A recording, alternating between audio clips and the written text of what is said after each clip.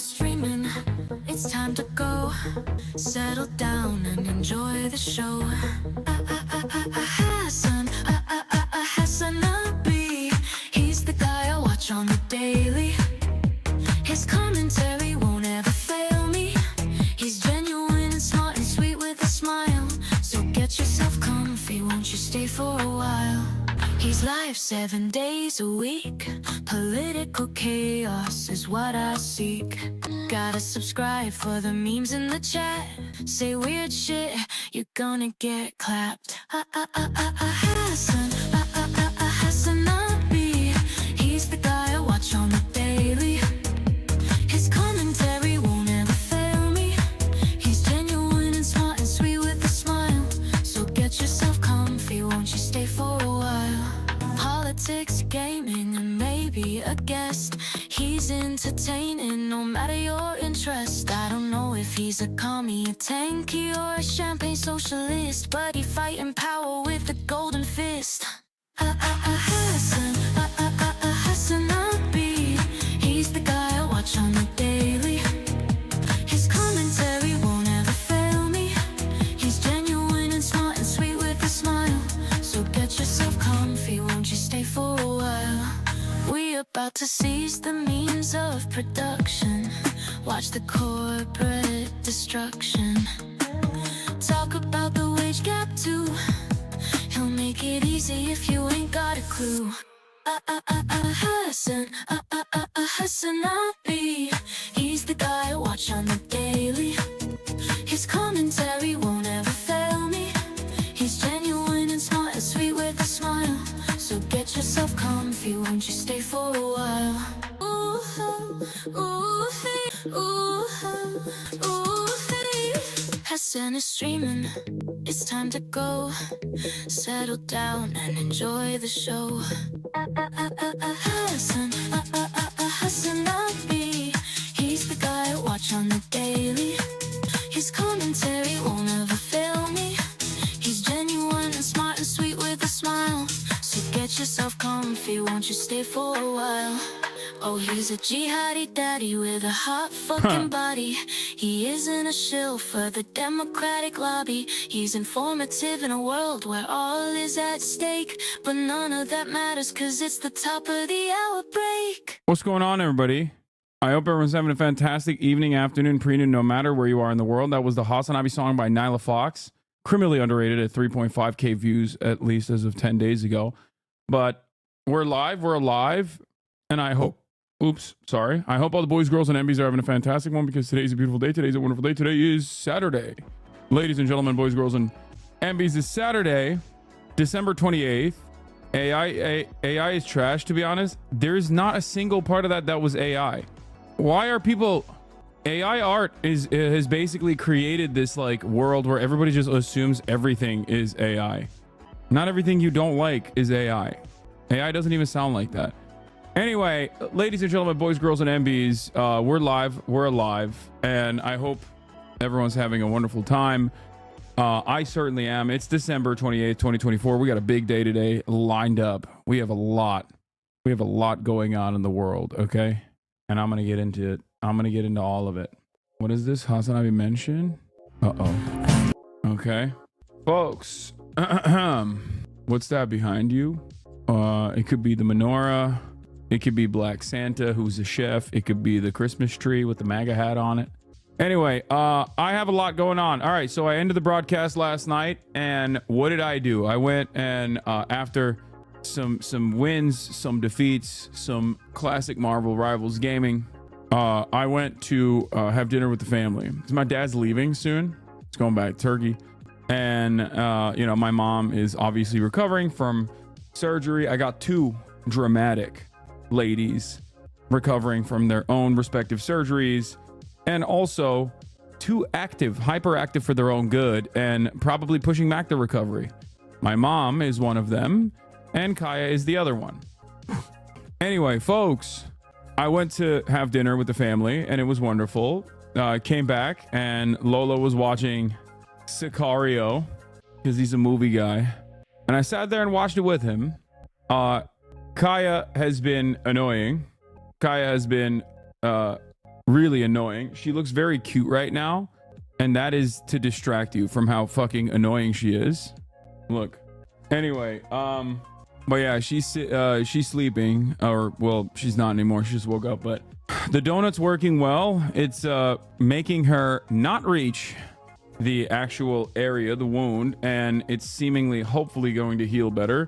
She started antibiotics, you know, the whole nine. And one other part of the problem, though, with the drugs is that not only have the drugs made her a farty bitch, but they've also made her a loud ass bitch. And I want to show you this. I want you to understand how unimaginably loud she is. Look, I literally couldn't sleep last night. She is so fucking loud. It is like a sound weapon.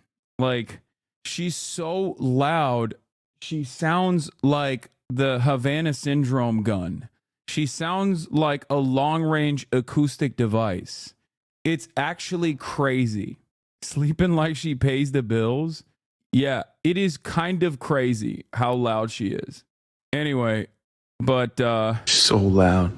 But yeah, that was a real issue. Like, I literally had to move her multiple times at night, and I had to like kind of wake her up. Normally, as you guys know, I can famously just boom, fall asleep like that. It's not a problem, right? I've talked about this quite a bit, but she is so loud that I just could not go to sleep last night. So I had to wake her up and then time it so that I could like fall asleep so that I wouldn't hear the loud snores and be able to sleep normally. She does not snore this loud. Usually it's the drugs and the donut. Bro, imagine you have a wife and she gets a C-section and you wake her up to move so you can sleep. I would do that. Anyway, hold on. Oh, my family, they're so annoying. I love them. I love my family, but they're so annoying. Oh my God. Okay. Get some earplugs. Yeah, maybe you can use earphone plugs. Yeah, maybe. Not beating the allegations. Yeah, whatever. Yeah, I'm a man. I'm a misogynist. You already fucking know. So you just got more issues than just autism. You got more issues than just autism, my dude. Yeah. Hey, HasanAbi, I saw a thread talking about your misogynistic blind spots and biases when covering the Blake Lively smear campaign and Justin Baldoni getting exposed as sexual predator situation. I honestly watched Caroline cover it, and I think you need to reassess some things, please. There are fans defending you blindly, thinking of it as a personal attack on you to criticize you. I can't begin to explain to you how little I care about this. I'm gonna be honest, 100%. Yeah, Caroline's coverage, I saw at least some parts of it was quite similar to mine, which is that like it doesn't matter what Blake Lively did. Her vibes or whatever the fuck is completely irrelevant to the valid claims that she made on set, being made uncomfortable and the like. Didn't you not even want to cover it? I didn't because I'm sorry, but the highest level of mental illness is like Radfem accounts that perceive you as like someone who is secretly misogynistic, who has this like dormant misogyny that must be erased from your commentary, even if the overarching point that I kept hammering on over and over again is that like Blake Lively's valid claims, Blake Lively does not have to be like a perfect victim, and that her vibes overall are irrelevant to the valid claims that she had made, and that supercharged misogyny is being utilized by PR firms in an effort to basically fucking vilify any woman with a valid claim in general. If you have a disagreement with that, in any particular way, because you got primed off of like a Twitter thread that you watched or a Twitter thread that you read that hyper focused on any of the instances where I've talked about Blake Lively's like bad vibes overall and not necessarily the broader point, I don't know what to tell you. Okay, think about it. 80 minutes of coverage on a particular issue. I'm covering it up and down. Okay. It's relegated to a 10 tweet Twitter thread. What do you think? Do you think that this is the entirety of my coverage? Do you think that it had, or do you personally think there is no reason to ever even bring up any number of different things that Blake Lively might have done because it played a formative role in the smear campaign in general? Responding to people in the chat, clips out of context. Yeah, that's true. The reason why I usually don't respond to this stuff is because I don't necessarily give a shit. It's ultimately unproductive. And most people just turn around and say, well, fuck you. And then they clip my response to it to be like, he's doubling down, he's a misogynist, which is fine. If you want to think that, then go ahead. I mean, look, if I was a fucking misogynist, I would be an infinitely more popular person online. Let's be real, okay? Son, I love you in this community, but please stop calling any criticism of this or like the herd trial of some rat fam. It's just that thread is getting blasted by people with feminism far from their chief concerns. I know. It's okay. I mean, we can have disagreements. That's also another part of this issue. Like, we can have disagreements on this. If you think that like the way I'm covering this stuff is bad, then yeah, you can get it elsewhere. Caroline is a much better person at covering these kinds of issues. You know, I recommend Caroline's coverage on this matter rather than mine. It's also something that I just don't give a shit about overall, other than the fact that, like I said, people are really leaning on pre-existing systemic biases like misogyny, supercharged misogyny, in an effort to smear any woman with a valid claim. That is my overarching assessment of this situation. That's the same thing with Megan Thee Stallion as well. It's something that I have talked about quite a bit. Now, the point here is this, okay? The point here is this. Do you disagree with that overarching assessment? Do you disagree with that at all? Or is it simply aesthetic?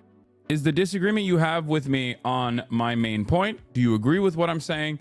Or is the disagreement my aesthetic, the way I'm covering a story? What is it?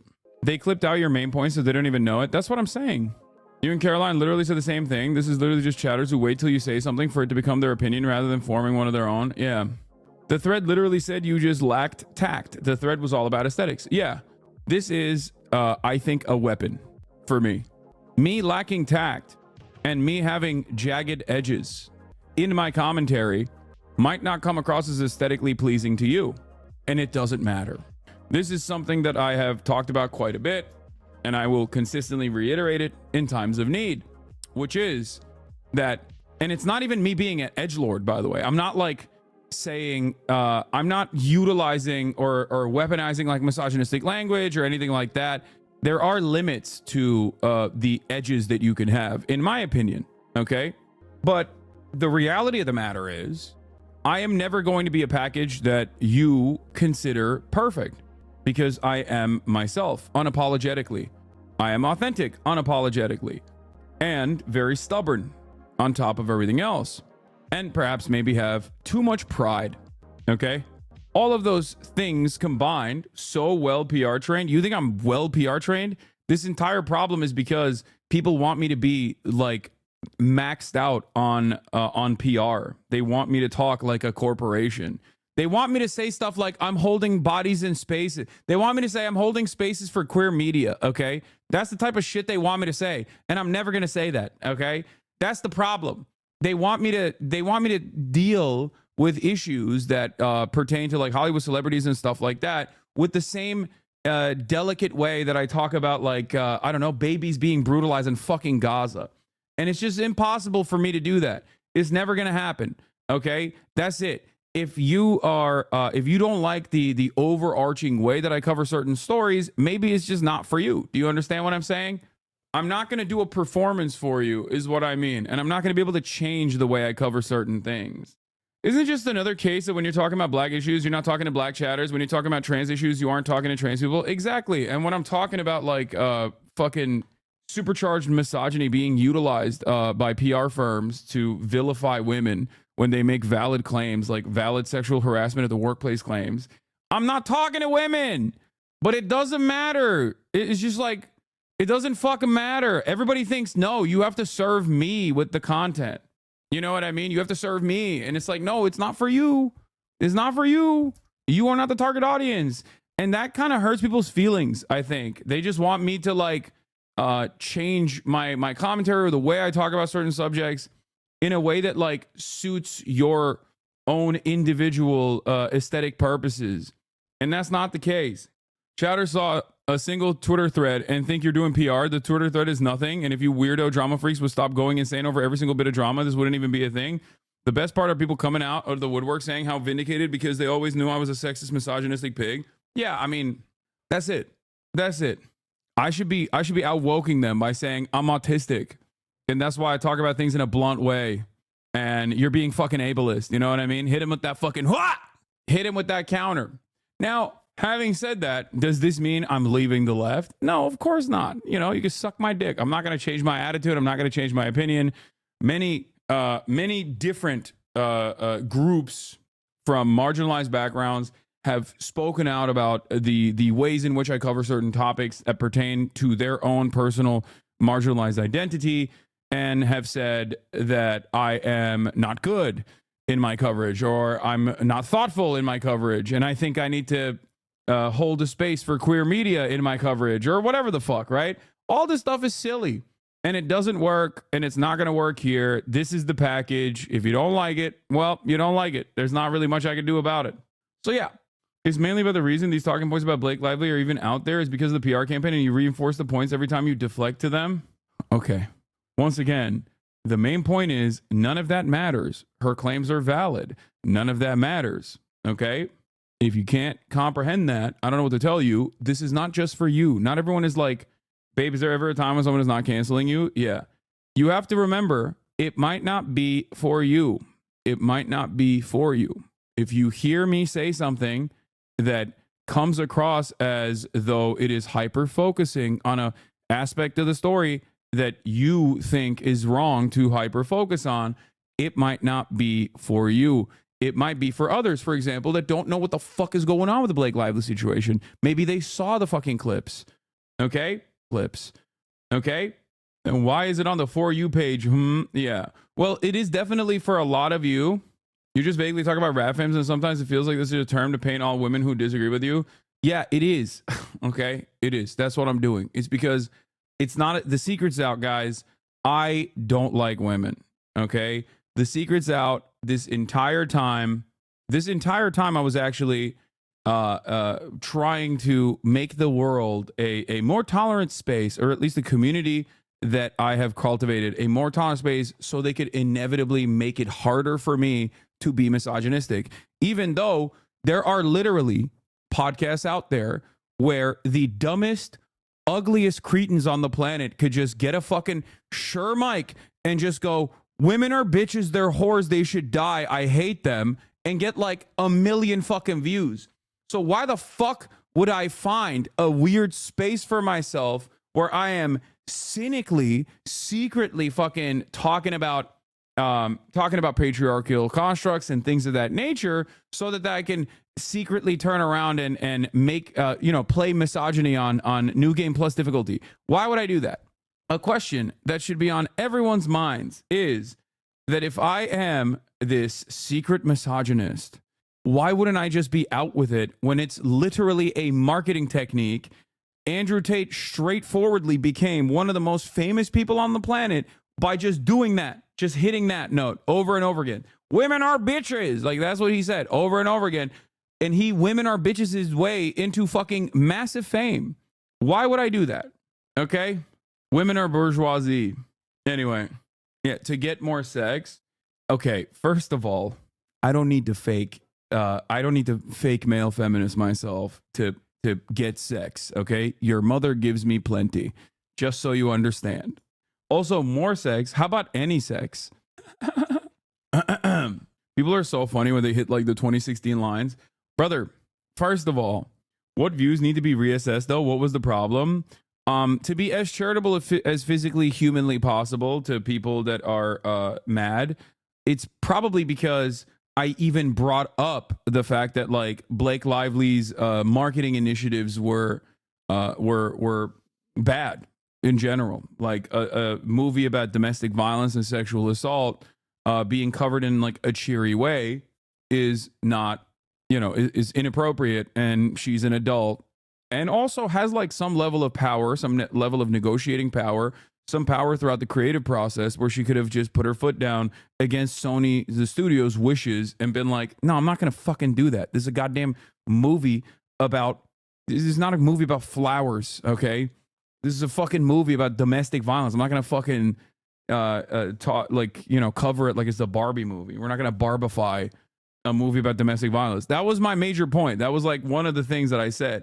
And Chatters got real mad about it. and got really in their feelings, and they were like, no, you don't understand, Blake Lively has no power over this process. She couldn't like deny Sony's contract or some shit. But it's fine, bro. It's a movie. What's the big deal? Yeah, it's not. What? Hassan, why are you always crying about Trump? Seems like he has a large block of real estate inside that little head of yours. The president, the next president, and the former president of the United States of America is living rent-free in my mind. Is that the argument that you made? Brother, he's not like a drama farming pervert YouTube content creator who's on the verge of being canceled for grooming a 16-year-old in a Discord server. That's the fucking president, dumbass. This is the right-wing version of liberals who are like, why are you platforming Donald Trump? What is happening?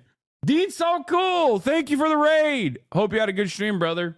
We're having we started off strong today.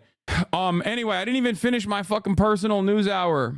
But yeah, we had to increase Kaya's drugs. That's number one. She's zooted out of her goddamn mind. But also, what is this? The next Toyota for the Piker family.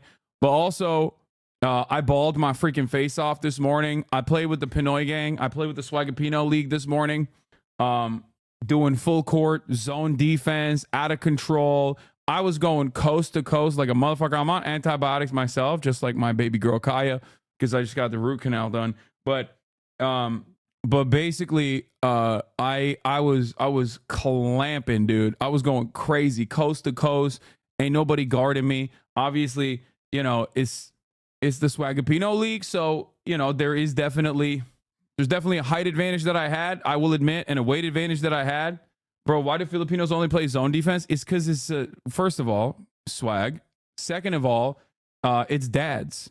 I'm playing against dads, so obviously dads don't want to run too much. Yeah, the 6 foot and under squad was getting. Stop saying that super word. I will never. I'm aware that I'm a bit of a rat fem. Like, I fully agree with your take. Victims don't have to be a perfect victim. The point is, anyone can be a victim. I don't like Blake Lively and her shitty husband getting married on a plantation is only one of the reasons she's still a victim. Exactly. But if you bring that up, they're going to be like, oh, that's a smear campaign. You're doing Justin Baldoni. You're doing a pro Justin Baldoni smear. Anyway, I think it came down to bad optics. I've seen women say the same things you did and not receive any backlash for it. Yeah, of course it's bad optics. It's because no matter what happens, okay, listen. No matter what happens, I am very aware of the way I look. I'm very aware of the way I present myself. I know I'm a media personality that's been doing this for 10 plus fucking years, okay? And as a dude bro looking guy, okay, who also is very blunt and also doesn't really give a shit about like Hollywood goss in general, and I'm not covering it beyond like, it's not just tea. Obviously, there's like broader lessons to learn from the story that I'm covering in that situation, and I'm trying to give that extra credence. But it doesn't really matter. People see like a frat bro style dude and they go, oh, I knew it. He was always like this secret misogynist. That's it. It's a way for people it's a way for people that already had these preconceived biases to basically fucking go, I fucking knew it. He was this way all along. And it's fine. There's not really much I can do about it other than hope that people can still be charitable regardless. But I think it's okay if people don't consider me to be the best vehicle for this commentary. It is what it is. Connor is using me to get fucking Matt Gaetz on Fortnite Friday. That's crazy. I know his nephew. Loving it, Matt. Would be awesome to have you play some Fortnite with me sometime. Unpopular award nominated talk show Fortnite Friday. DM me anytime for more details. Stick the one tricking Venom little pup. Hey, true. I am a Venom one trick. Mishma, thank you for the 50 bones. God damn. Where was I? Oh, also, yeah, I balled my freaking face off. What's up, folks? Big day today. Also, I just wanted to show you guys this. I was a little late this morning when I went live. Part of that is because I was actually clearing like parts of my closet. Final Round Brewing, thank you for the 5 get the subs. I was clearing out my closet because I have like thousands and thousands of jackets and hoodies and sweatshirts and numerous articles of clothing that have been gifted to me And I was like, I want to. LA thrift store is about to be lit. No, I'm gonna give it directly. I am going to give it directly to people of Skid Row, who you know, probably need it a lot more than random fucking fashionistas who want to. Random fashionistas who want drip in a sea of drown. But there are a lot, like, they're all clean. They're all washed or, you know, never worn, basically. And that's what we're doing. This wouldn't have been such an issue if you didn't tack the extra stuff at the end about how you were ultimately right about the Amber Heard trial. People clipped you out of context, and in the next breath you say it was mutual abuse. You learn nothing and make things worse because you do have a misogyny blind spot. An apology would be way more appropriate than double down. Oh, let it go. Let it go, bro. Please. Or lady. Let it go. Let it go. Let it go. Stop hanging on. Stop hanging on to it. Stop. Please. I beg you. That's awesome. You're going to help the homeless directly. Just be a bit careful. Wait, what? Oh, we're working with a you know, local organization, obviously. We're working with a local organization. I'm over here talking about like fucking helping out unhoused people is Skid Row. Motherfuckers are like, why you want it? I don't like the way you covered the Amber Heard trial. Like, shut the fuck up. Shut up. Shut up. Lock in. God damn. You're so fucking one note, dude. Anyway, as far as that chatter saying be careful, I don't think that chatter meant be careful because homeless people are violent. I think that chatter meant be careful with like how you film. Okay? How you film this this process, because obviously like there is like it's not going to be exploitative. That's something that I am like very worried about and very aware of, and so that's what I'm going to be very cognizant of, and hopefully it won't be, you know, I mean, not even hopefully, we're going there with some people that work every single day with these people. So it's not, don't film it maybe. Shut up. Shut up. Shut up. Shut up. You're the woke of the day. Isn't it inherently exploitative to film? No, you dumb fucks. The entire point is humanizing these people. That's the whole point. Can you just shut the fuck up, please? Can all of you just collectively shut your stupid fucking woke mouths up? Is that okay? Can we just shut the fuck up collectively? Sounds like a write-off. I am going to Brian kill me. I absolutely fucking despise the insanely cynical nature of everyone online. Okay? Insanely cynical nature of every single person online, where they just automatically assume the worst of every other person. You are just demonstrating that you're a bad person, okay? That's all you're doing. You're like, I'm a bad person, and I would only do such a thing if there's additional financial gain for me. It's not the case, okay? I'm very aware of how these things look. I'm very aware of what I'm doing. It's not a fucking Mr. Beast segment, okay? Didn't you just say you wish people were more cynical? No, not in this regard. I wish people would be more cynical or more realistic about structural violence and systems that oppress people that they exist under, instead of being cynical about a fucking random Twitch streamer. I hate all of you. I'll be honest. I'm gonna keep doing what I'm doing, but I fucking despise some of you. All right. The entire purpose of this project is not only to deliver fucking needs, deliver goods that are much needed by unhoused people, but it's also being done in a way that is the most ethical, least exploitative way possible, where it's all done with prior consent, with local organizers that already fucking work with these guys on a daily basis. And the entire point of this is to develop a better understanding of the humanity of unhoused people who are just like you, okay? That is the whole point, especially at a time when homelessness has grown by 18% in the last year, and that homeless people are increasingly under attack all over the country. The secondary goal here is to try to get others to also join in and do their own charitable contributions. You know, lead the way by doing good things. Merhaba. This chat has stolen 10 years of your life due to the stupid shit they say. I know. Vegans are so annoying about zoos, but zoos are a necessary part of wildlife conservation. Yeah. As a former unhoused person, may I say I love you? I love you too, chatter. If it's so ethical, couldn't you do it every day? Okay, dude, listen to me, okay? I'm just asking, if it's so ethical, couldn't you do it every day? Okay, listen. Your own shitty experience in the holiday season away from your fucking friends and family does not mean you can come in here and just like try to ruin everyone else's experience. Do you understand? Please stop. Like, all of this is unimaginably selfish, and I hope everyone understands that. You're not being woke. You're not the most woke in here.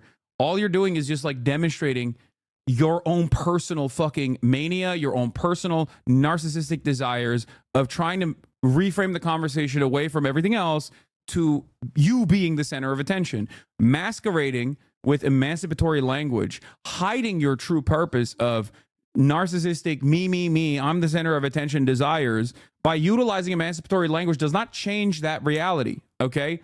We're not doing that. We're not doing that in 2014 or 2024. We're not doing that in 2025. We've never done it in this fucking community.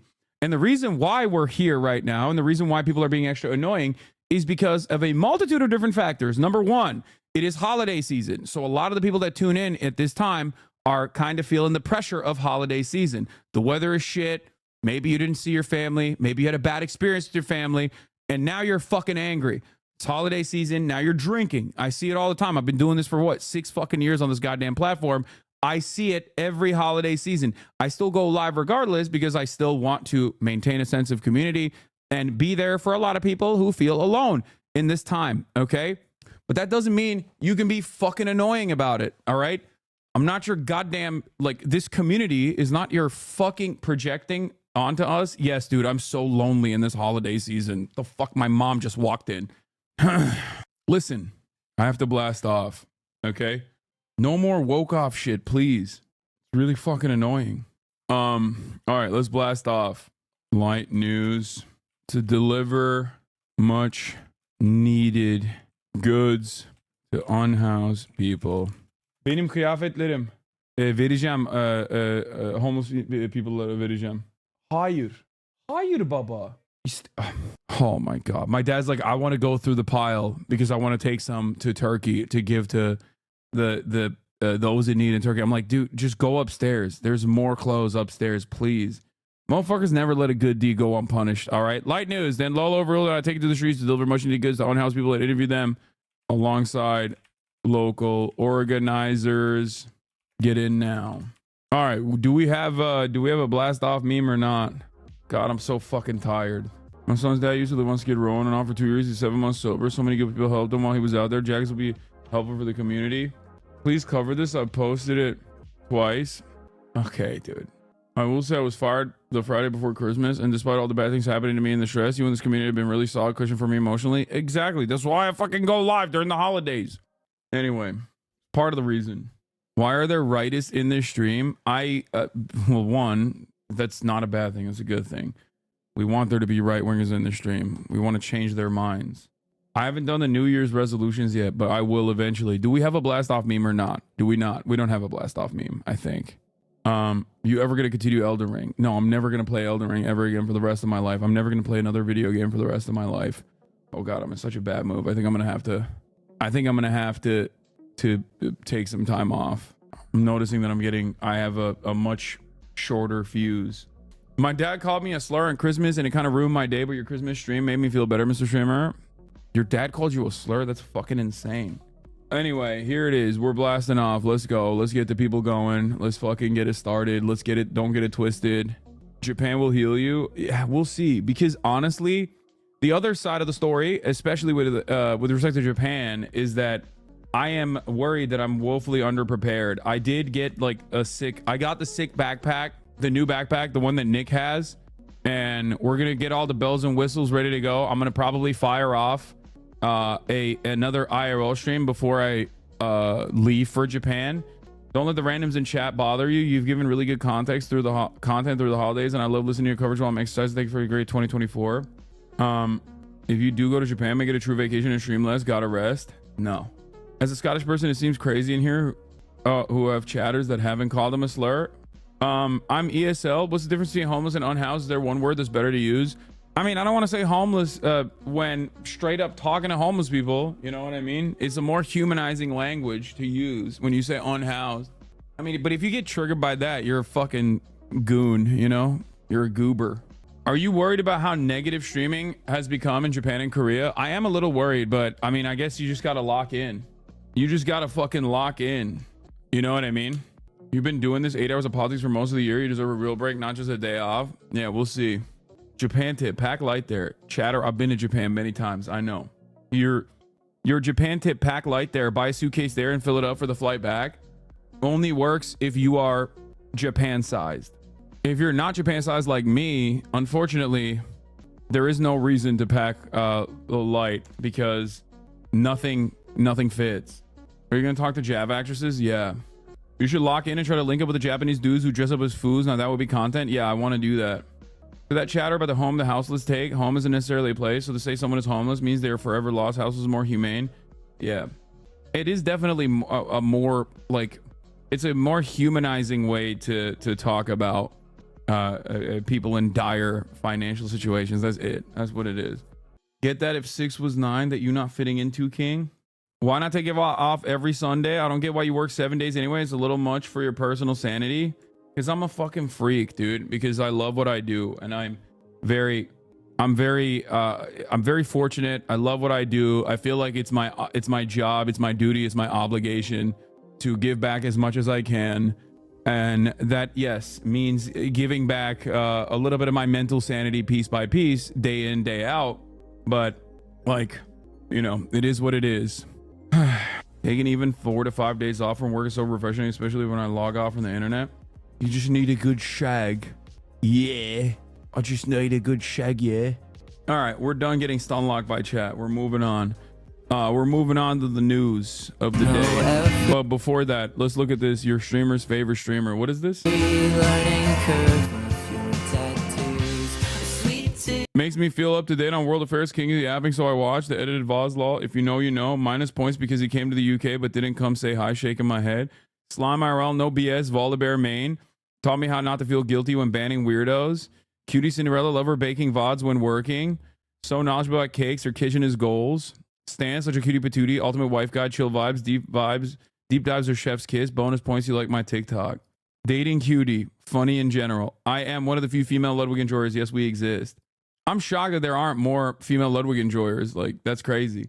Also, new Toyota. Okay, this is Toyota in China, I think, which for the record is not the type of Toyotas you can find. Toyotas in Asia are very different than the Toyotas that they sell to the West.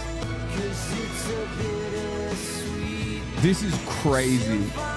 Like, in China, they also have, like, even Western car manufacturers actually have cooler cars that they sell exclusively to China, to the Chinese market. They will literally sell longer versions of the same cars, specifically for family members or for executives that for executives that want like a longer, like better legroom. They have like the L edition. It's a luxury kidnap mobile. Yo, you can kidnap me in that fucking car. I'm good. Elect Donald Trump. All right, let's get to the H-1B visa saga once again. Reporters has exposed what's being called a MAGA civil war. Trump's tech allies, like billionaire Elon Musk and his longtime base, are deeply divided over visas for highly skilled immigrant workers. The feud exposes cracks in the MAGA camp between the converts in Silicon Valley and the loyalists on Capitol Hill. And it's a preview for possible challenges ahead over a signature issue of the president-elect's campaign, immigration. Torian Small joins us live from West Palm Beach with more. Torian, good morning. Yeah, good morning, Dana. This drama started before Christmas. Far-right figures like Laura Loomer took aim at some in Trump's circle, especially India-born Shriyam Krishnan, Trump's top AI advisor, for suggesting the U.S. remove caps on issuing green cards and H-1B visas to high-skilled foreign workers. First, there was a post, Vivek Ramaswamy on X on Thursday. Quote, a culture that celebrates. I'm going to be controversial here. I have a controversial take. You know how there's that Adrian account and everyone says that that's like Elon's alt account and he talks about Elon in the third person. I don't think Adrian Dittman is Elon. I don't think it's him. I think it's like an incredibly almost stalkerish fan who has like basically changed his like speech patterns in a way to try and sound like Elon Musk. Embrace the prom queen over the math Olympiad chimp, or the jock over the valedictorian. No, I've listened to a lot of his debates. I've listened to a lot of his like debates. I've listened to a lot of stuff that he's talked about, that he's like done, including the last space that went viral. It's like he does talk about Elon in the third person and then switches into the first person quite a bit. But I think that's because of the mania of the individual. I want to believe that it definitely is Elon. Enough, some elements of the extreme legacy MAGA movement will have to deal with it as well, because that's how it is. And don't hate the fucking big tech bros, because out of all of them, Elon is the only one that's giving all of these crackheads a fucking voice. I want you to try and pull that shit on fucking Facebook and see how long you last. You ungrateful motherfucker, seriously. Like, I mean, that sounds so much like Elon, but I don't know. I feel like it's when something is too good to be true, I often have a hard time believing that it is the case, you know? It sounds like a voice changer. No, I think it is definitely. It's him. Everyone knows it's Elon. Elon doesn't deny it. You keep crying censorship this, censorship that. You're not censored. Your takes just suck. Get over it and get over yourselves. Honestly. I'm not an enemy of anyone. But if you hate me for saying this, so fucking be it. I don't care. I'm part of what's new. Yeah, I'm part of what's near is like he regularly switches in and out of third person when referring to Elon and then first person. This is the greatest. Okay, honestly, drop everything and do a deep dive, okay? This is the greatest fucking... Oh, I can't really here, this is him talking to Divorcelli. Talk to you about the nature of inflammatory rhetoric if we're not able to dive into the political issues that are underlying all of the rhetoric itself. So it's hard. Yeah, we can definitely talk about rocket fuel in the sense, right? Your kind of rocket fuel is solid here, but it also is the wrong type of rocket fuel for the rocket that you want to run. It's actually an inferior version of that same rocket fuel that I'm using right now, which is actually also liquid. Yeah, but I disagree that it's inferior. I think like rocket fuel that I'm using right now, that's Elon, right? Like this is what people point to say like this is definitely Elon Musk. And to be fair, Elon Musk is definitely narcissistic enough and stupid enough to debate Divorcelli and many other like even Groyper accounts online in Twitter Spaces. He is that jobless for sure and that thin-skinned. But having said that, I think there's a lot of evidence to point that this is Elon Musk. Okay? But, and this is the reason why this is a controversial opinion that I have, that I think it's not actually Elon Musk. Ironically enough, Adrian Dittman stutters infinitely less and seems more coherent than Elon Musk. When you hear Elon Musk speak on the news or in an extended format where he's being interviewed, and contentious, non-contentious, doesn't matter, okay? He is not as well put together as the way that Adrian Dittman speaks. That is the only reason why I think it's maybe not Elon Musk. The vocal fry doesn't match Elon at all. No, I just like either he, when he is not in front of a camera, he's just feeling himself a lot better. So he just like is capable of presenting himself in a more coherent fashion. Maybe he's just like using a different drug cocktail when he's behaving like an internet troll under the Adrian Dittman pseudonym. I don't know. But when he is in front of cameras and speaking, oh, wow. This is the number one after Megaphonics. Evan Loves Worf is the number 2 Elon simp online.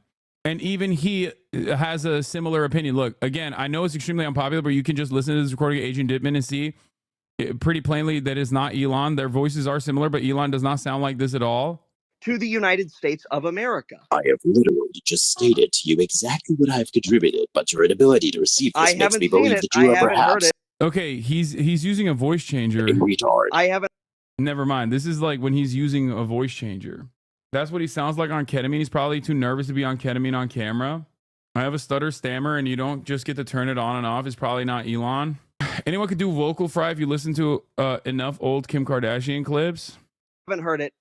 I mean, this is probably a meme, but this is a voice changer that he's using.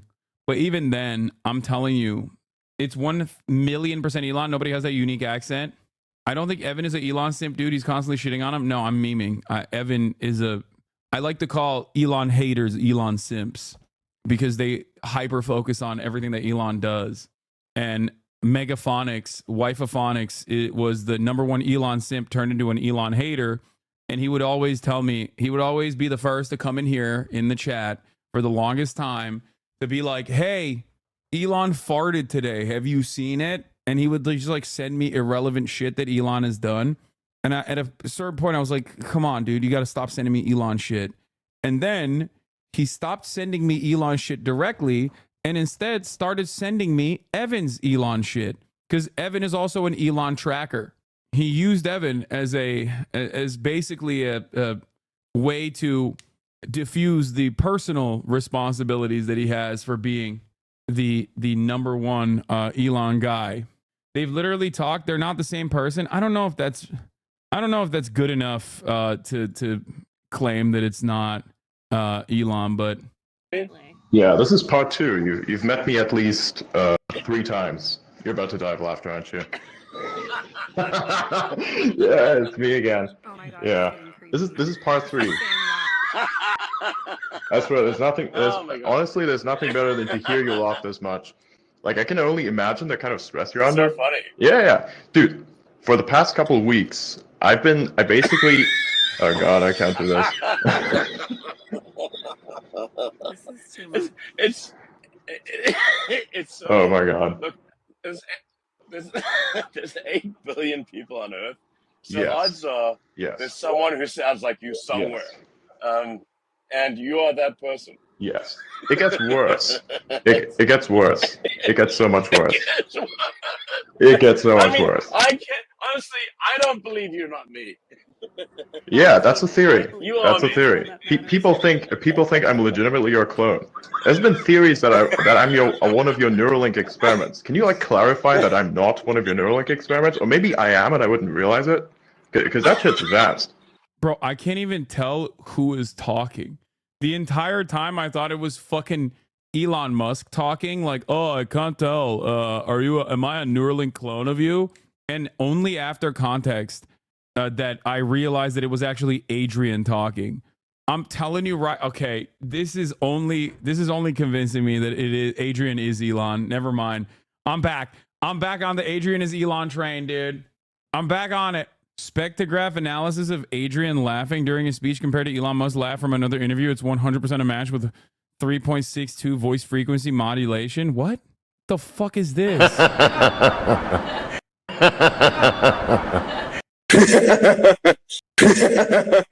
No, that was. Wait, what? What is happening, dude? It's so obviously him. Like, it's the exact kind of unfunny, not joke Elon would make. Are you Neuralink TM trademark clone of me? Haha. Lemao. As if there haven't been impersonations done of every famous person since the beginning of time.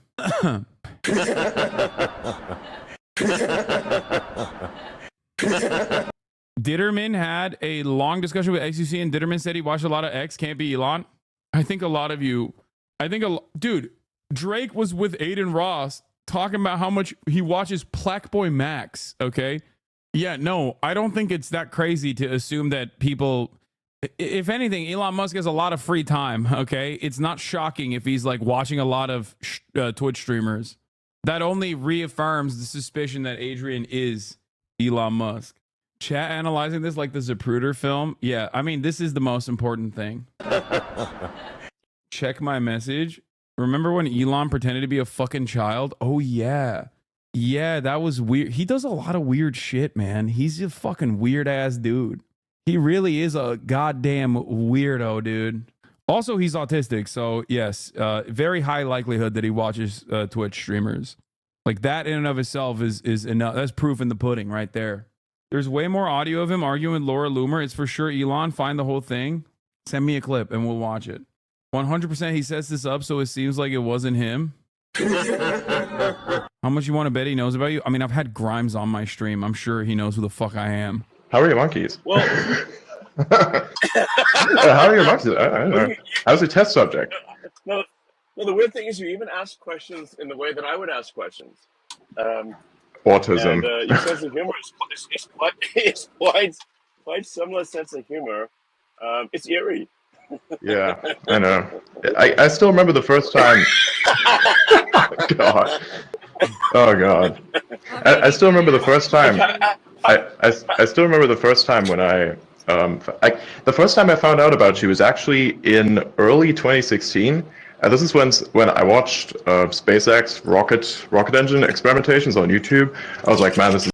Bro, Adrian sounds more like fucking Elon than Elon does in this conversation. Like, it sounds, whenever he speaks, whenever Adrian, not Elon, speaks, I always assume that it's Elon speaking. I can see that. It's not, he has a German accent. No, dude, he doesn't have a German accent. He's a South African, like, he has a very specific, not even like a normal South African accent. It's a South African accent that you develop over the course of many years of living in America with a decent amount of autism. The coolest shit I've ever seen. It's going to be next all day. And a significant other actually showed me a video clip of you and said, hey, bro, this guy sounds like an older version of you. I'm like, what are you fucking talking about? Here, this guy, look at him. He's talking about hydrogen. What do you mean he's talking about hydrogen? I listened to this and I was like, what the fuck is going on? So this is the first time I realized that something's not quite right with this world. Probably he's like a... I am not capable of... That's right, because you didn't use X in order to do this, and that's why I'm asking you to do the same thing with this thing that you have here, because you just word for word said that you have a screenshot of that exact post, because the screenshot of the post was with... This is so weird, dude. This is so fucking weird. Any chatter saying they sound different was probably Elon? Yeah. Within the place where they... Do you see how you're digging your own grave here? You're like one of those cars, and they don't put like the pieces of wood there so that it doesn't get itself dug into the mud more, but you just keep driving and driving and driving. It gets deeper and deeper and deeper. You don't have any idea about what... I am not capable of... That's right. Elon just has that literal equivalent of a posh British accent. The accent from South Africa most people associate with is people who aren't generationally rich. It's most certainly Elon. I mean, listen to this shit. It was like this. You had the Conservatives OG accounts. They were also involved in various other things, which are kind of strange. But there were people on there who are quite the hard-headed bunch, to say the least. Anyways, some of the people, even I know myself, who I think are kind of all right. So they really got to mix up everybody, really. So, anyways, they had that. Laura Loomer decides to launch an attack on... God, I forgot his name. What's wrong with me? I need some coffee. Sriram, sorry.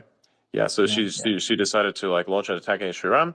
And in doing so, she decided, hey, let's highlight the fact that this guy is actually not pro anything that we are in terms of movement, the OG MAGA, because, you know, and then highlight under the context, at least that's what she told us after the fact, that Donald Trump promised in 2016 that the H-1B thing would be just eliminated virtually or just limited.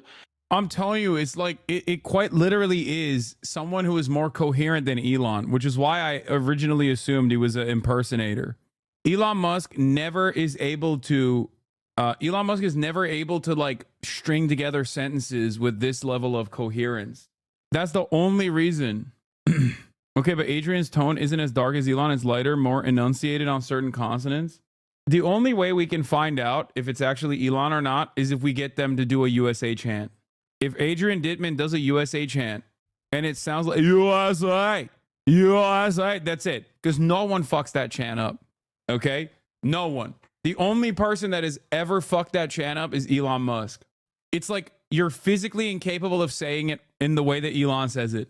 USA, USA, USA. Oh, pure, dark MAGA. No one is capable of doing that. You have to train super long and super hard to say it that wrong. Dark MAGA, pure. Because this individual does not represent this, therefore they are against the MAGA movement and whatever Donald Trump is. And also that somehow there was a donation made to, I think, Ro Khanna. And because a donation made to Ro Khanna, because Ro Khanna was somebody who advocated for the impeachment of Donald Trump after January 6 in 2021, that this is somehow a thing that will become a risk for Donald Trump now. Even though, technically speaking, the entire logic of this individual, Laura Loomer here, who posted this, who launched the attack, is it's very flawed because of the fact that the current promise of 2024 from Trump's campaign is different on the H-1B level than the promise in 2016. So with that in mind, she then decided, hey, I'm going to release the document where it states the donation, and didn't either intentionally or due to lack of basic capabilities in terms of how to redact shit, which is basically the easiest thing to do.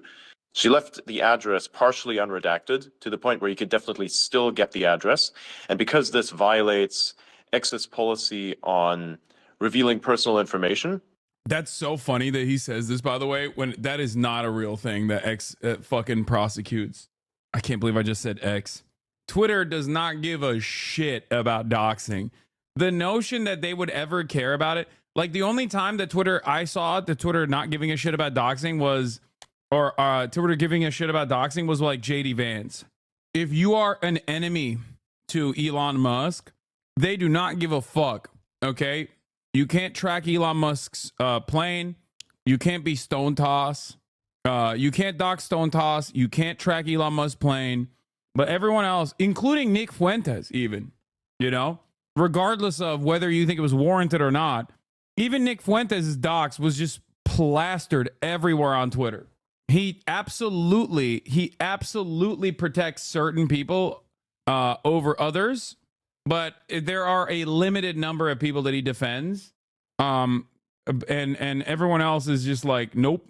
She therefore got dinged, got our account locked, and the demand then from X was delete this post, and then the account was subsequently, I think, unlocked after 12 hours or something like that, which is exactly what happened.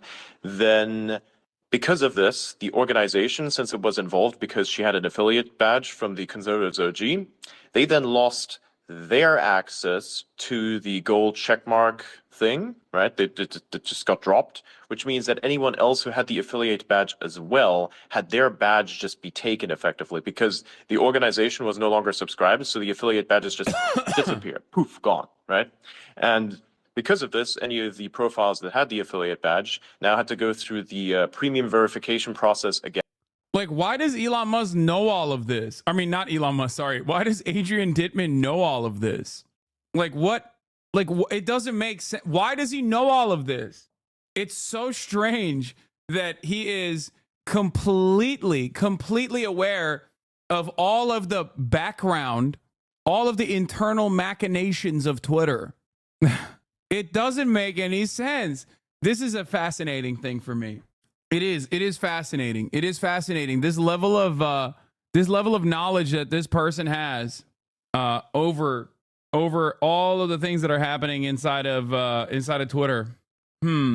My rocket fuel. Again, just like on the system, if you like buy, for instance, the premium, Premium Plus or Premium whatever, if you get the verified badge, then basically you go through a bit of a process and you just get the badge within like a couple days. And so they have to go through this process. But like I said, it's like Elon supercharged. It's like Elon Musk if he was like coherent, if he was capable of holding on to a coherent thought. Why are you letting yourself be gaslit in the least? I'm telling you, he's sitting next to a guy he hired who sounds like him and they switch whenever Elon wants to emphasize a point. No, because then his speech patterns would be different, like noticeably different, because Elon Musk is never this coherent. I've never seen Elon Musk this coherent. Process now again, because even though they were still subscribed to Premium, the badges were gone, and then technically, somehow I guess it takes away the verified, and then the system has to put it back on again. And that's what had all these people lose, quote unquote, their check marks because they actually lost the affiliate badges because Laura Loomer decided, hey man, I'm going to let the citizen journalist inside of me not work as much today, not as much overtime or any time at all, and leave a address partially unredacted that then causes a violation of X's rules that then led to a locking of the account that then also led to the disabling of the gold checkmark on the Conservatives OG account, which then led to the vanishing of all badges on these people who now lost their checkmarks, and then of course the subsequent uprising and censorship allegations, which are complete bullshit. She then lied about what exactly caused it. They lied about what exactly caused it, even though we have a clip of the person saying, the words which are, this was the post regarding this individual, and we clipped that actually. She later then denied that she said that, gaslighting me effectively on the fucking space, but I have basically photographic memory, especially with stuff that deals with yanking chains. I have to like host a conversation space every single fucking day for multiple hours. So I have to remember exactly everything that I fucking said. And keeping a thought train going for an extended period of time is extremely difficult to do if you don't want to sound like an absolute fucking rambling idiot, right? Everything has to be context dependent because it is. And so with that in mind, I knew that they were lying to me, and we were actually able to clip that. And then basically, yes, she did get the notification. She did delete the post. The account was unlocked again after 12 hours, and she's been posting saying that she's been throttled, even though she's getting just about as much, if not more, engagement than she did before, which is bullshit. Even if she's unverified, she's still getting a shit ton of engagement, a lot more than she did at baseline, which is hilarious, by the way. So, yeah, that's pretty much the summary. Is there? Oh, and Twitter is worse. Stop kissing. Stop kissing. Stop kissing. Are Adrian and Elon the same person? Yes wins out resoundingly. No's are at 15%. Yeses are at 64%. A secret third thing is at 21%. That's crazy. All right, this convinced me. What is this? Like father, like son. Elon and little X at the Super Bowl. My son, little X, loves clinging precariously to my back and yelling, monkey rides. You're an amazing father, Elon. Your kids are very lucky. Okay, I'm convinced now. Nope, that's Elon. That's Elon. Never mind, that's Elon. Elon deploys the kid like a fucking human shield to make himself seem like a normal human all the time. Do we get points for being right on the polls? No. Did Elon get good adrenochrome now that he's president? I don't know. Anyway, why do we dive into all of this? Because Elon Musk has been duking it out with Wingnut Twitter, and he ended up banning a bunch of the Groyper accounts. And now he ended up banning a bunch of the Groyper accounts that like came after him and yelled at him. Okay. And it's fucking awesome. Look at this. He's completely unhinged and personally suspending people who post fake tweets from him. Something that happens thousands of times a day. USA Reject said Elon deleted this tweet. Investing in Americans is actually hard, really hard. It costs money and time and effort to make a person productive. It's a short-term net loss. It's much easier to bring in skilled workers who might not do quite a good job, but will work for a fraction of the cost and be happy just to be there. This is a lie. Do you make this lie?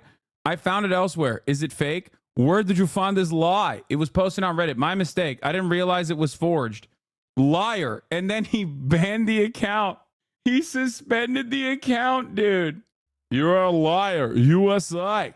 You're a mini bobini. You're a liar.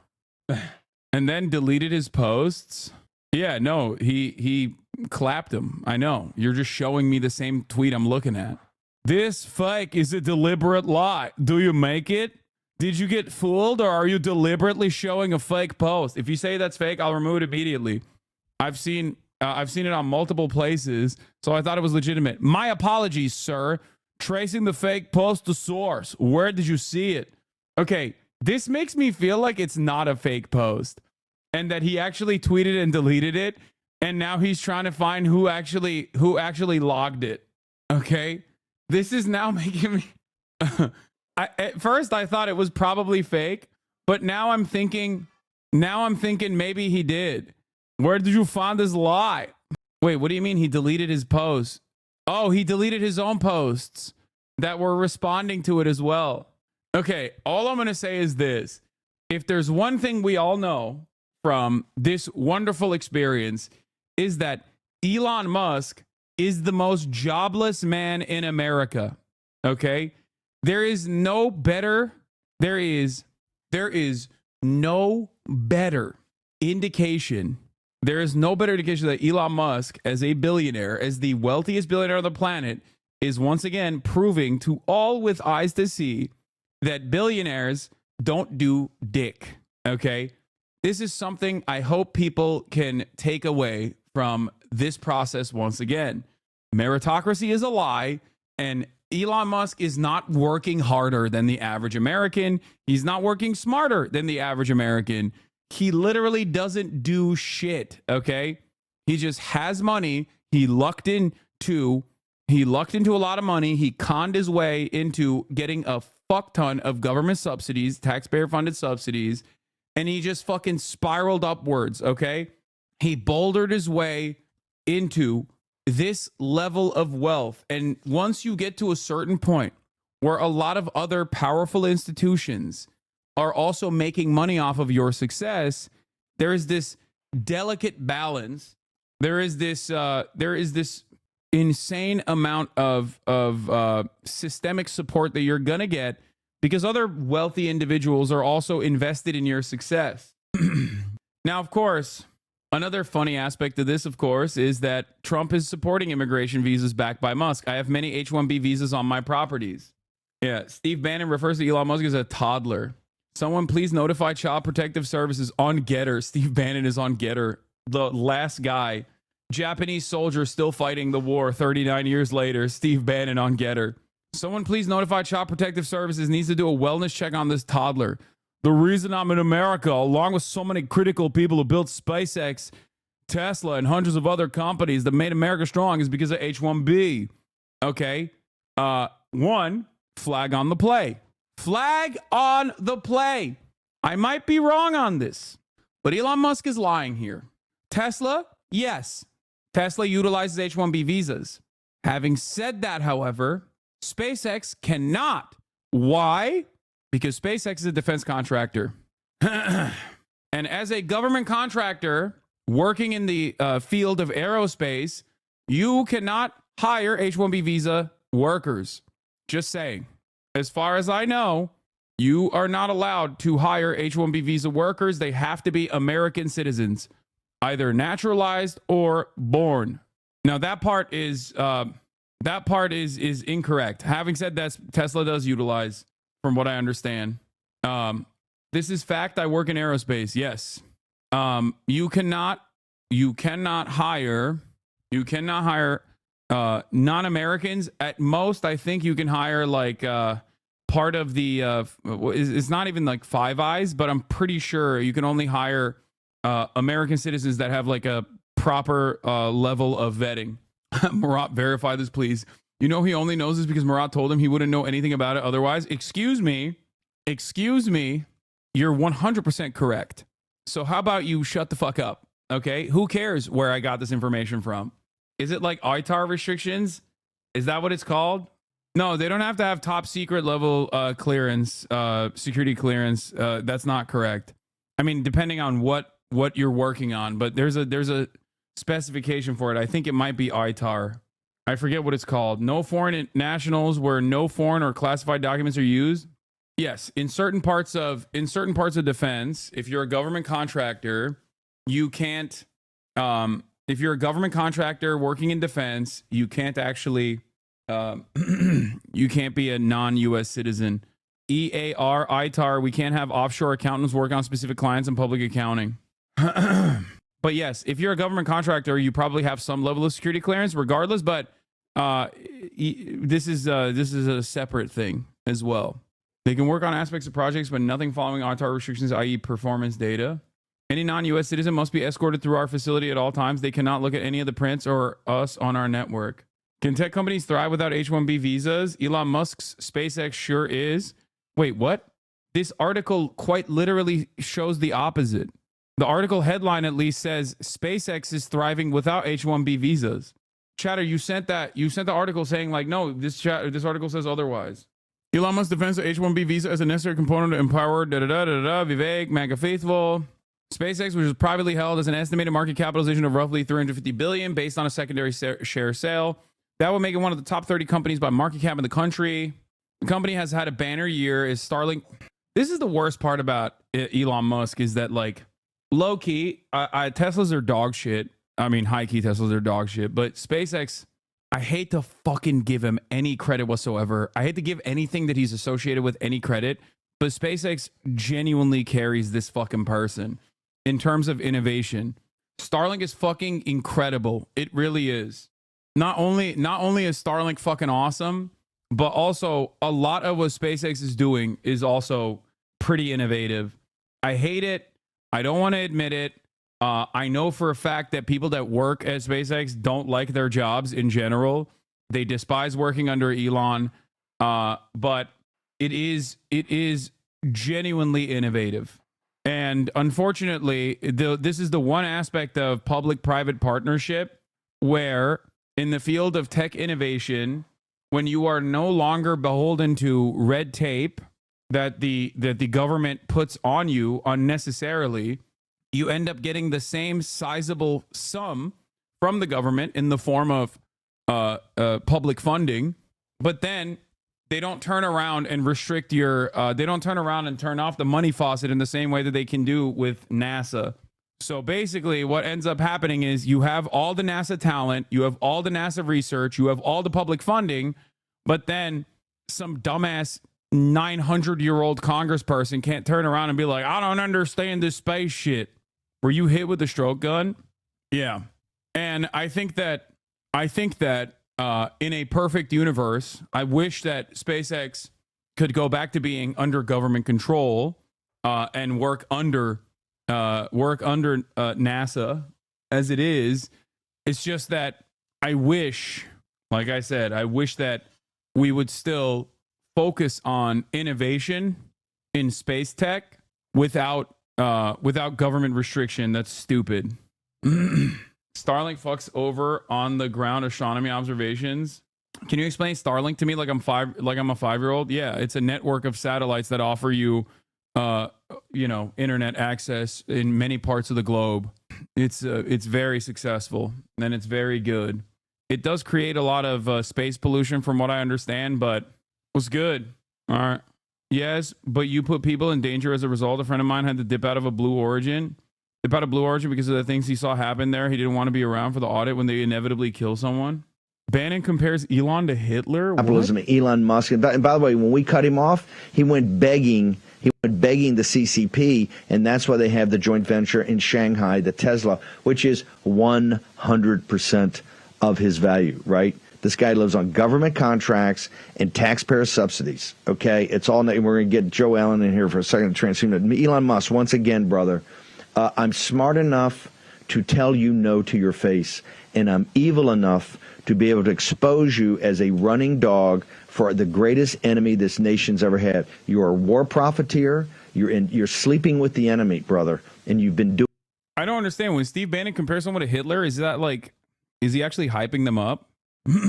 Like, this is a little bit confusing to me because Steve Bannon is like, he loves Adolf Hitler.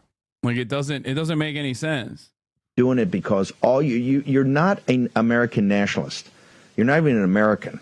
All you are is a globalist, okay? A globalist. And you will go where anybody writes you a check, and you would take it from Adolf Hitler himself because you're taking it from people that are as bad as Adolf Hitler.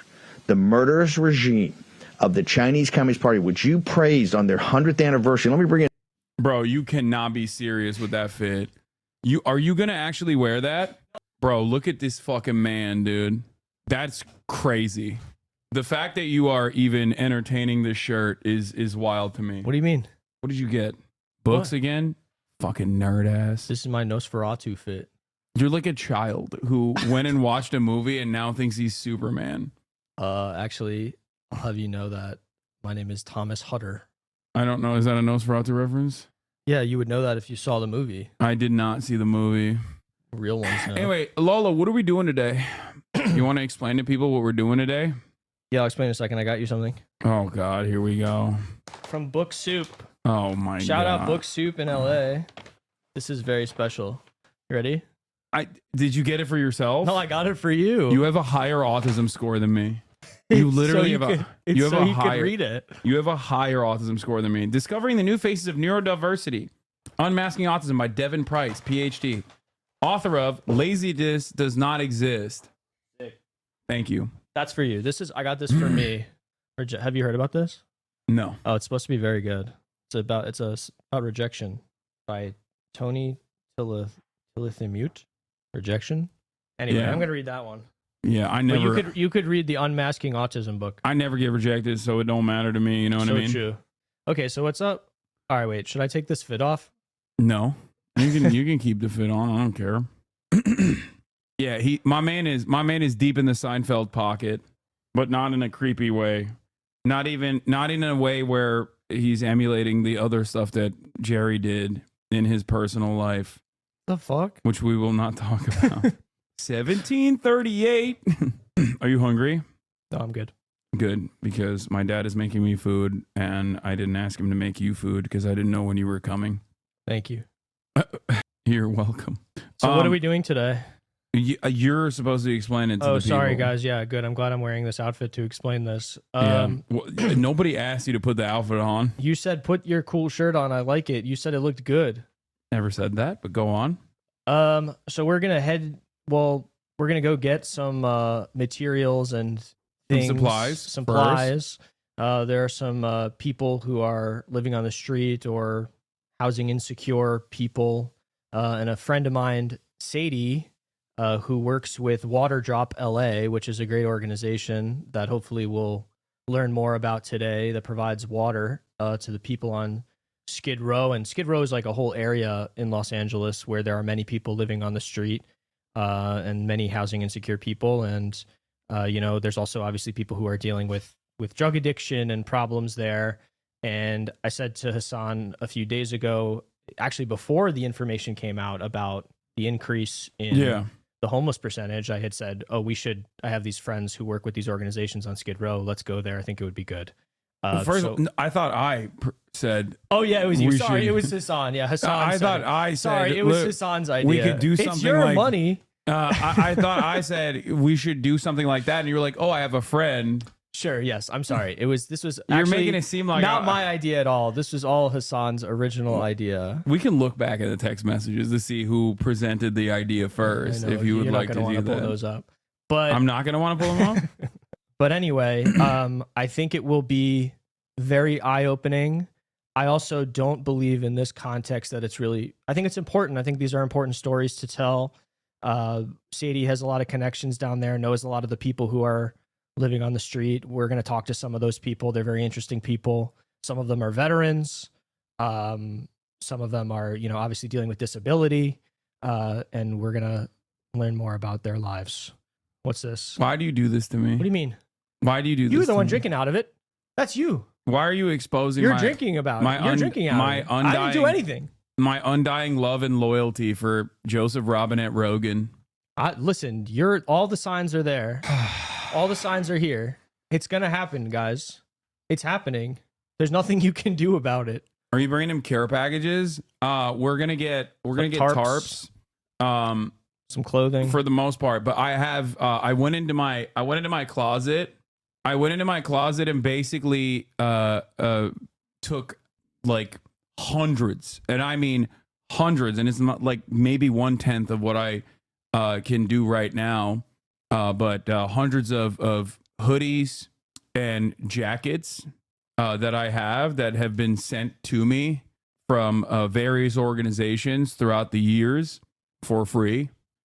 Many of them have never been worn. Wait. It's what?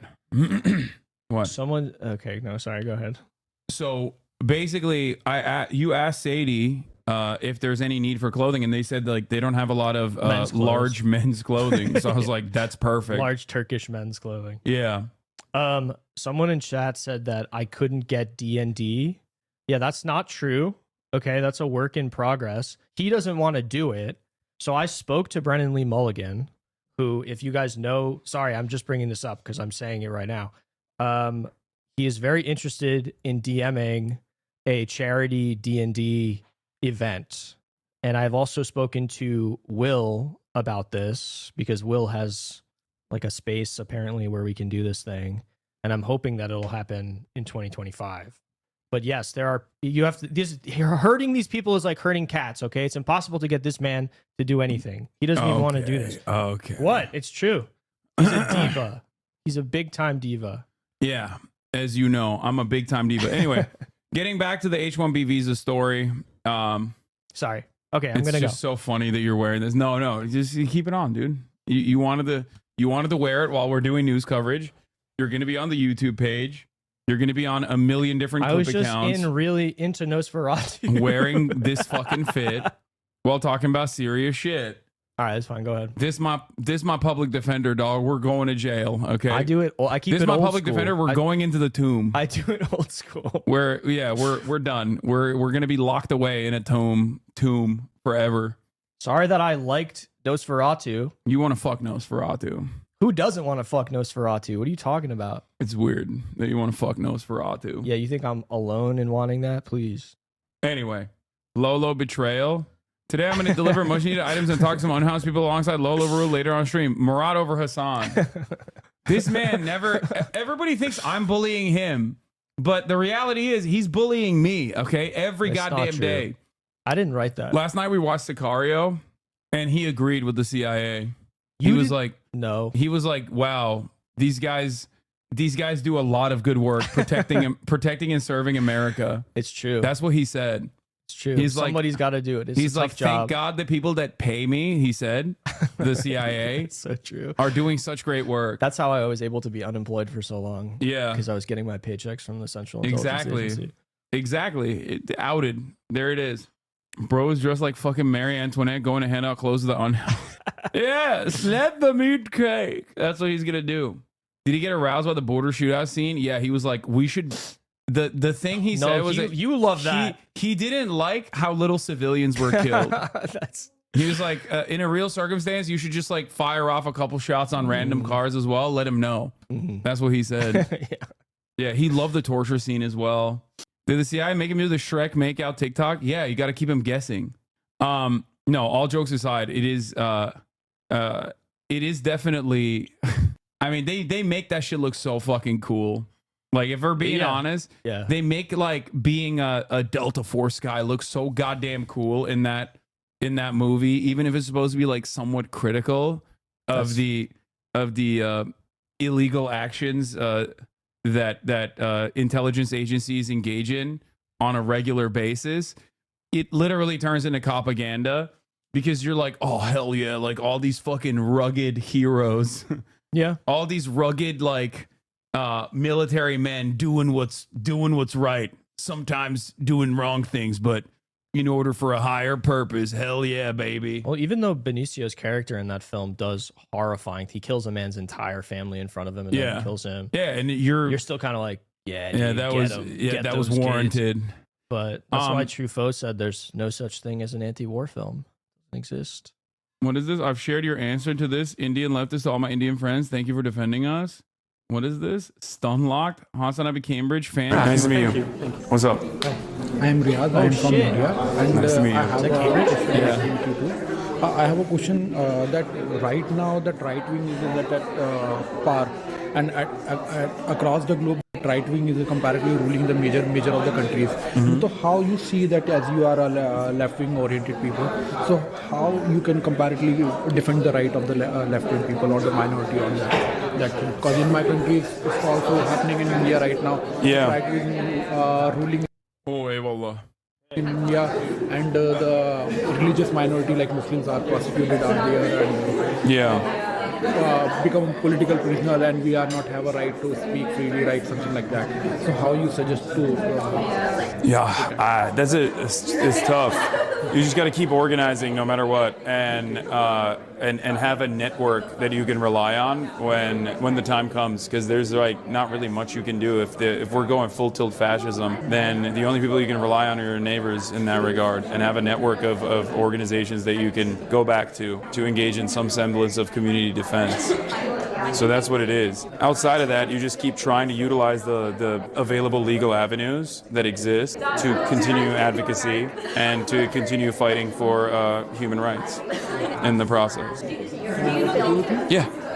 Pussy.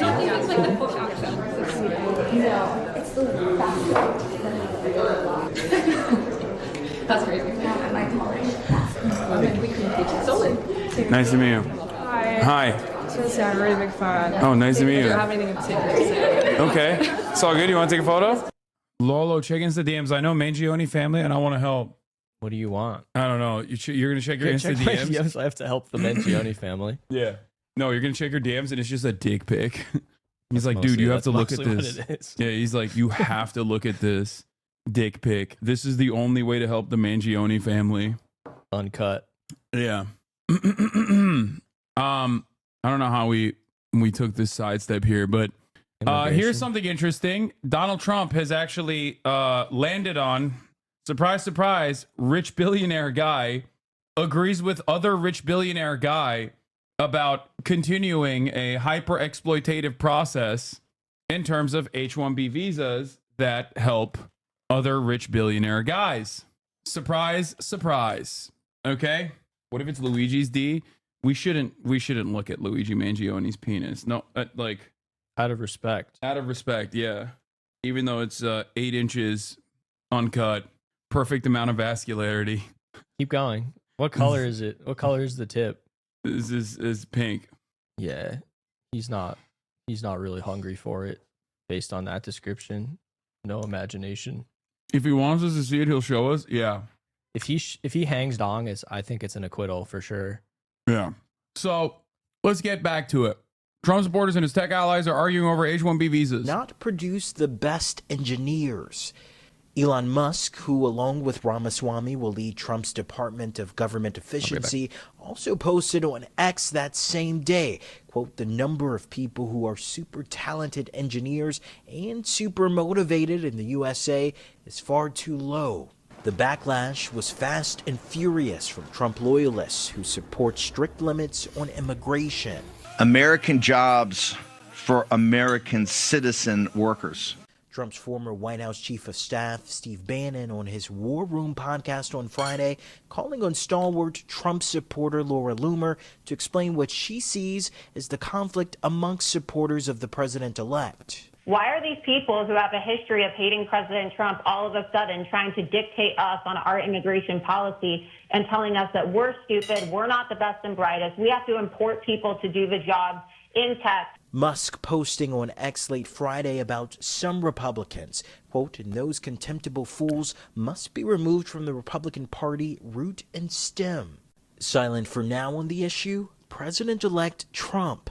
Now, Donald Trump has joined a different social media fight. The incoming president filed a brief with the Supreme Court asking it to pause a Biden-era law that would block TikTok in the U.S. around mid-January if its parent company, ByteDance, a Chinese-based company, doesn't sell the app. Michelle? Torian, thank you. Someone to show you around the school, I'd be happy to. Jocks preferred to geeks, sport over science. It's all there in the 90s teen comedy that Donald Trump's tech bro protege, Vivek Ramaswamy at least, seems to think symbolizes. I love this so much. Rad libs are cooking, I fear. It was all fun and games when the target was black Americans. I mean, yeah, and Mexicans too. It is kind of interesting to see so many of the far right, like Indian accounts in the midst of all of this, turn around and be like, whoa, whoa, whoa, whoa. We're the model minority. Fuck you mean? And it's like, oh, did you use the cologne I got you? Yeah, why you smell it? Yeah, it smells fucking great, dude. It does smell really good. Yeah. Is the failure of American culture. I knew that was coming. A culture that venerates Zack and Slater over Screech in Saved by the Bell will not produce the best engineers, he said in a tweet. American culture has venerated mediocrity over excellence for way too long. Cue civil war among Trump's inner circle, the billionaires versus the nationalists, chiefly former White House strategist Steve Bannon biting back. The nerds don't take criticism, and I say, you can't run a country by algorithm. It all started when an Indian-born entrepreneur, Sriram Krishnan, was announced as the incoming Trump administration's AI czar. I feel nervous. I feel real pressure. I don't want to screw this up. I may not get Trump's MAGA movement imploded into broader arguments about immigration. Elon Musk, increasingly at the right hand of the incoming president, hit back, calling fellow Republicans unrepentant racists. Then becoming a target himself of some of the loudest pro-Trump voices his own platform has amplified. This is about being able to speak truth to power and speak truth about unelected billionaires who now want to pretend like they are president.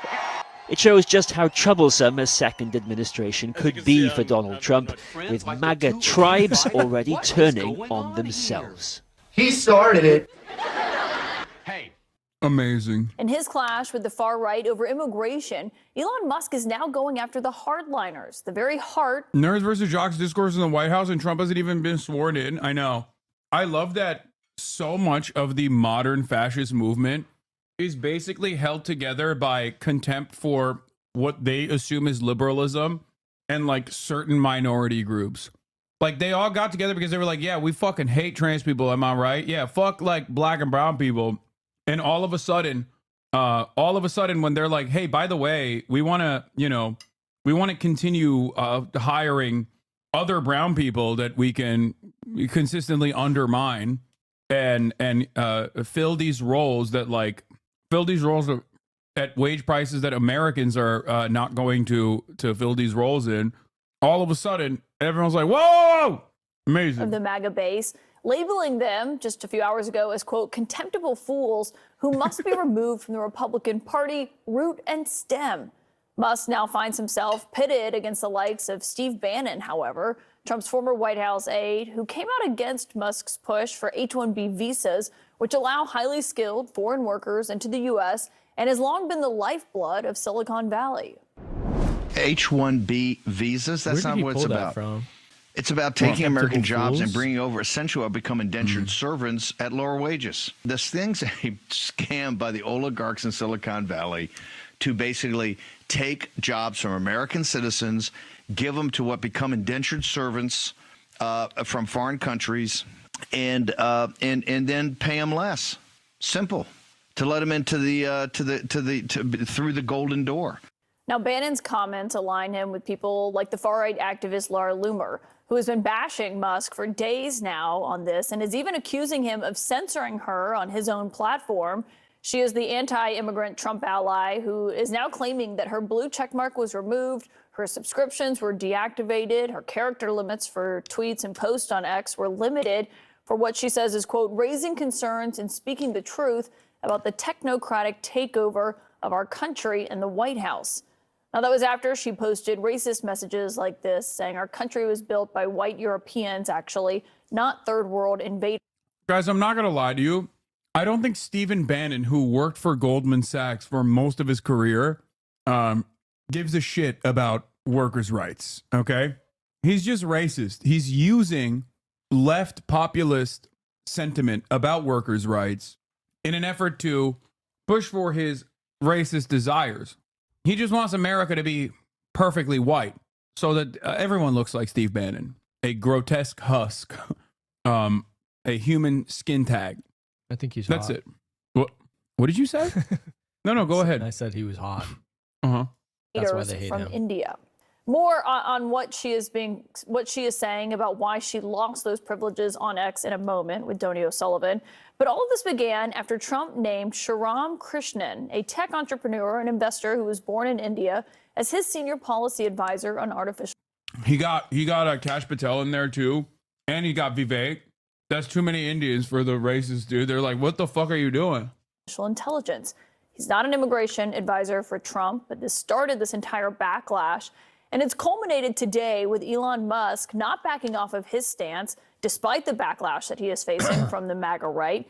Instead, he's writing tonight, anyone of any race, creed, or nationality who came to America and worked like hell to contribute to this country will forever have my respect. It's gone woke. Noticeably silent in all of this infighting in his party, the president-elect himself.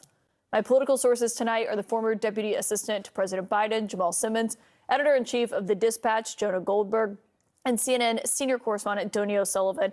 And it's great to have you all here. Jonah, I'm sure you've been watching, just like I have, as all this has been playing out, only getting worse today with really just seeing these people at each other's throats on lines. What does it say to you? No, Trump has been silent about this specifically because he knows he wants H-1B visa workers, which he's revealed recently.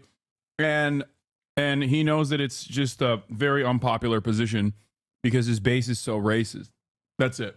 That Trump himself, who is the king of weighing in on things online, has not done so. Because he doesn't have a good answer to this problem, right? He's got a very tight, small coalition as presidents go. And there's just not a lot of give in it. I mean, it's symbolized by the fact he's going to have, what, a 2-seat, maybe with this new defection, a 3-seat majority in the House. If you have 3 or 4 or 5 congresspeople who agree with Laura Loomer and Steve Bannon, then you can't get any legislation done that Elon Musk wants. And so he's stuck in this hard place where he hasn't quite yet figured out how to get peace amongst the various Trumpy tribes back together. And I don't think this is going to be the schism that tears apart MAGA, but it is the first sign of what is probably going to be a good number of schisms and fault lines that divide people who have irreconcilable positions. Arun says the silver lining to all this is it'll make Indian Americans stop supporting Republicans as they realize that the people they support don't like them either. I don't think so. Maybe, but I think it's too hopeful. I think the personal resentment is as far as what I've heard from my Indian friends who have immediate older family members that are in the MAGA world, kind of, their resentment for other Indians and the left is far more consequential in the way that they operate than like the broader anti-Indian sentiment being expressed loudly and proudly by the right. At least for some people, I think that they're not going to change course. They're just going to look for like another vector of hate to be like, no, it's still like lower caste Indians and the leftist, communist Indians that are they're giving us a bad name. They're giving us a bad rap. That's why these guys like hate us. I mean, I think that Elon, it's just going to go back to being something that they try to hide and like obfuscate as much as possible. You know, like, didn't Elon just nuke a bunch of super racist far right accounts partially because they were finally stepping against him? Yeah. But like, I think one of the things Elon said in his tweets was basically like, I gave you idiots a platform, blah, blah, blah. Which, I mean, it was Adrian Dittman who said that. We don't know if that's Elon. Yeah, my allegedly bad. Elon Musk. Allegedly Elon Musk, but decent amount of evidence to suggest that it might be Elon Musk. So I think it just goes back to isolating them a little bit more so they can't all come out here and pile on the best good rich boy. I just don't think that the online right was as formative and as important a part of this coalition as like a lot of people think they are. Both on the left and the right, people have a tendency to overemphasize the impact that like a bunch of fucking esoteric Nazi losers have.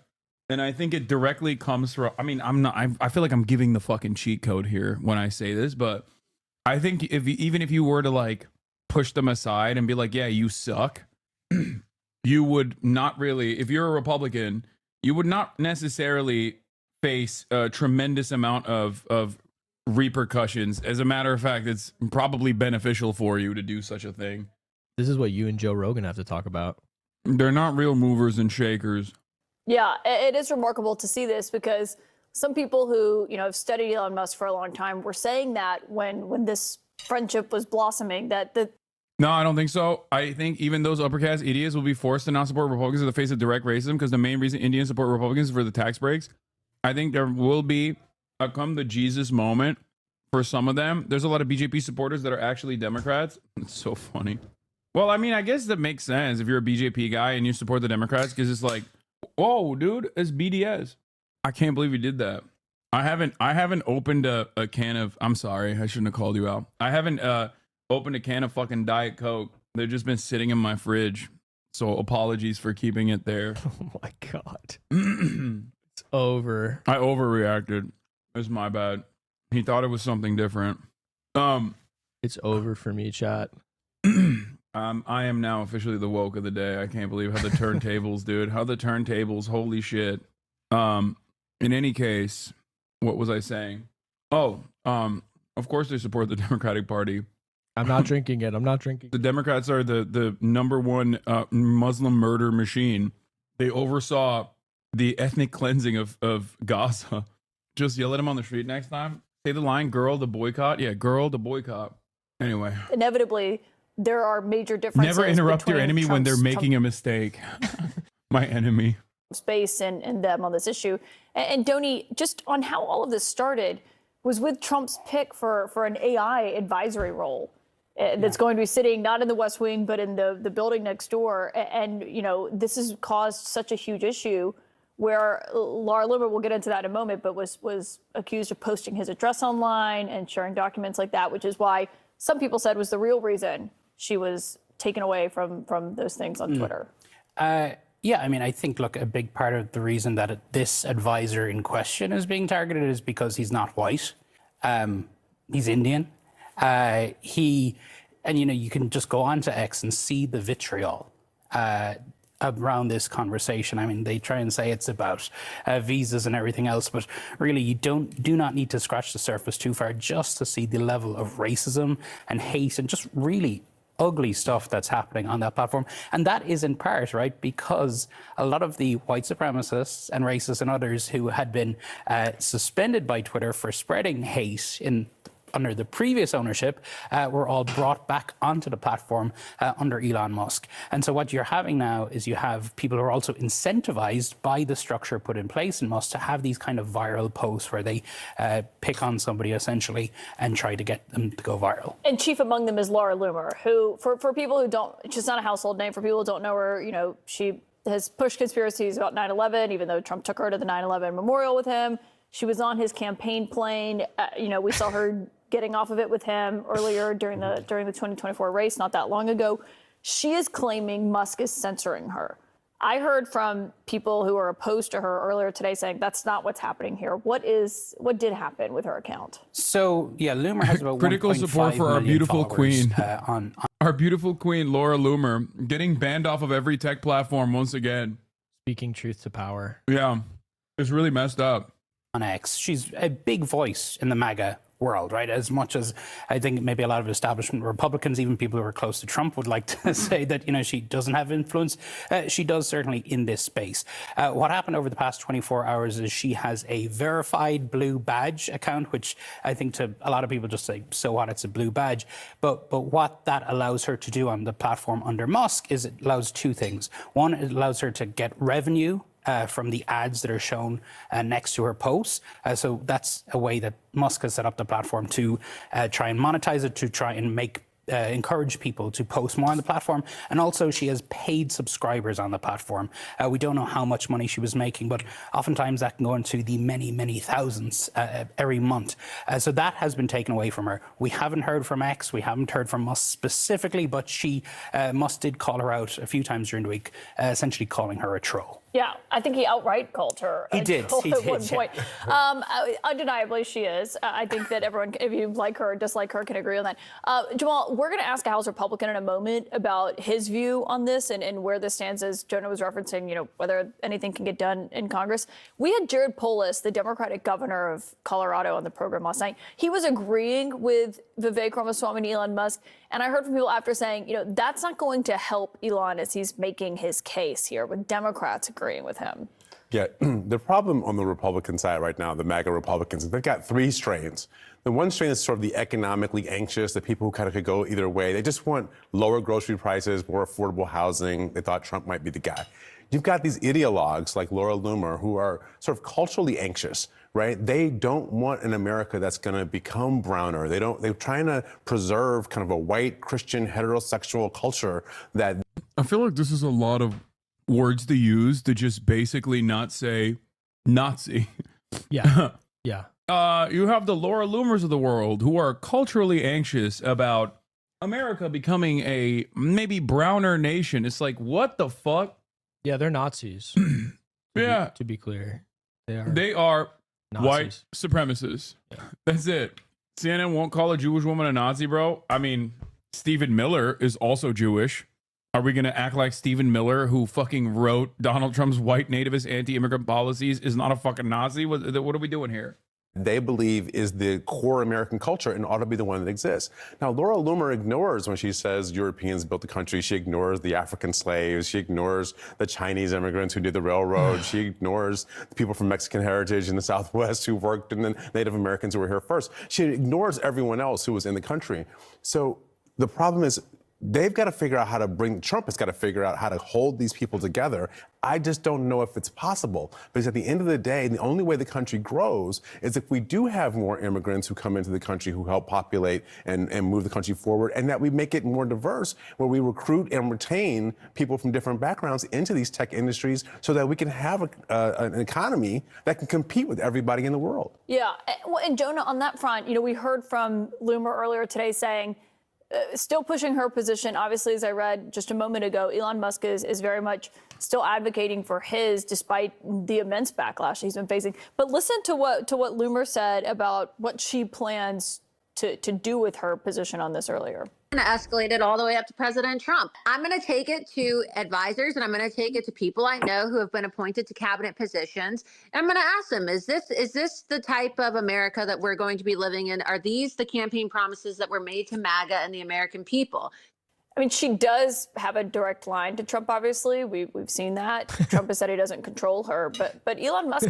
No, Trump didn't say that. Trump said she's a free spirit. Do you remember that? Is that what he said? Yes. It is the funniest. It is the funniest fucking thing, dude. Does anyone have that clip? I have to show this to you. It's like Trump reacting to Ruth Bader Ginsburg's death level clip, I think. Oh, it's the first time I'm hearing this. What can you say? Who are concerned about your close relationship with Laura Loomer. Free spirit. Well, I don't know what they would say. Laura's been a supporter of mine, just like a lot of people are supporters, and she's been a supporter of mine.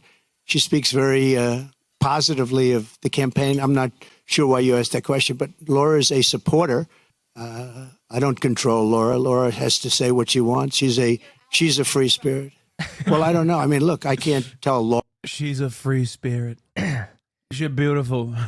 She's beautiful. I love her. She's a free spirit. She goes wherever the wind blows. Yeah.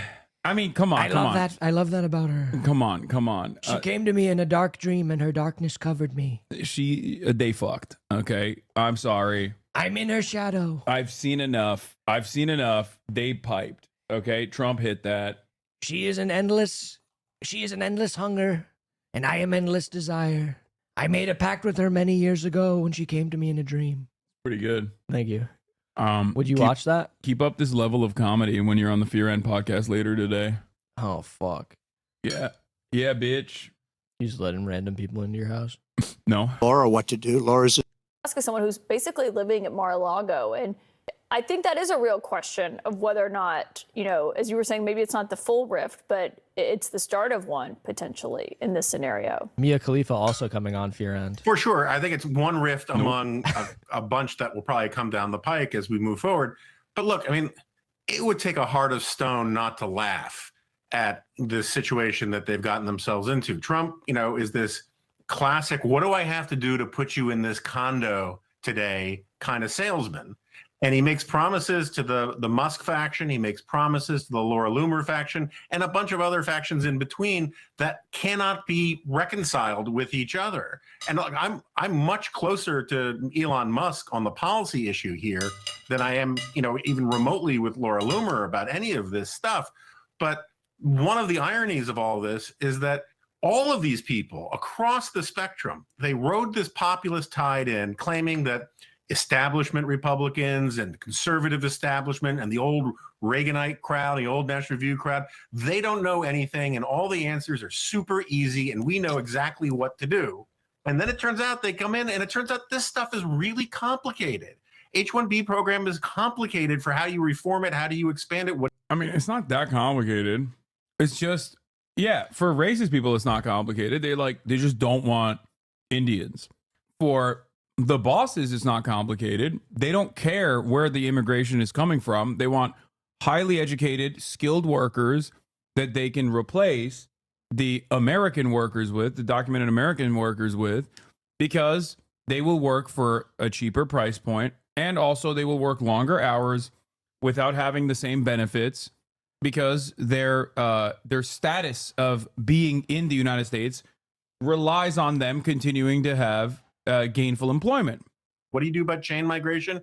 And the serious people were all pushed aside in favor of all of these populist yahoos from Steve Bannon on down. And now they're the dog that caught the car, and they don't know how to do any of this policy because they haven't done any of the legwork on it. So WaterDrop LA is a mutual aid group.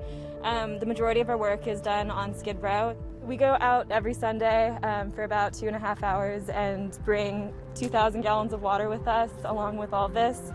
And so we go to every single block in Skid Row with our volunteers and have them hand these items directly to folks. We have relationships with these people. We know them, we recognize them. We try to bring items that are specific to their needs. And so every time we see them on Sundays, it's just kind of like seeing a friend more than anything.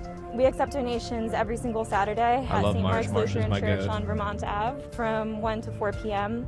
So we're accepting donations of winter gear, so primarily tents, blankets, jackets, things that can really help to battle hypothermia throughout the colder months. It does get into the 30s and 40s, and so we're just really looking for anything that could potentially save a life by keeping someone warm. And aside from that, you can contact us via social media platforms at WaterDrop LA. WaterDrop LA, We're guys. responsive to Let's give them DMs, some if money there are today, any all right? questions If you're that thinking folks about have, they can shoot donating, them they're our really way. good org. They do really good work on Skid Row. A stunning new report shows homelessness skyrocketing across the country, fueled by a lack of affordable housing and devastating natural disasters. Eyewitness News reporter Josh Haskell joins us now with more on the homeless numbers in Southern California. Josh. And David and Colleen, there are some in this country who feel that homelessness is just a problem in California. But once again, HUD's numbers tell a different story. Big cities, small cities, rural communities, homelessness exists. The U.S. Department of Housing and Urban Development releasing their nationwide homeless count for this year, taken back in January, which shows an 18.1% increase. In 2023, the country saw a 12% increase. Also, just to be clear, the this number rise is driven way by a fucking lack off of base in terms affordable of the way housing, that they try to natural capture disasters this. where This is people lost absolutely their not homes, capturing the full and picture the of the number migrant of people who are crisis. living on the street in the Overall, United the reason the numbers continue to go up is because like housing becomes more probably 3 or 4x. more expensive and less affordable to people. So unless that changes, meaning I guess so. either housing prices are going to go down or wages I know. for He lower said if I didn't do it, he would income kill me. Americans are going to go up, we should expect to see the number. Wait, what are we talking about? Homelessness? No, I would kill you if you didn't do what? Your end. Oh, yeah. That's true. Cash, aid, water, or tents? No, we're not. I'm not going to go and like fucking lace, unhouse people with cash like it's a fucking Mr. Beast video, dude. No, we're going. do We're bum going. fights. Yeah, I'm going to throw it in the middle. New content pivot, guys. So. Oh, I was talking and they couldn't hear. Sorry. What? Me and Khalifa talked about you with Abby Martin and Taylor Lorenz on Abby's channel, saying you're starving off the 9 other top 10 streamers by yourself. Is you're the only non-chud streamer? Lol, that's so cool. About you, Yeah, not how does about that me. make you feel? What do you mean? You didn't. What do you mean? Because How's I that- sent her one message. What are we married? Because you're trying to hit that? I'm not trying to hit that. I was just seeing if she wanted to hang out sometime. Seems like you're trying to hit I just that. wanted to see if she wanted to see Nosferatu. You know, you have a real Victorian conception of love and intimacy, Hasan. Some Mhm. of us are a little more. Why would you woke? Why would you try to bring her to the horniest movie of 2024? I didn't know it was horny. Uh-huh. Some would say it's not a horny movie, actually. Orgasmic horror. It's about repression, maybe. I don't know. Yeah. I don't know. Is it horny? We Maybe don't not. want to repeat the mistakes by also engaging in engaging in an act of starvation, trying to starve ourselves of our natural sexual desires, miss. It's a movie about sucking. Yeah, exactly. Vampire flicks are just naturally horny. It doesn't matter. You're literally sucking your victim's neck. It's hot. Nosferatu has had that faux freaky vibe. Their hearts aren't in it, to be honest. Well, Nosferatu is like repressed. I would say Dracula is horny. They're very different. Lolo coming for Dua Lipa. What happened? This is good. I'm not ready to be her husband yet. Second husband for sure. Maybe even third, depending on where I am mentally at that point. Yeah, I think that's fair. I feel like by the second husband, where you are mentally is going to be so in the dumps that I don't even know what you will do at that point. My mental health isn't based off of where Dua Lipa is at. Okay. That's not what you were. We're both on our different journeys. That's not what you were saying last night when you were crying, wasn't holding up crying. a picture of Dua Lipa on your phone. That's not true. I wasn't doing that. Why did I was see watching you? Sicario. Why did I see you weep quietly into a pillow while we were in the midst of watching Sicario with this photo as your screensaver? As you whispered into the wind, "It should have been me." No, I'm happy for her. Uh-huh. It's great. Good for her. Yeah. Okay. Because it didn't seem like you were crying at Sicario. Like, it didn't seem like, it seemed like at other times you were very excited. What is this deleted Lolo tweet? Oh, man. How'd you guys catch this? Dear everyone, hello, essa me again, your amici Luigi. Inside of here, I am become molto triste, and on account of this, I have taken me dolce vita. Again, I respect the feds. Ciao, Luigi. That's pretty good, right? I always delete the heaters. You like that one? No. You want to know why? Why? Because anti-Italian racism. Oh, please. That's why you deleted it. This is most respectful to Italians, actually. I use original Italian language in this. Has Lolo answered to this? What is this? Oh, yeah, it's fine. Well, don't worry. We're good. Incel Hassan, boomer brain, scuffed hairline, always eating, studies social science, Greek streamer, communist, popular and attractive, still can't get laid, 6'4", wears platform shoes. Chad Marat, boomer brain, but owns it, has great hairline, studied STEM, eats whatever he wants whenever, cool centrist, has actual job, Turkish streamer, non-sleeper streamer, has girlfriend, has a Porsche and a motorcycle. You can tell that this is an older. You can tell that this is an older meme from this community because I also have a Porsche now because you know Chad brother Marat has one, so I had to get one as well. I really do love Marat. Yeah, he's the man. We have great convos. And also now he's elevated as a. He's elevated in his status because he literally has a fiance. So, hell yeah, he's left behind. Like I'm still fucking in the treacherous throes of Volseldom. Meanwhile, Marat has elevated his status as a wife guy, soon to be wife guy. You know. Mm-hmm. That's what happens when you have a good personality. Okay, not voluntary, involuntarily celibate. Okay, there it is. You got me. Let me cope. Okay, just like this man is coping right here. This is good. I'm not even her. I'm not ready to be her husband yet. Second husband for sure. Maybe even third. Depending Why are you reading it again? Where I am mentally at that point. It's a banger. It's very funny. I know. Thank you. Yeah, it's very funny. Except you wrote it with a gun in your mouth. It's like, ha ha ha! I'm gonna kill myself. Ha, ha, I'm happy for her. Really. Yeah. All right, get out of here. Uh-huh. Stop putting my tweets in chat. Bro got 175,000 likes on Instagram too. Man's going single-handed to get you on Rogan. I'm doing the work. That's funny. Are you going to stream Marat's wedding? No, you fucking freaks. That's some Vince McMahon shit. You should do it. That's insane. Some of you are so crazy, dude. You're too crazy for your own good, chatters. Lolo heaters. Yeah, that's why he's posting heaters recently. Because I'm leaving the internet, guys. Yeah, real okay. soon, a couple days. Yeah, I'm out. yeah. You'll miss me when I'm gone type shit. What is this? Have I worked out with Hassan? No. No, he asked me to work out, but of course, he always says I do everything for content. This fucking guy's like, come work out. Oh, it's got to be on stream. Fuck you, you Turkish piece of shit. That was at Bradley Martin's zoo culture. That was different. I would always work out with this man in the mornings. The problem is he's too busy getting his shit sucked sideways. Okay, every time he's like, sorry, I'm getting double sucked right now. Not a big deal. It's like, you know, my hands are full with titties, 4 titties in one hand, 4 titties in another. It's like, you know, I can't. He doesn't have time in his like busy fuck schedule to have some space for me, have some time for me. You know what I mean? It's messed up. I'm also having a lot of sex. Wow, that was convincing.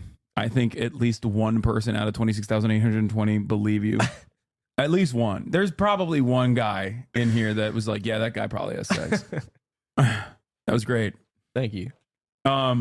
Anyway, so many South Asian Republicans are totally fine with their parties racism against black people and Mexicans, but suddenly discovered they don't like it when racism is inevitably aimed at them too. Yeah, this is the ultimate, like, you're not a part of the team little bro movement. Okay, that's what it is.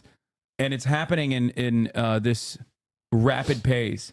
But let's get back to what we were talking about originally, which is homelessness. So U.S. homelessness is apparently up 18% as affordable housing remains out of reach for many. Now, what's really interesting about this article title is that it, for the first time ever, does not deviate responsibility away from the actual vectors of pain, and directly, at least in the headline, says what the problem is. People getting priced out of the housing market. That is how people become homeless.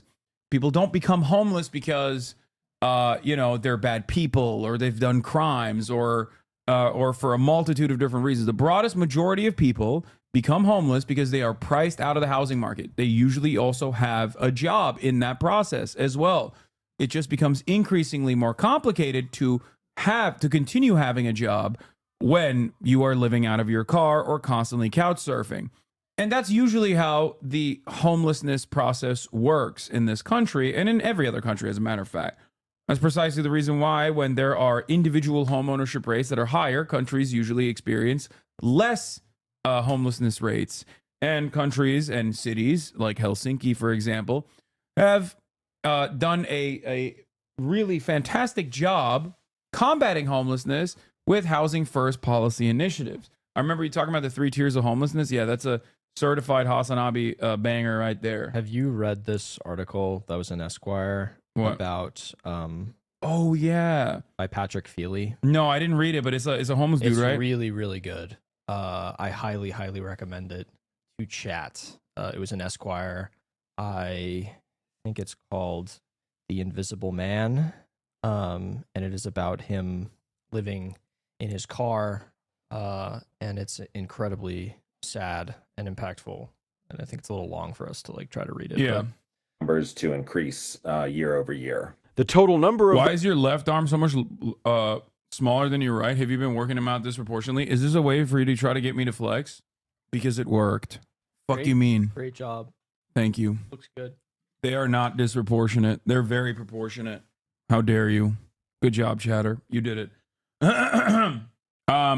Anyway, let's get back to the serious story now. Yeah, Holy thank shit. you for flexing in the middle of the homelessness segment. Well, listen, you got to do what you got to do. Yeah, I have to flex for subs. You got to pay the bills. I have to flex for subs.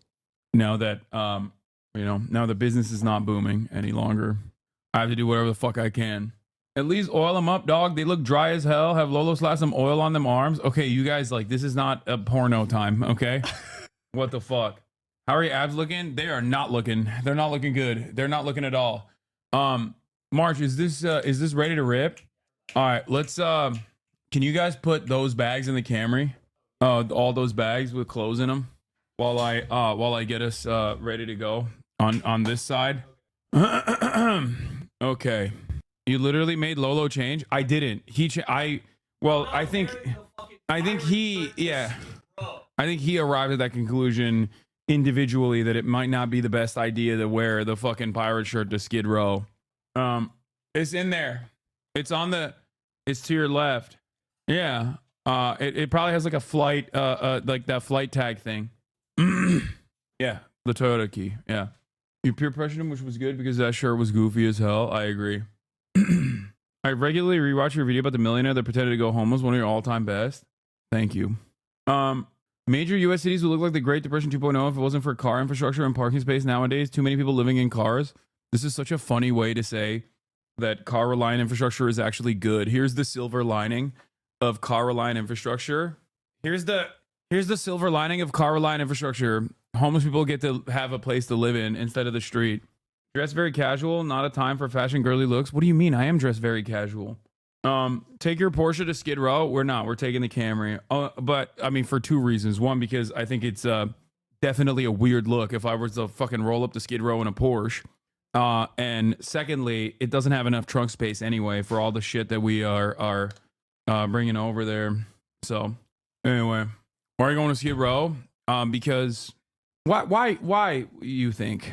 Because we want to help people. That's it. That's the reason. And we want to humanize homeless people, especially at a time when homelessness is surging and violent acts against homeless people are also surging. And a lot of that comes from dehumanization and people refusing to recognize that these are real people who are victims of the oppressive structures that we all exist under, and that many of you are closer to them. Many of you are closer to them than you are to the likes of Elon Musk, myself included. Other billionaires are closer to homelessness than they are closer to Elon Musk. So yeah. As the eminent house owner, socialism has went no house. So we're gonna go visit real socialists. Would you ever consider starting a co-op that owns homeless shelters across America to combat the issue? No. No. Do you want to know why? No. Because do you understand how unimaginably difficult of a task that is? Like, I would have to drop everything else that I'm doing to basically fucking try to solve the homelessness crisis individually by operating a cooperative corporation that runs homeless shelters. Anyway, yeah. It's like, no, I'm going to go there to tell them that they need to pick up themselves by their bootstraps. All right, let's keep Those running homeless this video. in the U.S. is at 770,000, according to HUD's report. And among the most concerning trends, a 40% rise in family homelessness. This is fueled by migrants arriving in big cities. Homelessness. Oh my God, that part is also fucking crazy. That's what the Biden admin said. The homelessness crisis is because of immigrants. Yeah. Literally, only my stupid comments like, take your Porsche, get traction. My brain is big, guys. The fuck? Well, say bigger brain shit then. Is a national problem. It doesn't just exist in big cities.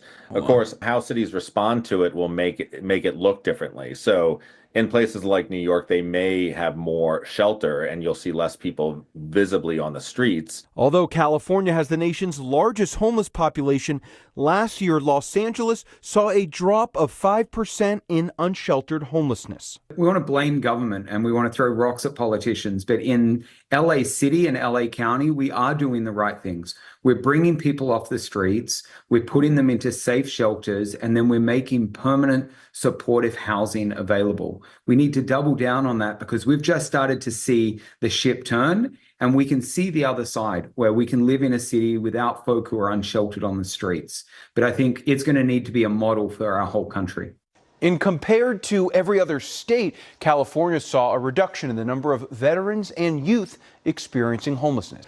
Hello, I'm Mark Brown. Get more great ABC7 content by clicking the subscribe button for our YouTube channel. And download the ABC7 Los Angeles streaming app on Fire TV, Android TV, Apple TV, and Roku to watch on your TV. A Supreme Court ruling earlier this year gives local governments the authority to ban people from sleeping and camping in public places.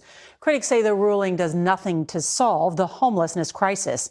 In tonight's Eye in America, CBS's Adam Yamaguchi takes us to Los Angeles, where the mayor has launched a program that could provide a long-term solution. This is Coley King's mobile exam room. We want to be there for them. 4 days a week in Los Angeles, the street doctor with the Venice Family Clinic makes house calls to those without homes. We saw you, and really the last time was 2021. And then after that, we kind of lost track. We lost contact, so here you are. 53-year-old Melissa is one of more than 45,000 people experiencing homelessness in the city of Los Angeles. There are patients that suffer from very serious medical illnesses. There are patients that have schizophrenia, have HIV. So I think there's urgency from everyone to solve this. Nearly half of all Americans living on the streets are here in California, where there was roughly one shelter bed for every 3 people who needed one last year. It's time to move with urgency at the local level to clean up these sites. Earlier this year, leaders like California Governor Gavin Newsom were empowered to take action in clearing encampments after the U.S. Supreme Court ruled that cities could ban people from sleeping outside. There are no longer any excuses. Easy to say, perhaps, but the reality is more complicated. The goal has got to be to solve the problem. Karen Bass is the mayor of Los Angeles. Our problem here is we don't have enough housing. We need to build. We need to purchase buildings. And that's where she's focused, getting people off the streets and into shelter that up until now did not exist.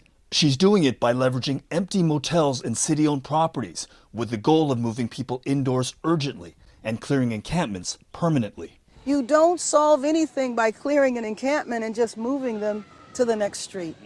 So far, since 2022, her Inside Safe program has brought more than 3,000 people indoors from over 60 encampments. And the city has seen a drop in street homelessness. All right, Chad. This area right here. We're moving out. We're moving out. We'll let these videos play for a little bit. But how do you full screen? Is it F11? All right, there it is. But we'll see you on the other side. Okay, we're gonna be going to purchase some tarps and stuff like that. But yeah, that's what we're doing. Here, many months ago, was filled with tents, and you can imagine what family wants to bring their kids here right there if this is filled with tents and you're afraid of the people that are here. And look at it now. Jessica has been unsheltered since 2019. Just days after we met her, she was placed in interim housing. I should be able to get some more rest, but this has been very stressful. Others, like Brian, are still waiting. It's hard to be on camera showing this. We're dealing with massive numbers, so it is going to take a while. I wish I could tell you that on this date, this problem would be ended. I can't do that. But what I do know is that if we continue along with the trajectory that we're headed on, we will be able to solve this problem. It's an approach that could also solve a problem for Dr. King. You may lose contact with people unless there's a plan in place. Absolutely. We may lose them, and we may lose them forever because they are that sick. I have faith that here we're already on that pathway to try to do this the right way. A crisis decades in the making, changing one day, one life at a time. For Eye on America, I'm Adam Yamaguchi in Los Angeles. California is a perfect place, a true golden state. People across the world come to Los Angeles, renowned for its beautiful coastline. From Hollywood to Venice to Silver Lake and Koreatown. The best weather, the most creative people, place to raise our families.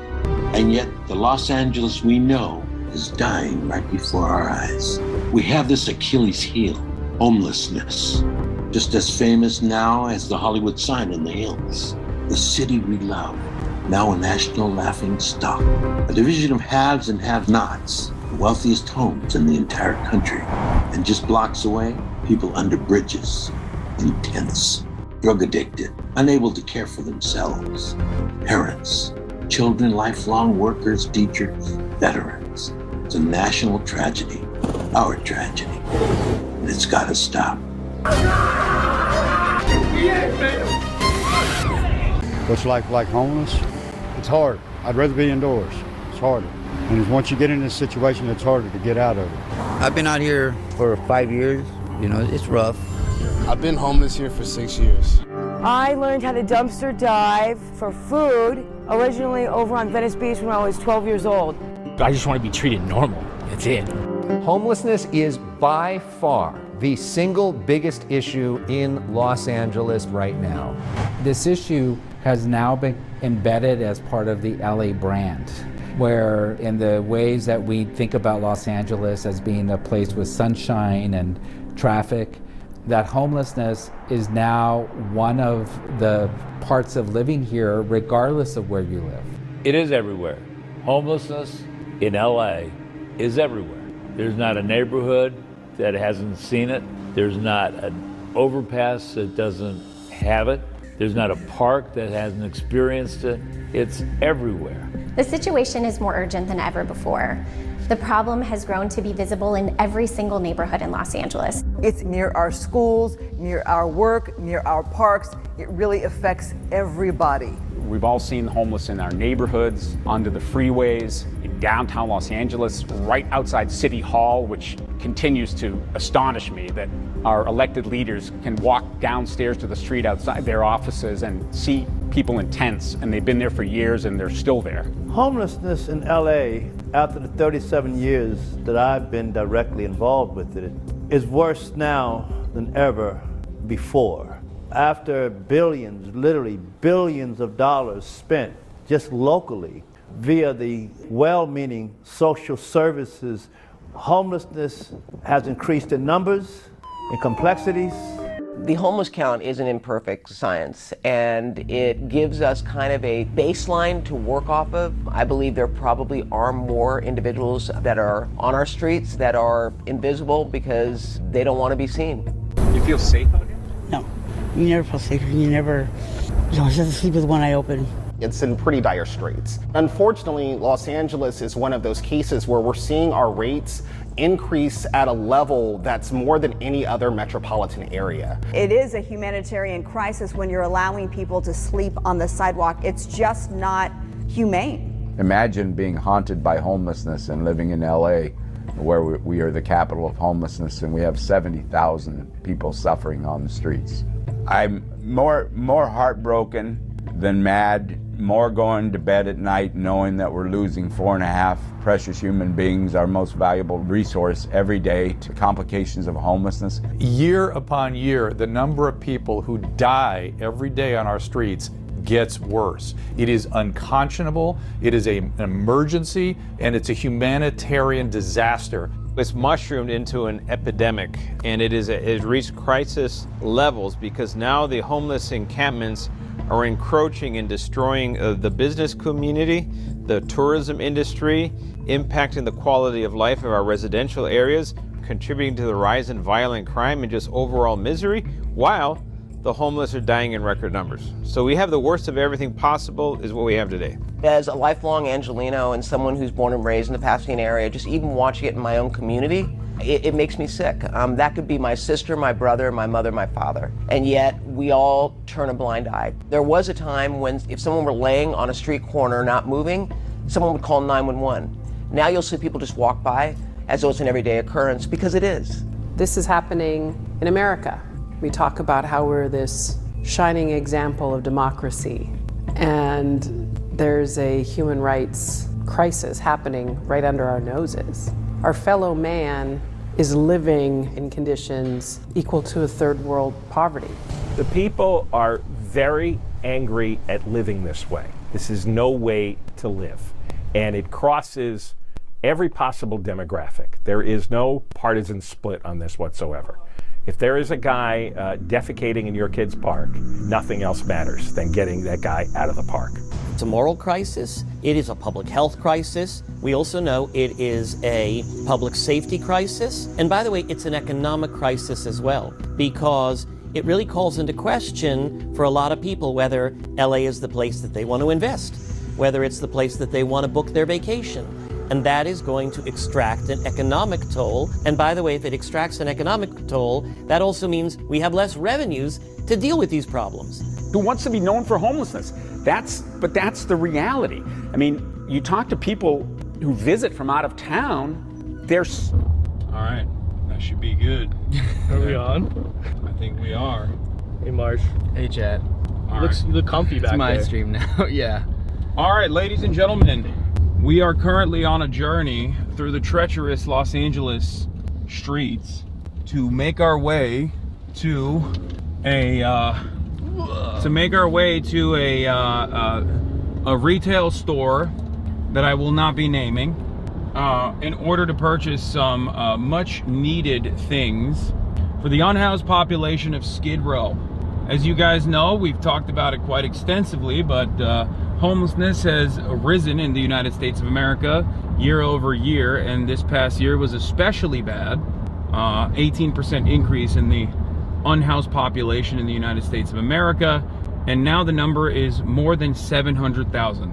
That means in the wealthiest nation on earth, the wealthiest nation throughout history, we have 700,000 people that are going to be sleeping outside tonight and every other night after tonight. Now, a big part of this problem, a major issue here, is that unfortunately people are priced out of the housing market and go on their own journey into becoming homeless. And today we're going to be going to one of the most documented, perhaps in the worst ways possible, usually, areas in Los Angeles, a city that has some of the highest density of homeless people in the entire nation, if not the entire planet, as a matter of fact. Actually, I don't know the exact numbers on that, but I'm sure that our friend Sade from WATERDROP LA will be able to help us with some of that information, and I'll fact check it as well when I'm not driving. But of course, I am I'm a safe driver first and foremost. Very responsible. Very responsible, 10s and 2s the entire time, and not simply because of Twitch restrictions, but also because that's just how I am. If you noticed, there's also bags and bags of clothes back there.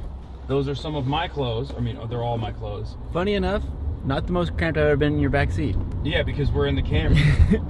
It's very spacious. It's Toyota Camry. Compared to the other 2010 Toyota Camry Sport Edition V6 with the heated leather seats.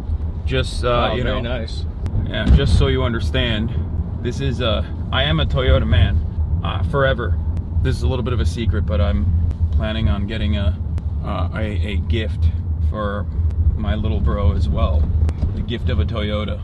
I want him to have a reliable, affordable, good gas mileage vehicle.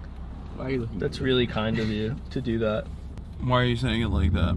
I'm not. What do you mean? I'm just saying that's very kind. It's just like there's always a tone. There's always a tone you take. What do you mean? Just this sarcastic tone you take with me. I don't think that's true. No matter. Okay. See, yeah, I feel like you're still doing it. No. Did you push your flight back already? No, I'm gonna do that tonight. You won't be able to interview me if you don't push your flight back. Yeah, I know. Okay. Don't worry, it's gonna happen. I told you can stay for longer if you want. No, I'm not gonna stay. I don't want to overstay my welcome. You're not overstaying your welcome. No, Marsh, what do you think? Kind of feels like you're overstaying your welcome. Oh, yeah, you're fucking cooked, dog. All right, well, Marsh is the authority here. Wow. If he says it. That's crazy. It's kind of awkward, but... I thought we were on the same team here. What the fuck? Flip the camera to yourself, too. What do you mean? When you're talking. Oh, hi, chat. I am ashamed. I don't like being on camera. Oh, wonderful. Camera's wonderful just traffic. For you. No, LA I said traffic. In the chat the other day, 2 months is the... Remember? 2 months is crazy. 2 months is, yeah, Sorry, 2 months that's is crazy. fucking nuts. That's what the Aussies do when they come, and I love it. I mean, they are coming from really far away. New York is really far away, too. Yeah, it's the Australia of the United States. New York, the Melbourne of America. Oh, Eric Adams. My king. Oh, hell yeah. LA Traffic Simulator. Yeah, no, that's that's a given. Ew, Cybertruck, ew! They've lost like 50 grand in off the sticker price now in value. Apparently there's so many complications that people are just no longer purchasing them. Finally, it took this long. All the assholes bought them and ran them into the ground, finding out how awful, how dog shit of a car it is. So now people are not buying them anymore, especially because like it takes very long apparently to fix them up. Were you looking into getting one? Fuck no. I genuinely despise Teslas. Like it's one of the only cars you can die in though, with the car the doors locked and you get set on fire. It's pretty sick. it's pretty it is sick. A pretty metal way to go about it. If you're into that kind of thing. What is even this I don't even understand why there's traffic here. Like this makes no sense whatsoever. Why is there no good public transportation in LA, Hasan? What do you mean? We have Waymos. Oh, you're right. Sorry, my bad. My fault. The public transport of Los Angeles. Oh, I want to die in a Tesla. Why is there no good public transit in Los Angeles? Los Angeles, much like many large metropolitan cities in the United States of America, has car-reliant infrastructure. Los Angeles actually historically used to have a very active and relatively robust tram system until the car companies bought out all the tram cars and then discontinued them in an effort to make this city even more car reliant than it already was. People often think, oh, it's because Los Angeles is so vast and it's so expansive and it's across such a large geographical area, and that's not the real reason. There are many very vast networks all around the planet where countries that are actually local governments that are dedicated to governance and improving the lives of its citizens and don't want traffic congestion, or maybe even care about the environment and care about commerce, have created walkable cities with robust public transit options. Public transit is the only thing that actually eliminates traffic density. The one more extra lane mentality that American dumbasses have is a demonstrable failure, as evidenced by those very famous viral videos that go viral every fucking holiday season in Los Angeles, as a matter of fact, where you look at the LA highway, 405, 101 and the like, and there are just a shit ton of cars and bumper to bumper traffic, even though there are 8+ fucking lanes on the highway. Additional lanes do not work. Traffic congestion occurs at the point of going back into the city. There's bottlenecks. You can't have 8-lane exits, which would then require to have 8-lane city streets. Oh my God, we're gonna have 8-lane city streets, I think. That's gonna be sick, dude. Awesome. Oh my God. Those will be pedestrian safe. That'll be sick. Yeah. You'll get vaporized if you Yeah. He's gonna fix it? The tunnels are coming, man. He's gonna fix it. Oh, hell yeah. Oh, Elon, yeah. He's gonna fix it, don't worry. Another valid reason to fucking despise him. Ugh. Marsh, what do you think about these UFOs? It's real. It's real? Yeah. What are they hiding? What are they hiding? What is the government hiding? And what does Joe Rogan know? Oh shit! He knows. Don't flip you need the to camera go back to me. You need to go on Joe Rogan. And ask him about the UFO. Ask him about the UFOs, Don't Hasan. flip the camera back to me for that, please. Hasan, we were just talking about this. You were like, oh, Please don't fuck, flip the camera dude, back I to me really for want to that. go work out with Joe Rogan. And then the media was covering it. I've never said that. The news media. The news media. The real news media. Dexterdo. That's news. Is anything but the real news media. Institution. That's on par with the New York Times. I mean that sincerely. Yeah, I was gonna say. Yeah, New York Times is in the garbage. This past year especially so, where they have kind of shown their hands a little bit. Maybe went a little heavy-handed on the propaganda. Did you see that there was another Israel article that came out where they were talking about the slain journalists, and it just literally read like a Israeli Defense Force PR piece, straight up. Not surprising. Yeah, they were like, 5 enemy combatants were slain for doing combat propaganda or some shit. It was fucking insane. Thank you, New York Times, for being the most trusted name in news. All right, we're almost there, chat. Yeah, we're close. We're almost at the unnamed location. Box chain retail store. Is that one's? Oh no, is Sadia gonna meet us there? Yeah, she'll be there. Okay. And some other people from WATERDROP will also be there. Nice. Oh God, harrowing. This is the only. I hate like going to big malls where you just have to like go underground and fucking park the car. Just There's sucks. no alternative. I know. This is the best American experience. Yeah, what do you mean? People don't want public transit, they want their own cars. Don't you get it? And more parking. And more parking. More parking lots. We should bulldoze your house and put a parking lot there. I think that would be sick. Yeah. Pave paradise and put up a parking lot. Ooh, bop, bop, bop. How does it go? Don't it always seem to go? You don't know what you got till it's gone. They pave paradise and put up a parking lot. Ooh, bop, bop, bop. Ooh. What, Mars? You're not even You singing. gotta sing it. I don't know this one. What? What the fuck? Mister, I listen to music. No hablo inglés. No. Oh, that was the line from Sakar. You're gonna hablo inglés Yeah. later. Yeah. You're gonna hablo inglés later. I'm Latino. Oh shit. I was also racist today. Fuck, dude. I'm Latina. I broke BDS and I also was racist against Marsh. Yeah. It's fine. I punish him sometimes by making him eat bad Mexican food in places like Australia and Japan. Yeah, that is pretty cooked.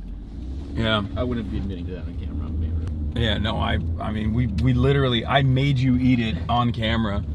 All right, I don't even know if this is the right. We might lose you guys in this. Yeah, we're going underground. We're going underground. Big, beautiful parking structure. Oh my God, I love it. Oh, please, more parking. Oh, I fucking love it. Is this even the right I don't mall? know. You use the GPS. I know, but not well. I've never been to this lot or been at this mall before, so. What did you put in the... Okay. I put the place, dude. What do you mean? Are we even... Look at all these spots. Yeah, but I don't know if this is the right... Like, I don't know if this is the closest. Wait, maybe there's a upstairs. There's a fucking line, dude. There is literally a traffic jam in the parking lot. I'm Brian Kill Me. Hell yeah, this is what it's all about right here. This is the American experience. This is the dream. Ironically enough, this also contributes to homelessness as well. You know? How? What do you mean? When you have a car line infrastructure, you have to build vast parking lots that occupy a tremendous amount of space that could be utilized at the behest of affordable housing, which obviously we're never going to do anyway. This car, I don't know how well this car can take a hill. Oh my God, dude. I don't know how well. Oh my God. Listen, old Bertha, old reliable, she's been with me for many years through thick Not and doing thin. a good job of getting up this hill right now. She's doing a wonderful job. She's doing a fantastic job. This old bitch. I'm gonna replace her with the. Wait, is this it? It doesn't look like the retail store that we were looking for is here. I don't believe so. I think it's across over there that way. Wait, what? Yeah. Shut the fuck up. So we did all. Oh no. Oh my God. He's looking for smoke. This dude with the busted Malibu. Wait, where is it? Can you look it up, March? Yes. This is definitely not it. Oh my God, are they doing a pet giveaway? Oh! Alright, we're adopting. Can we adopt a cat? Can we get a dog, please? Chat, can we adopt a cat? Chat's cat. It says it's supposed to be right here to your left. Yeah, that's what I thought. Oh my God. I wonder if it turned into this store. There's no way. It's still not. It's not updated. It might be downstairs. Maybe multiple floors. There's no downstairs. Downstairs is all parking garage. Can you call Savvy? Yeah. Fuck. We can get him stuff from Bath and Body Works. Yeah, they'll love that. I mean, sanitation wipes and stuff are definitely good to hand out. I'm looking up what the entrance looks like. Cool. Okay. Have you been here before? Yeah. Is it on top of like a parking garage? Oh wait. Oh, I see. Oh, we see it. We found. Oh my God. Yeah, that's so far away. We found it. Google Maps is. Okay, sick. We'll be there in a minute. Google Maps has led us crazy. astray. That was crazy. Well, thank God for that sign. Holy shit. Yeah. That's insane that it's so off. It's not even in the same complex. I don't think. It's like entirely separate structure. Why the fuck did it take us here? Oh. Jesus Christ. Doesn't have the best shock absorbers. This old Bertha. Old faithful. Well, I mean, I'm seeing Lowe's shit right there. Yeah, that's for them. Wait, no, it says Lowe's. Like, look, it's the sign points in this direction. Okay, that's even more confusing then. Maybe it's bottom ground floor. To your right now. Doxed. Wait. Oh, right here. See, to your right.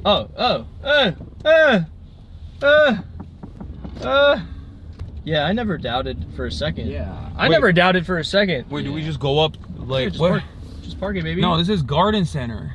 Yeah, it's maybe it's the indoor lumber yard only, and the other Lowe's is back there. That might be true. You know what I mean? This does only say Lumber Garden Center.